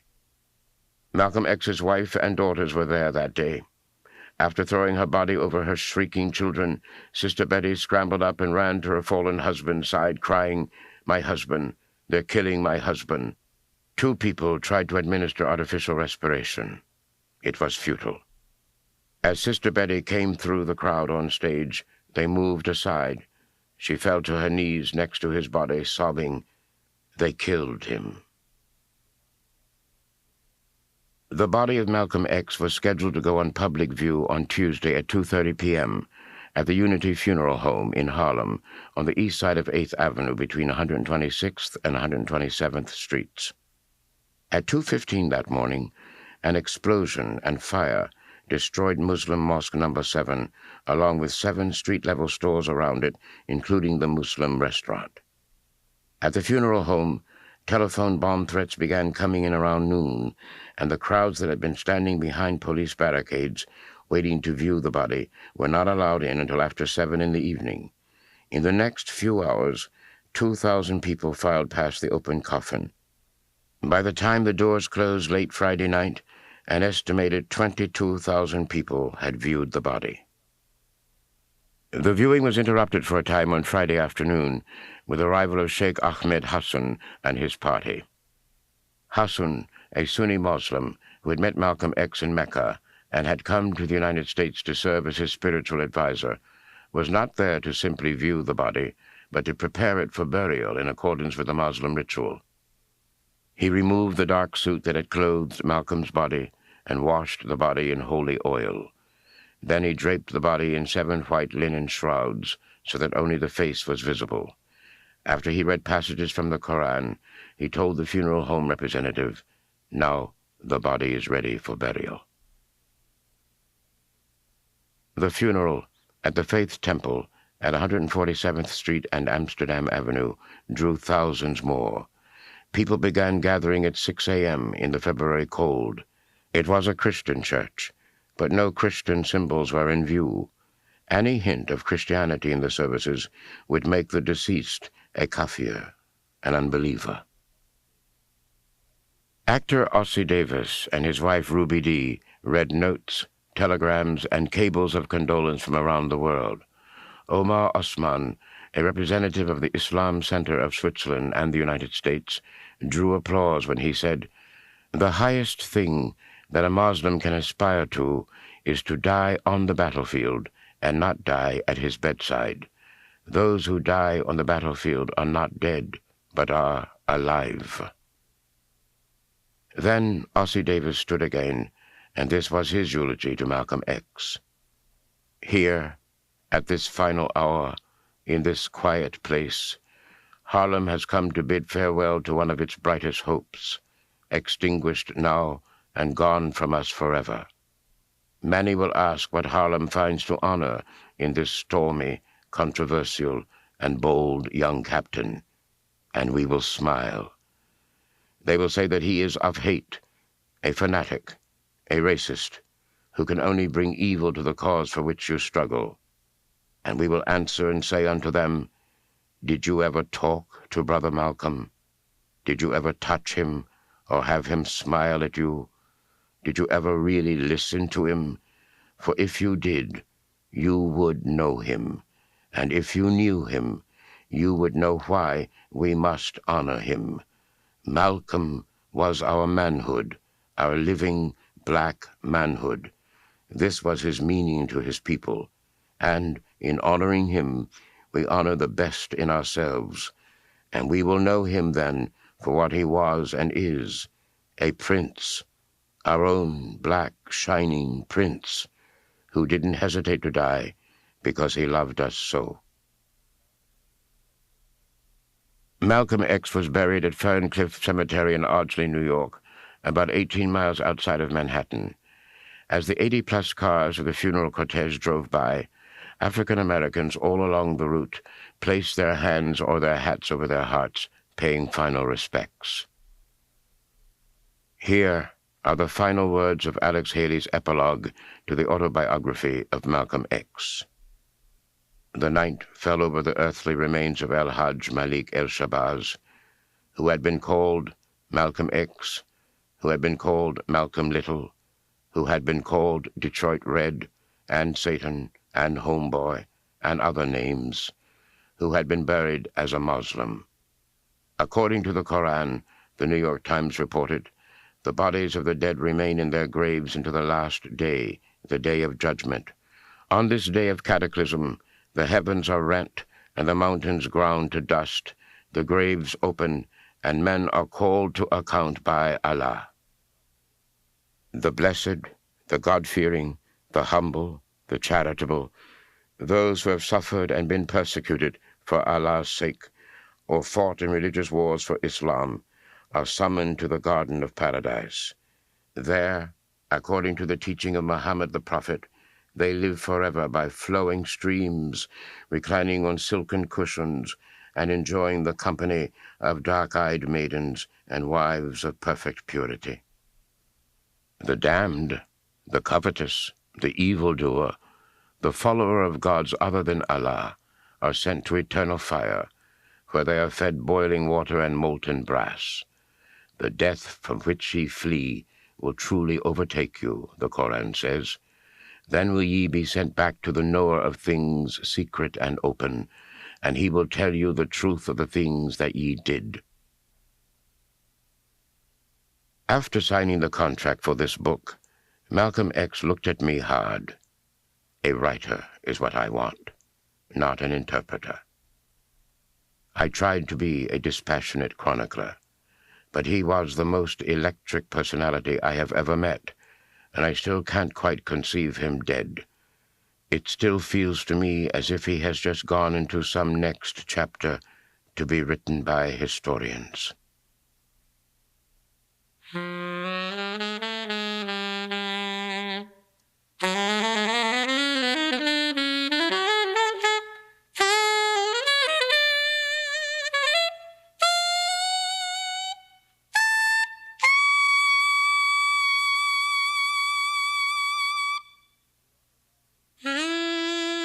The Autobiography of Malcolm X was read by Joe Morton with narration by Roscoe Lee Brown. It was abridged for audio by Jesse Boggs.